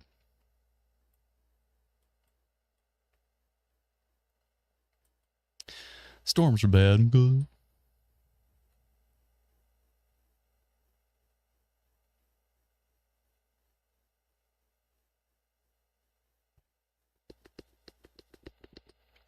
Carl says you can punch in your town on the Environment Canada website. Absolutely. Even easier than that is you can download our free app and punch in your town there. You can get it at instantweatherapp.com. It is free. My favorite price of $0.00, and you can get it there for free. I'm looking at I always look at different pro radar apps when we're tracking storms, just so I can kind of see what's going on in the landscape. And one of the most popular pro radar apps that many people mentioned in the comments earlier still shows the tornado warning, even though there's no tornado warning. I feel like for some reason Canada's like an afterthought for these American companies. Fortunately, I mean, there's a lot of people in America I love, and there's there's a lot of companies that I think are great, but for some reason with these weather apps, Canada's always like an afterthought. Where Instant Weather Pro, we built it. We're from Canada. It is for Canadians. It works great in the U.S., but it is for Canadians. And yeah, I think it's fantastic. I think it's the best Canadian radar suite available. In fact, it's probably the only pro radar Canadian suite available. I don't think there is any other pro radar suites that are built by Canadians. So yeah, there's that. Tracy, you're good for right now. You don't have to go to the basement yet in Liscard. In fact, at all. Your Liscard is Temiskaming Shores, right? Yeah. New Liscard, you're fine. You're good. Tyson said, is the Weather Network American or Canadian? I think it's Canadian. I'm pretty sure it's Canadian. The Morissette family, I think they're Canadian. For now. It's Canadian for now.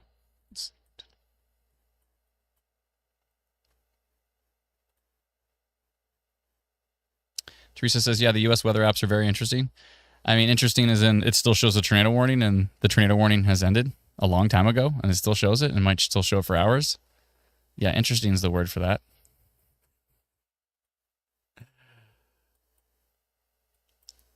All right. We continue to watch.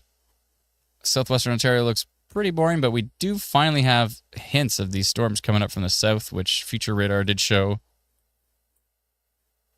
Could see some activity in deep southwestern Ontario. I don't know if it's going to be anything interesting, but we'll see. There is this little storm here near London, Michigan. Not London, Ontario. London, Michigan. Cute little storm here. Heading towards Essex County. I'll keep an eye on that one because it's trying to sneak over. Where do you think you're going? Sneaky little storm.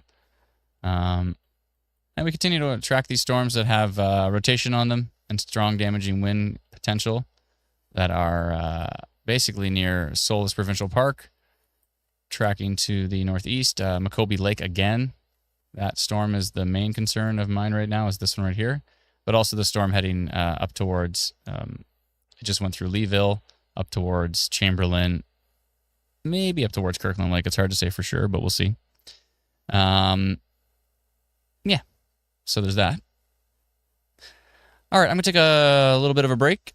I'll be watching closely. We're going to go into hybrid mode, which is just some music and the radar. And but I'll be watching closely. And if these storms pick it up a notch, then I'll be jumping back in. So we'll be back in a little bit. Probably. Thanks for hanging out with us. We'll be back soon.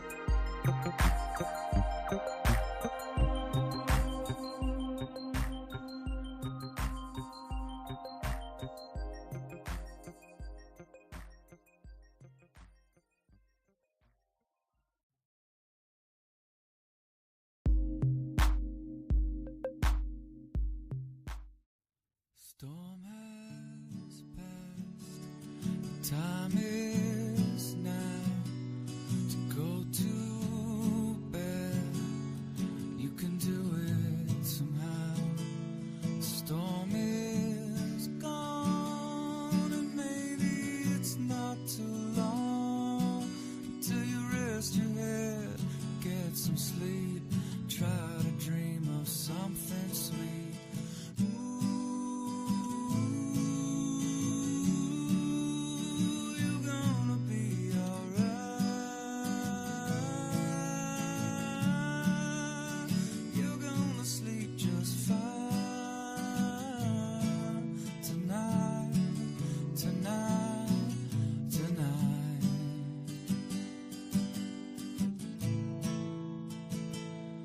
Thunder's gone, rain is coming down.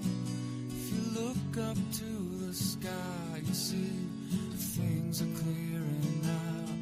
Everything is gonna be okay, even when it's not. All storms pass eventually. Know you have a lot. You got me, you got mom, got all the things that you've become. Me, you got mom, got a loving home where you're from. You got me, you got mom. So love your family, you only get one. Only get one. Storm has passed, the time is now to go to bed. You can do it somehow. Storm is gone, maybe it's not too long until you rest your head and get some sleep.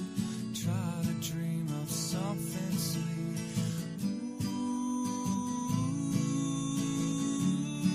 Ooh, you're gonna be alright. You're gonna sleep just fine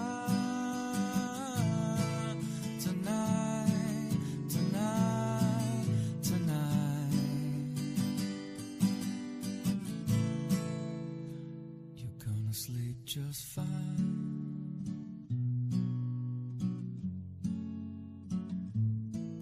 Tonight,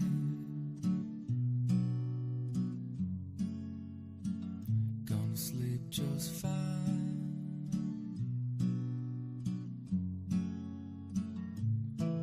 Tonight,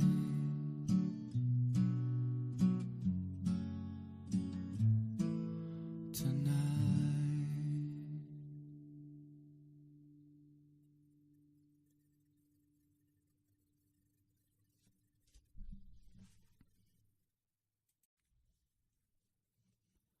Storm has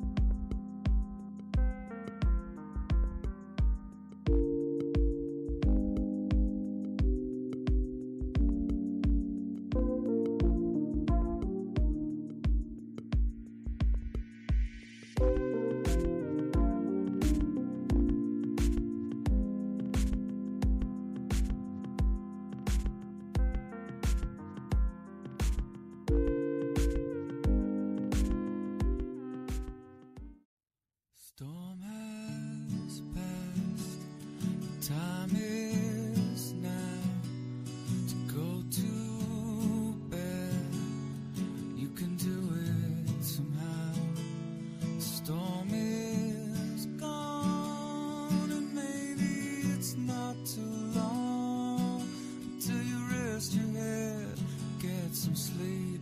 Try to dream of something sweet. Ooh,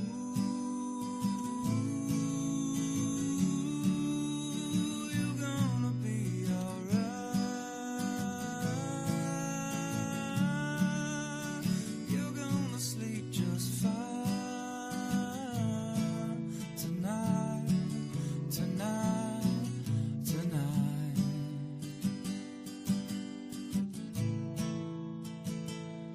Thunder's gone, rain is coming down. If you look up to the sky, you see things are clearing out. Everything is gonna be okay, even when it's not. All storms pass eventually. Know you have a lot. You got me, you got mom, got all the things that you've become. Me, you got mom, got a loving home where you're from. You got me, you got mom.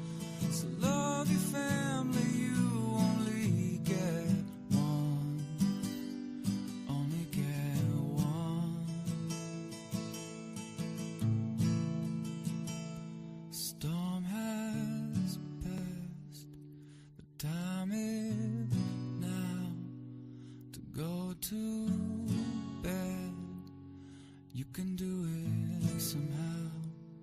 Storm is gone. Maybe it's not too long until you rest your head and get some sleep. Try to dream of something sweet. Ooh, you're gonna be alright. You're gonna sleep just fine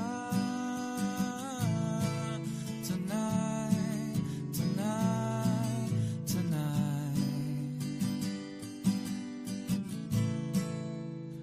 You're gonna sleep just fine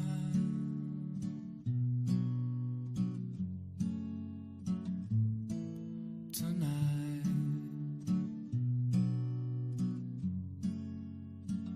Gonna sleep just fine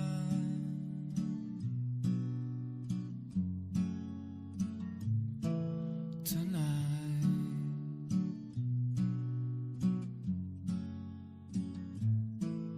Tonight.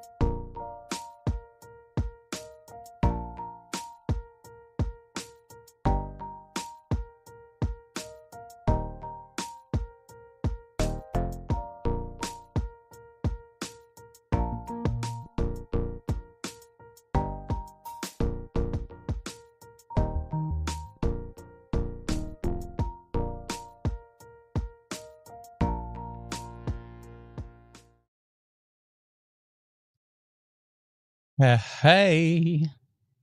Thanks for still hanging out all this time on our live stream. We're probably going to shut down the stream now. There is one little spot I was interested in, which is this southeast of Temagami, about to cross into the Quebec. I was just looking at that. About to cross into Quebec. It's got an interesting little signature on it. Most of these storms are, showing some signs of minor rotation, but overall, it's hard to say if they're going to actually produce anything tornadic. I'm not sure.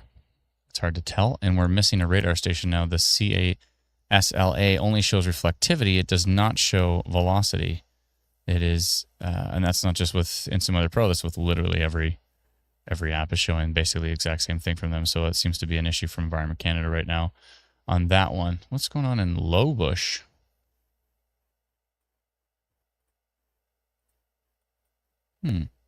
Interesting. Anywho. Oh, the tilt 2 one is actually not bad. Let's see. Okay. What's tilt 3 doing? And it's gone. Interesting. Keep an eye on Lowbush over there. And I'm going to keep an eye on this particular storm right here, east of Temagami. Still kind of got that look to it. Let's see. Yeah, it's still interesting. So I might do minor rotation notification for that. I'm going to end the minor rotation notification for Temagami and eventually end the one that did include New Liscard as it continues to track into Quebec. So I think we're going to end those. We'll keep an eye out on the stream, or not on the stream, but keep an eye out in general just to see what is going on as we watch radar all the time. It's what we do. That's what we do in our pastime. Our pastime is, Lowbush kind of kicking it up a notch here. Yeah, Lowbush is low-key rotation over there. And Lowbush, tilt 2 looks pretty good. Tilt 3 has nothing. Tilt 4 has nothing. It might be noise. Okay. It's in a weird spot, though. It's on, like, the left side of the storm, which is weird. But tilt 2 does look interesting, so that might be worth paying attention to.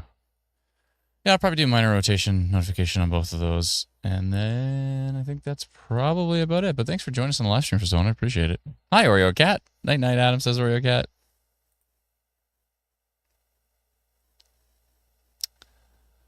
Yeah, I've been watching the stuff in Michigan. It's been moving really slowly.